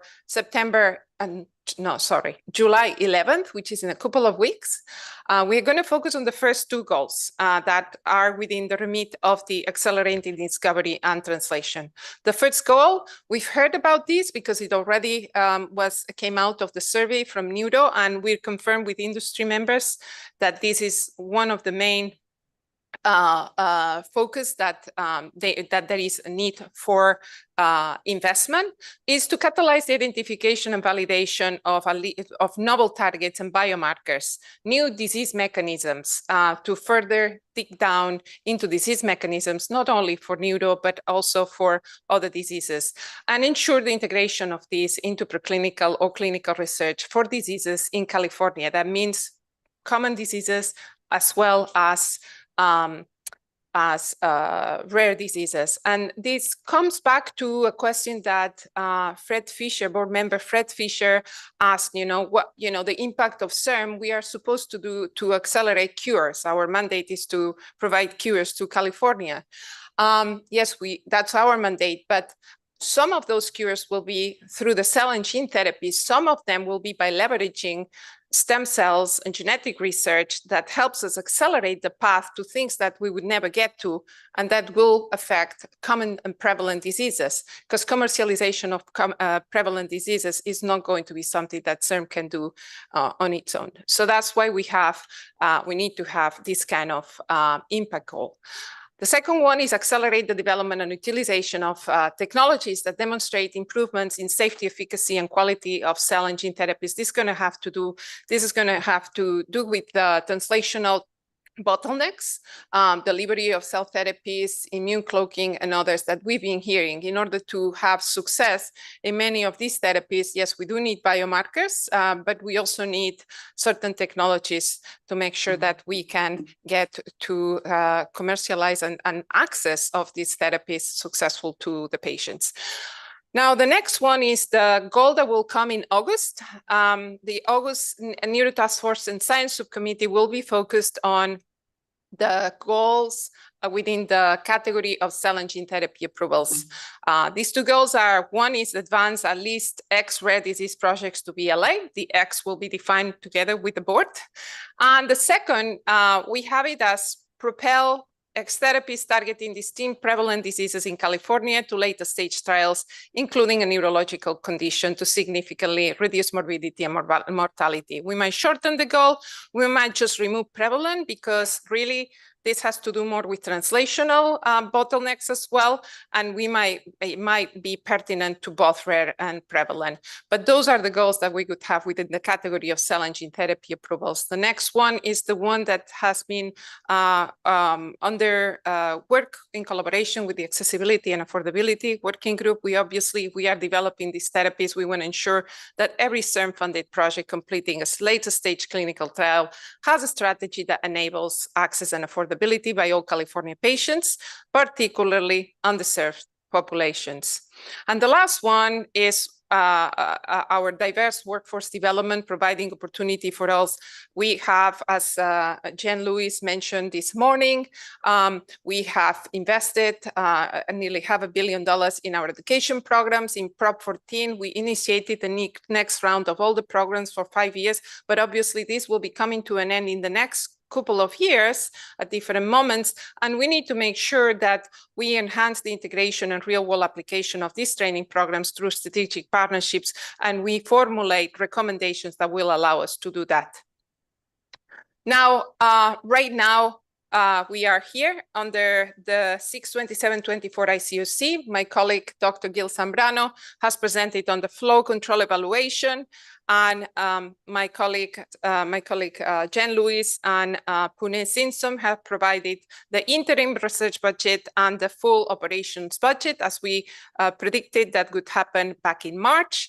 And now we are coming to you to provide you with an update of more specifics of what are going to be the meetings containing, which is what I just talked about, between now and September. So we've been collecting data and analyzing.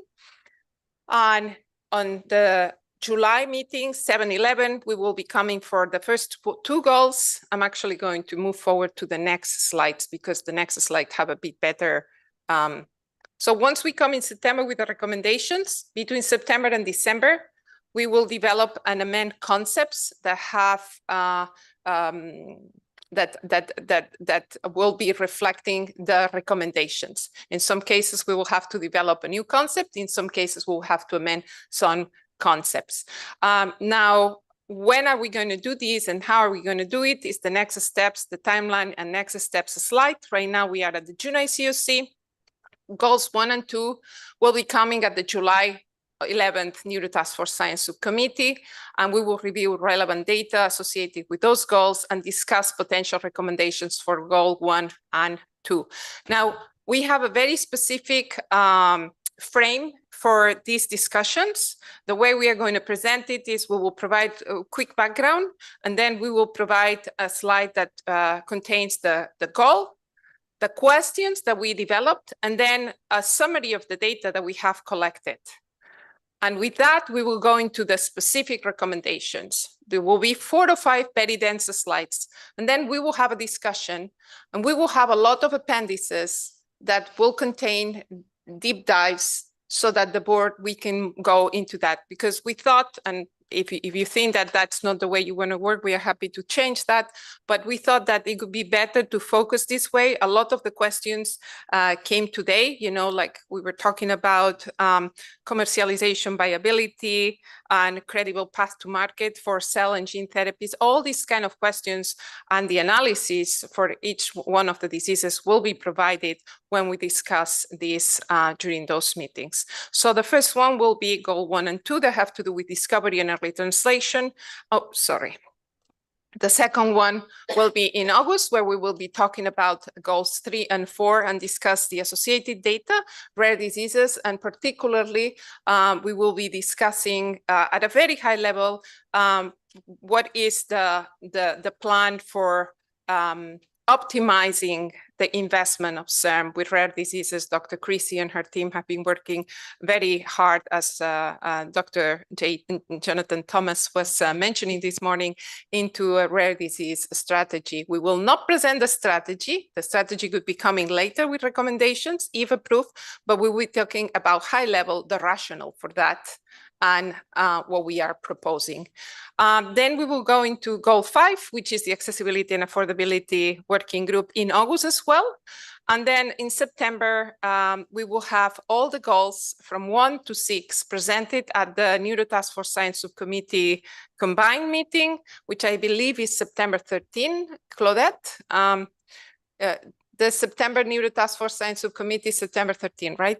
And then the September ICOC, we will be coming with the overall presentation that will have been pressure tested through all these meetings and will contain all the feedback received from the different members of the board, the September ICOC. And hopefully by then we will have quite a bit of a well worked out set of recommendations and an idea of the timeline and how to implement them moving forward. And with that, I would like to open this for questions, and I would like to thank all of you for listening so patiently. Rosa, that was a wonderful presentation. Thank you so much. Comments from board members? Yes, Marie. Rosa, I'm very sorry. Thank you for a very good presentation. We're not doing justice to you and your work and the work of your team in that being at the end of the day where we're a little bit, I am quite worn out and super late. So let me just say quickly 2 things. Thank you to you. Thank you to the entire CIRM team for an immense, set of presentation, high quality. And just before I rush out of the door, JT, we had the pleasure of having you as the head of the ICOC, and then at the interim head of the CIRM. My understanding is that it's likely to be your last board meeting. Is that right? Is that correct? Yes, this is my last interim board meeting. Right. So I would have never wanted to leave without thanking you again profusely. And I think you deserve a round of applause again. Yes. And I want to add that all of this could not have been possible without the leadership of JT. So thank you, JT. Yeah. And obviously all my colleagues, because I was presenting on behalf of my colleagues. Thank you. Thank you, Anne-Marie.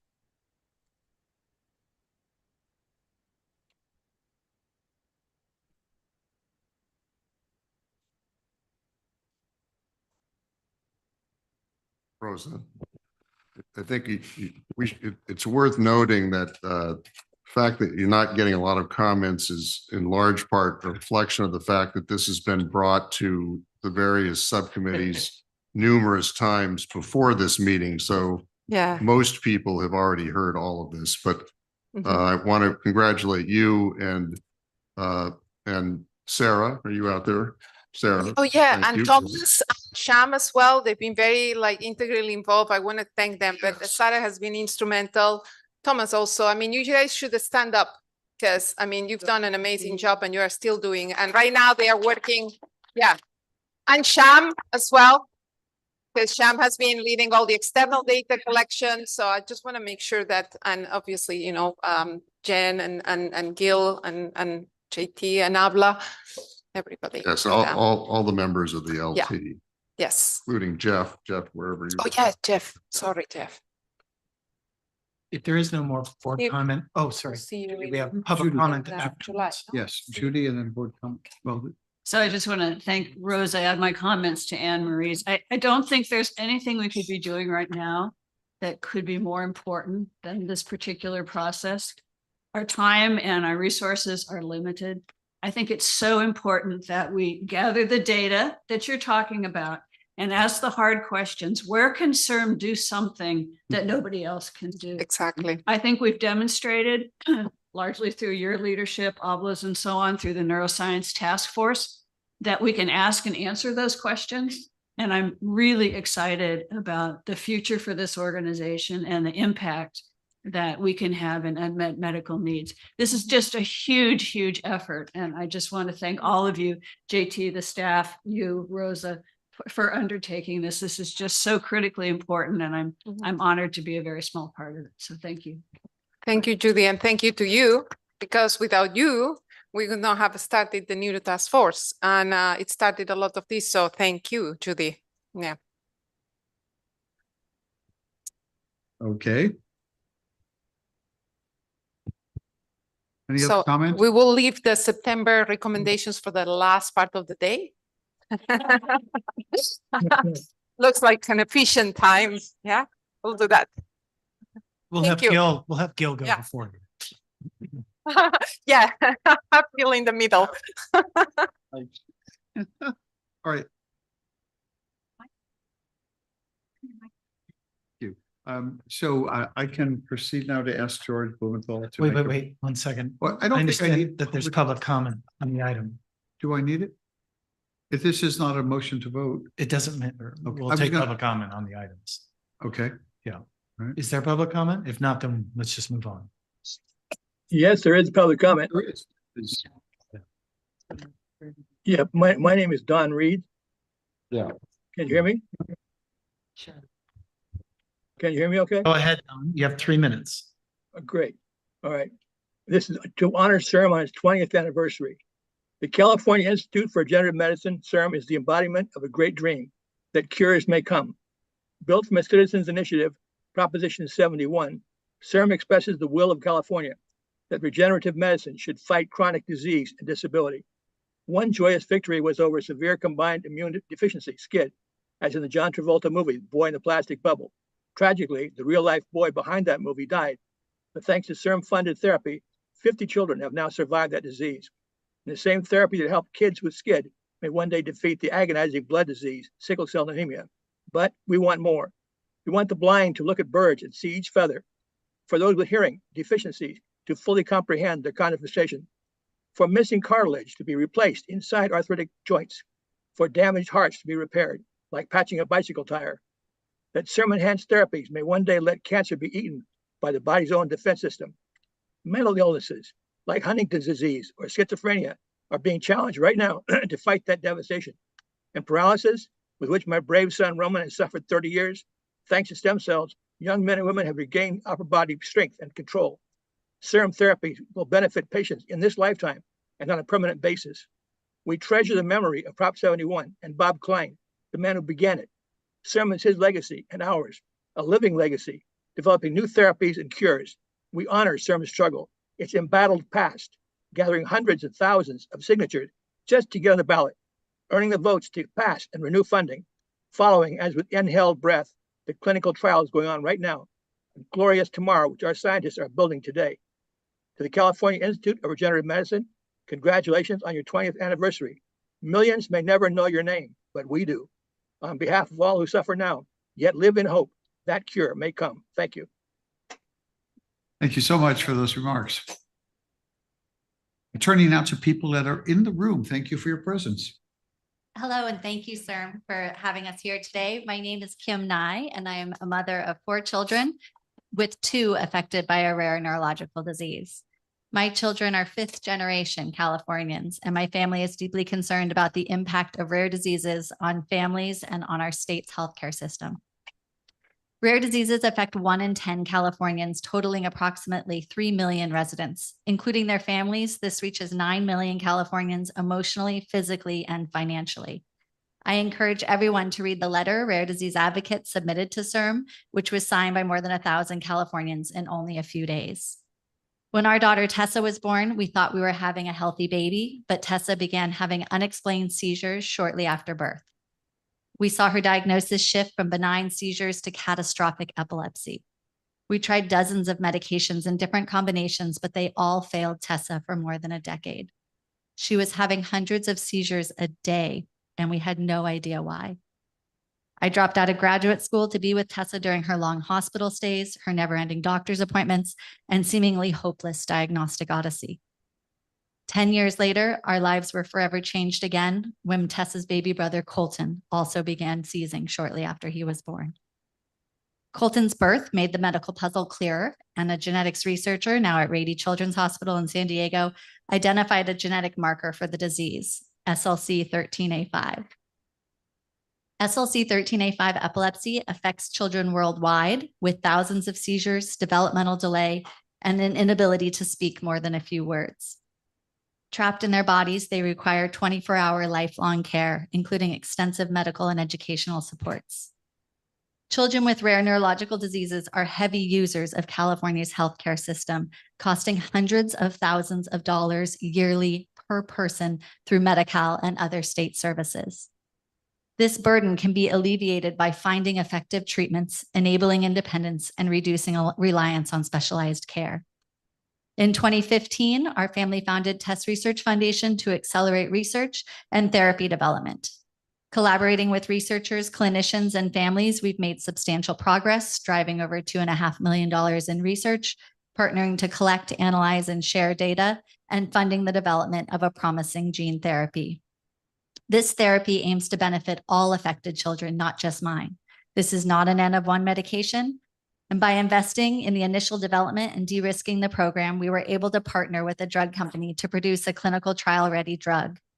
But when the biotech markets faltered a few years ago, our program and prospective clinical trials were abandoned. To be clear, it was abandoned by biotech due to funding, not due to the science. CIRM support is crucial for advancing our clinical trials. Rare diseases like SLC13A5 epilepsy are lifelong, life-limiting, and often life-ending. So the risk-benefit profile weighs in favor of trialing genetic therapies to improve outcomes and reduce lifelong healthcare costs. Doing nothing is doing harm. But we parents cannot fund clinical trials with bake sales and lemonade stands. California's investment in research made our therapy possible. Continuing this support is essential for our children and families. Please continue to support funding for rare neurological diseases in California. Thank you.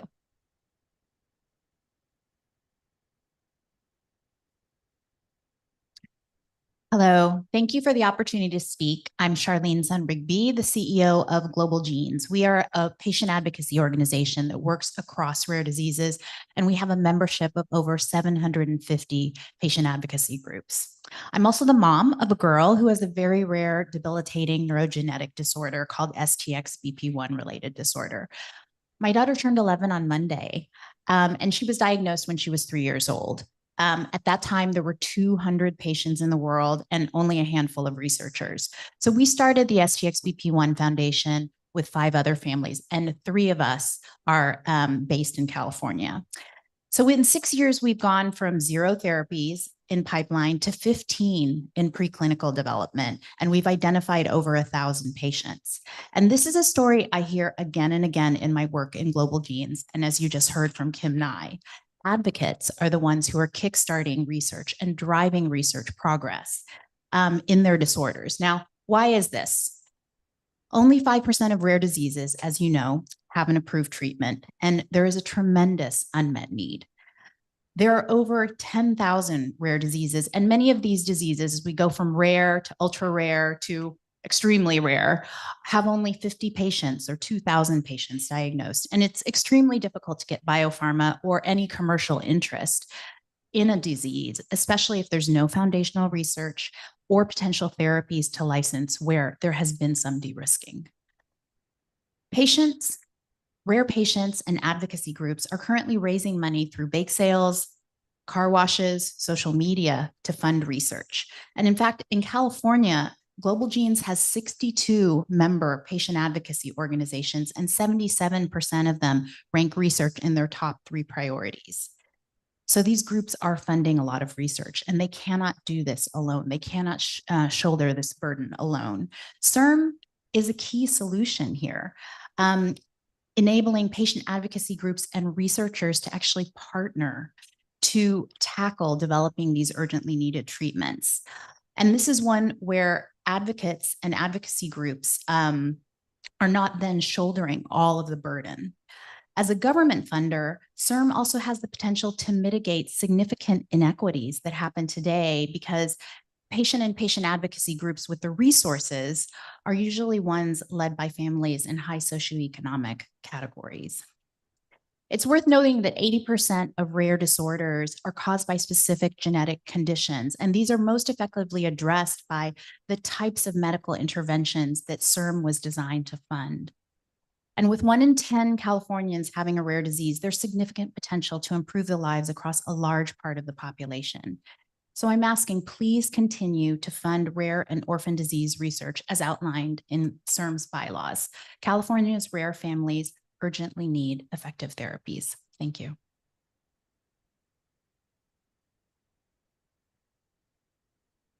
Hello, my name is, can you guys hear me?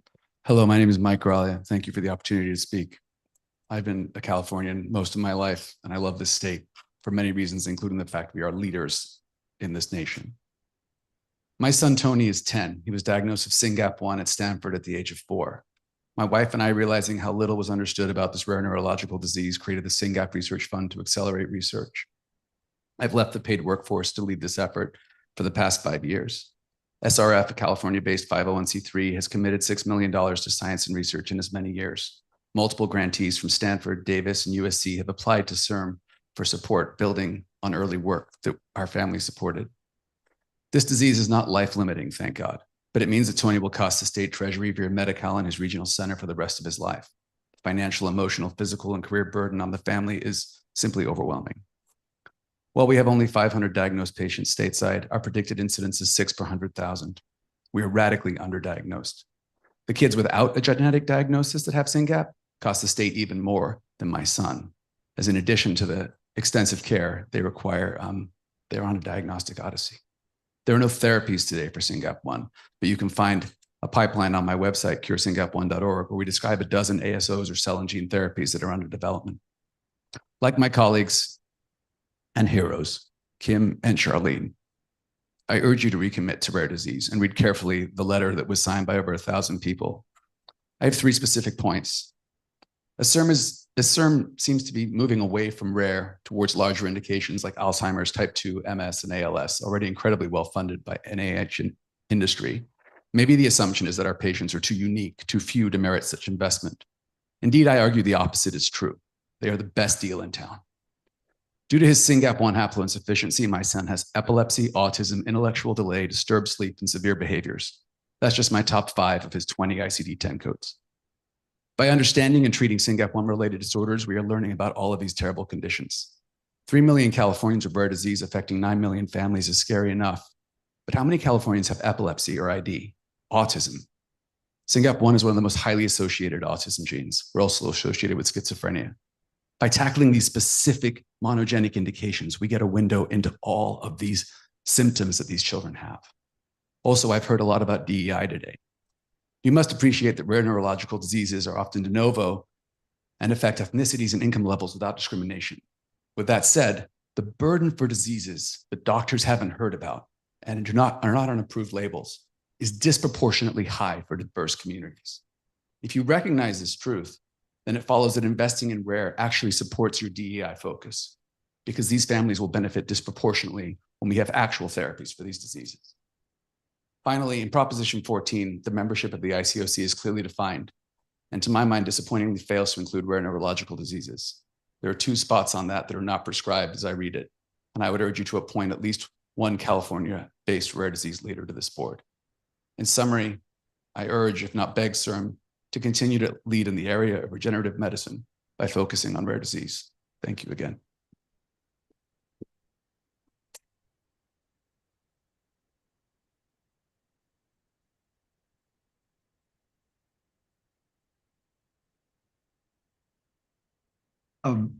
Thank you for those statements. is there any other member of the public, either in the room or online, that wants to add to our testimony here today? Okay, if not, oh, we do have someone, yes? We do have one hand raised, Yael Weiss or Dr. Weiss. Hi, thank you. Can you hear me okay? Yes. Great. So thank you to the CIRM ICOC board and for everyone sitting through this very long day, so I'll make it very short. My name is Yael Weiss. I'm a CEO of a company called Mazi Therapeutics. We are a CIRM grantee, and I'd like to tell you about the grant that we received and how it represents the best of California. But before that, I'd just like to mention, Julie said, what can CIRM do that, I wrote it down. Where can CIRM do something no one else can? So I think California being in the forefront of diagnostics, of genetic diagnostics, with Illumina being in the States, Rady's Children's Hospital leading the forefront of newborn genetic screening, there will be hundreds, if not thousands, of patients with genetic diagnosis coming up and needing treatment, and genetic treatments is the treatment for these disorders. And this is also when Rosa showed the graphs on gene therapies, you probably noted, and I don't know if it was on the graphs, that the genetic disorders are the ones that benefit most from these gene therapies. So these have the highest likelihood of success. We actually partnered with a California-based advocacy group, the Pitt Hopkins Research Foundation, that funded work, as Charlene and Kim and Mike said, through bake sales and car washes. They funded work in Professor Allison Motri's lab at UCSD, who is also a CIRM grantee. And he developed a gene therapy for Pitt Hopkins. This therapy was licensed by Mazi Therapeutics, and we're now advancing it into the clinic. Hopefully we'll be in the clinic in 2025. So if you connect all the dots with a genetic disease that has a high likelihood of benefiting from a gene therapy and all the work being conducted in California, this could be an amazing CIRM story. And I'm keeping my fingers crossed that this will indeed happen. And I've been in industry for many, many years in big pharma and in biotech, and started in Mazi to work with the patient advocacy groups. I've never had such a gratifying time in my career working in developing therapies as I do now, working with people like Charlene and Mike and Kim and others who you'll meet along the way. And I urge you to continue making a difference to these families because it's critical for them. So thank you. Well, thank you, Ms. Weiss. Appreciate your remarks. I would now like to move on to our final item on the agenda, and that will be an update on the Presidential Search Committee, and that'll be given by George Blumenthal. Thank you. I will be, knowing that I stand between you and watching a debate. So in terms of the presidential search, as I think we've reported, the president of CIRM search, we will, as we've reported before, we had more than 160 applicants for the position. We whittled that down to about 16 that moved to the subcommittee for consideration. A subcommittee of the search committee went through those applications and identified 8 applications that we regarded as being appropriate to do an initial interview with. One of those 8 unfortunately dropped out because she felt she could not move her family across the country. So we ended up interviewing 7 applicants for the presidency. After those interviews, the committee met and selected 3 of those applicants to move forward to the board for consideration. Originally, we had hoped to bring those applicants to this meeting of the board, but as you can tell, there wasn't time to do a serious evaluation of candidates at this meeting. We had many other things to do. So we've established a special meeting with the ICOC that will take place on July 9th to evaluate the candidates. And so I really want to emphasize to you the importance of being able to attend that July 9th meeting, either in person or via Zoom. Before the July 9th meeting, we will supply to each of you who are members of the board. We will supply you with the CVs of the 3 remaining candidates. We'll supply you with a completed questionnaire that they all completed with regard to their experience and goals. And we will make available to you the videos of the interviews that the search committee had with each of those candidates. And I would encourage you prior to the July 9th meeting to review those materials, including the videos. At the July 9th, also prior to the July 9th meeting, we will provide an opportunity for all board members to have a training in implicit bias training. So that, and I encourage you to take advantage of that opportunity, and that will be forthcoming to you, to each of you. I would point out that every member of the search committee did implicit bias training prior to engaging in the full search. At the end of the day, we ended up in the subcommittee with 3 finalists that we want to bring forward to the board. At the meeting of the board, we will meet in closed session initially. During that closed session, each of those candidates will come to the board and will be asked to give a brief, roughly 10-minute presentation based on a prompt that we've supplied them with. After that presentation, each of the candidates will be available for questions by the board for about 45 minutes. We will do that with each of the 3 finalists in the hope that we will have a meaningful discussion and be able to come to a decision within the board of which candidate to move forward for final approval as the next president of CIRM. So I'm hoping that this will all be completed by the end of our July 9th meeting. I want to just emphasize one more thing. We will be meeting in closed session on July 9th. You will receive a lot of material. All of it is strictly confidential. So I hope everyone will treat all of the material we send you, as well as the discussions that take place behind closed doors, as confidential, if for no other reason than for the out of respect for the very high-powered individuals who have made our final list. So with that, I'm certainly open to any questions, but I wanted to again emphasize the importance of this July 9th meeting. Let me turn to my co-chair, Kim, and ask if you have anything else you'd like to add. I'll just add that we very much appreciate the efforts of the Presidential Search Subcommittee. People really engaged very thoroughly. I think it's been a very rigorous process.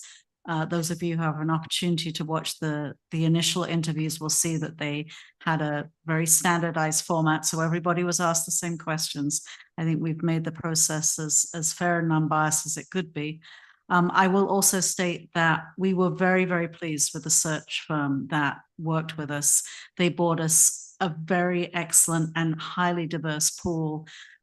You will see from the candidates that they have a wide range of different types of skills that is consistent with the discussions that we had around the qualities that are needed for the president, but they have different backgrounds. So it's going to be a very interesting engagement with the candidates. I'm very pleased to have had the opportunity to work on this with both the committee and with George.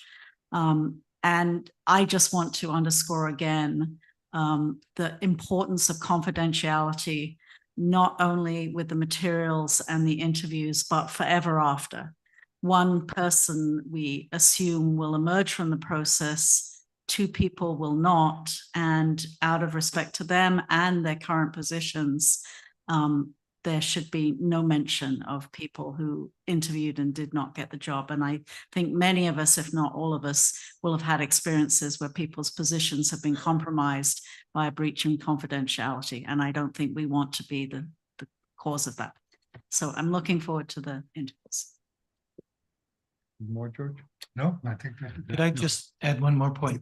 For those who may not have caught everything that George recited, you'll be receiving a communication in the next couple of days that will have links to access all the materials that George described, access to videos, and also that implicit bias training. So stay tuned.